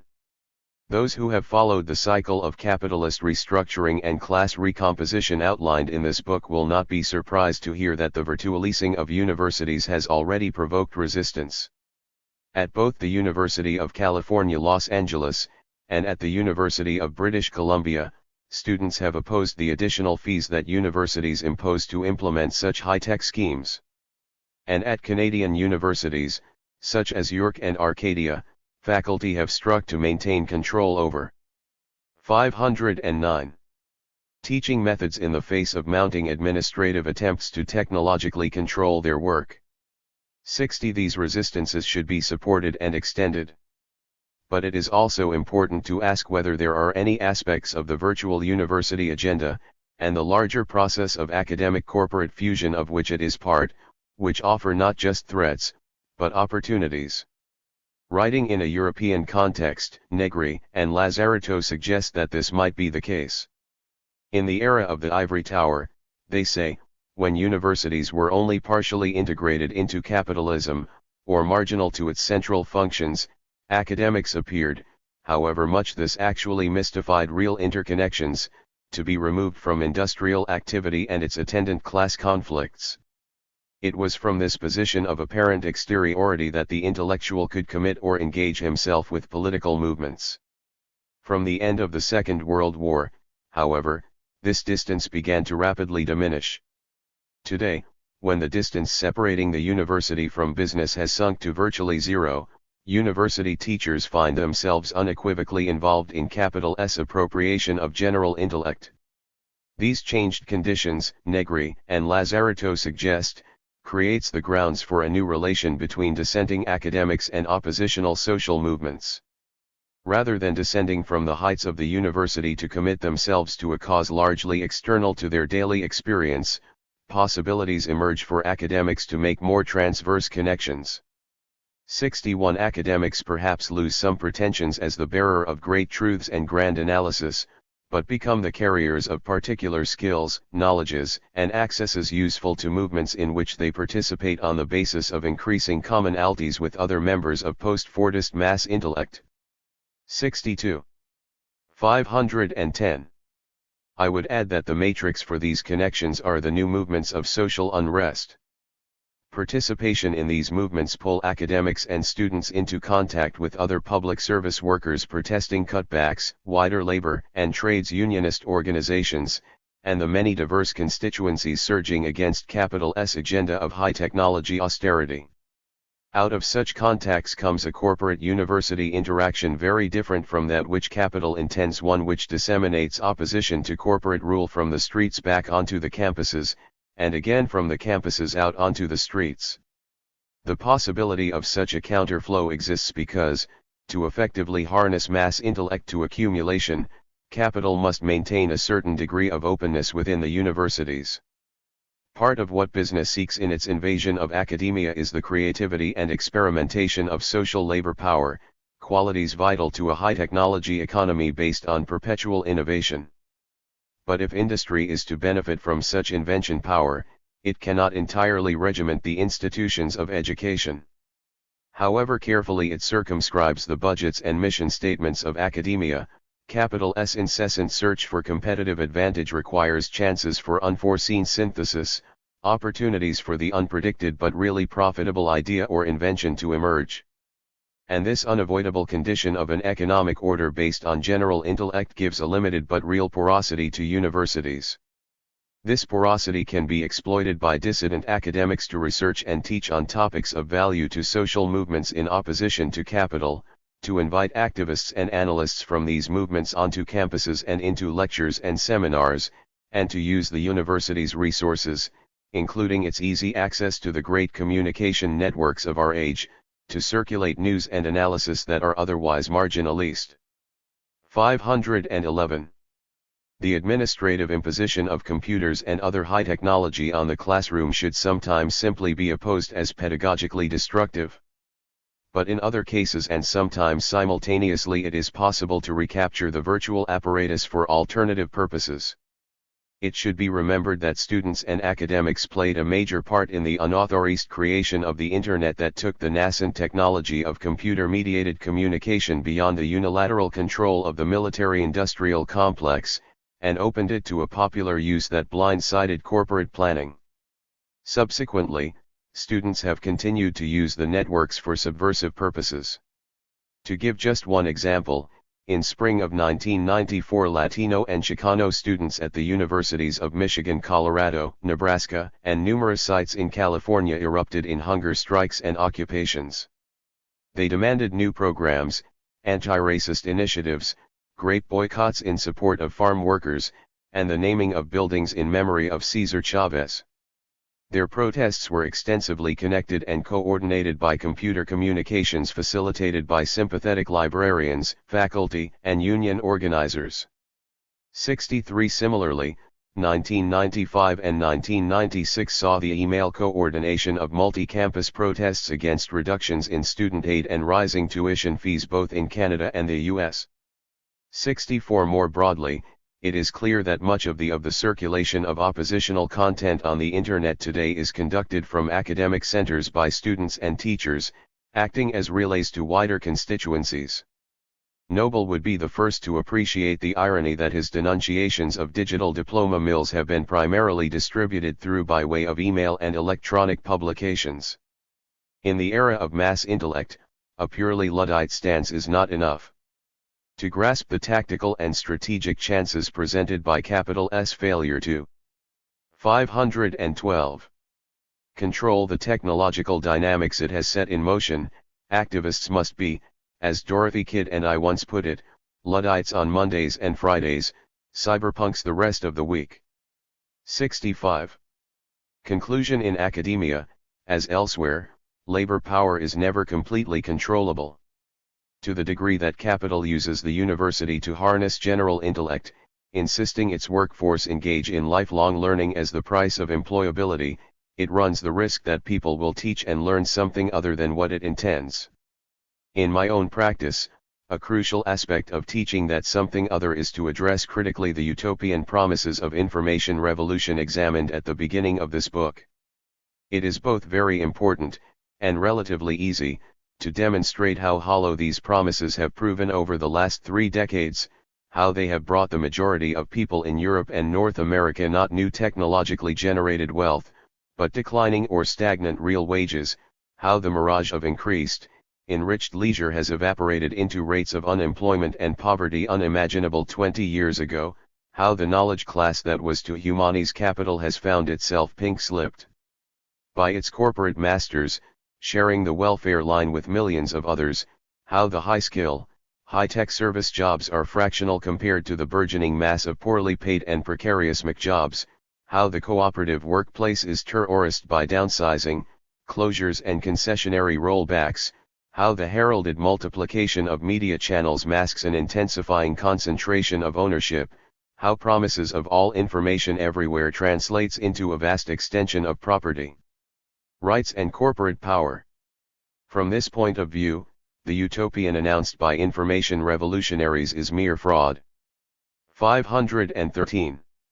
However, to teach this, unalloyed, can simply reinforce despair and cynicism. Demystification, practiced alone, leads to a dead end to the assertion of monolithic and unbreakable capitalist power that characterizes so much of what passes for Marxism today. The more difficult task is to identify the possibilities of things being other than they are. As Raymond Williams wrote, the crucial challenge is making hope practical, rather than despair convincing. 66. For this purpose, I have found the analysis offered by of autonomist Marxism, with its emphasis on the constantly changing and renewed cycle of struggles between capital and labor, particularly valuable. This perspective shows how the information revolution came into being as a result of a social contest, as part of a vast restructuring by capital intended to evade and suppress working class opposition. More importantly, it suggests that this informational restructuring has failed. Rather than pacifying class conflict, digitalization and genetic engineering only displace capital's constant internal war so that the lines of contestation now run along the inside of the very technological systems deployed to overcome them. To contain crisis, capital has been compelled to set in play agents and subjects whose capacities outrun its control. Now, more than ever before, it has conjured up such gigantic means of production and of exchange that it becomes like a sorcerer, who is no longer able to control the powers of the nether world which he has called up by his spells. 67. If workers' refusal of work has resulted in extraordinary levels of automation, the new machine systems now threaten the viability of the wage economy itself. If local militancies have provoked capital to seek global mobility, the very communication and transportation networks down which it flees provide the threads of new, transnational. 514. Solidarities. If people's desires for education and self-development have been made the stuff of a knowledge-for-profit market, collective intelligence turns to criticize the human and environmental costs of this trajectory and to devise alternatives. At its present very high level of techno-scientific development, corporate power finds itself dependent on levels of cooperative activity, unimpeded communication, and free circulation of knowledge that, far from being easily integrated into its hierarchies, exist in persistent tension with its command. Thus the possibilities that information revolutionaries speak of cannot just be written off as false promises. Rather, they are a refracted and distorted version of real potentialities for a new social order, liberated from the despotic constraints of constant work, denied wealth, and destructive accumulation. However, the actualization of these hopes demands breaking through the limits capital currently imposes on human development. I have argued that there are now visible signs of an emergent collectivity refusing the logic of commodification, uprising at the very moment that the world market seems to have swallowed the entire planet. Deepening and expanding this process of recomposition depends on interconnection between many and disparate movements at different points along capitalism's circuits. Ironically, the conversations necessary for creation of the new combination are now being conducted across the world spanning communication networks that information age capital has itself created. It is as a contribution to that circulation of struggles that this book is offered. 515.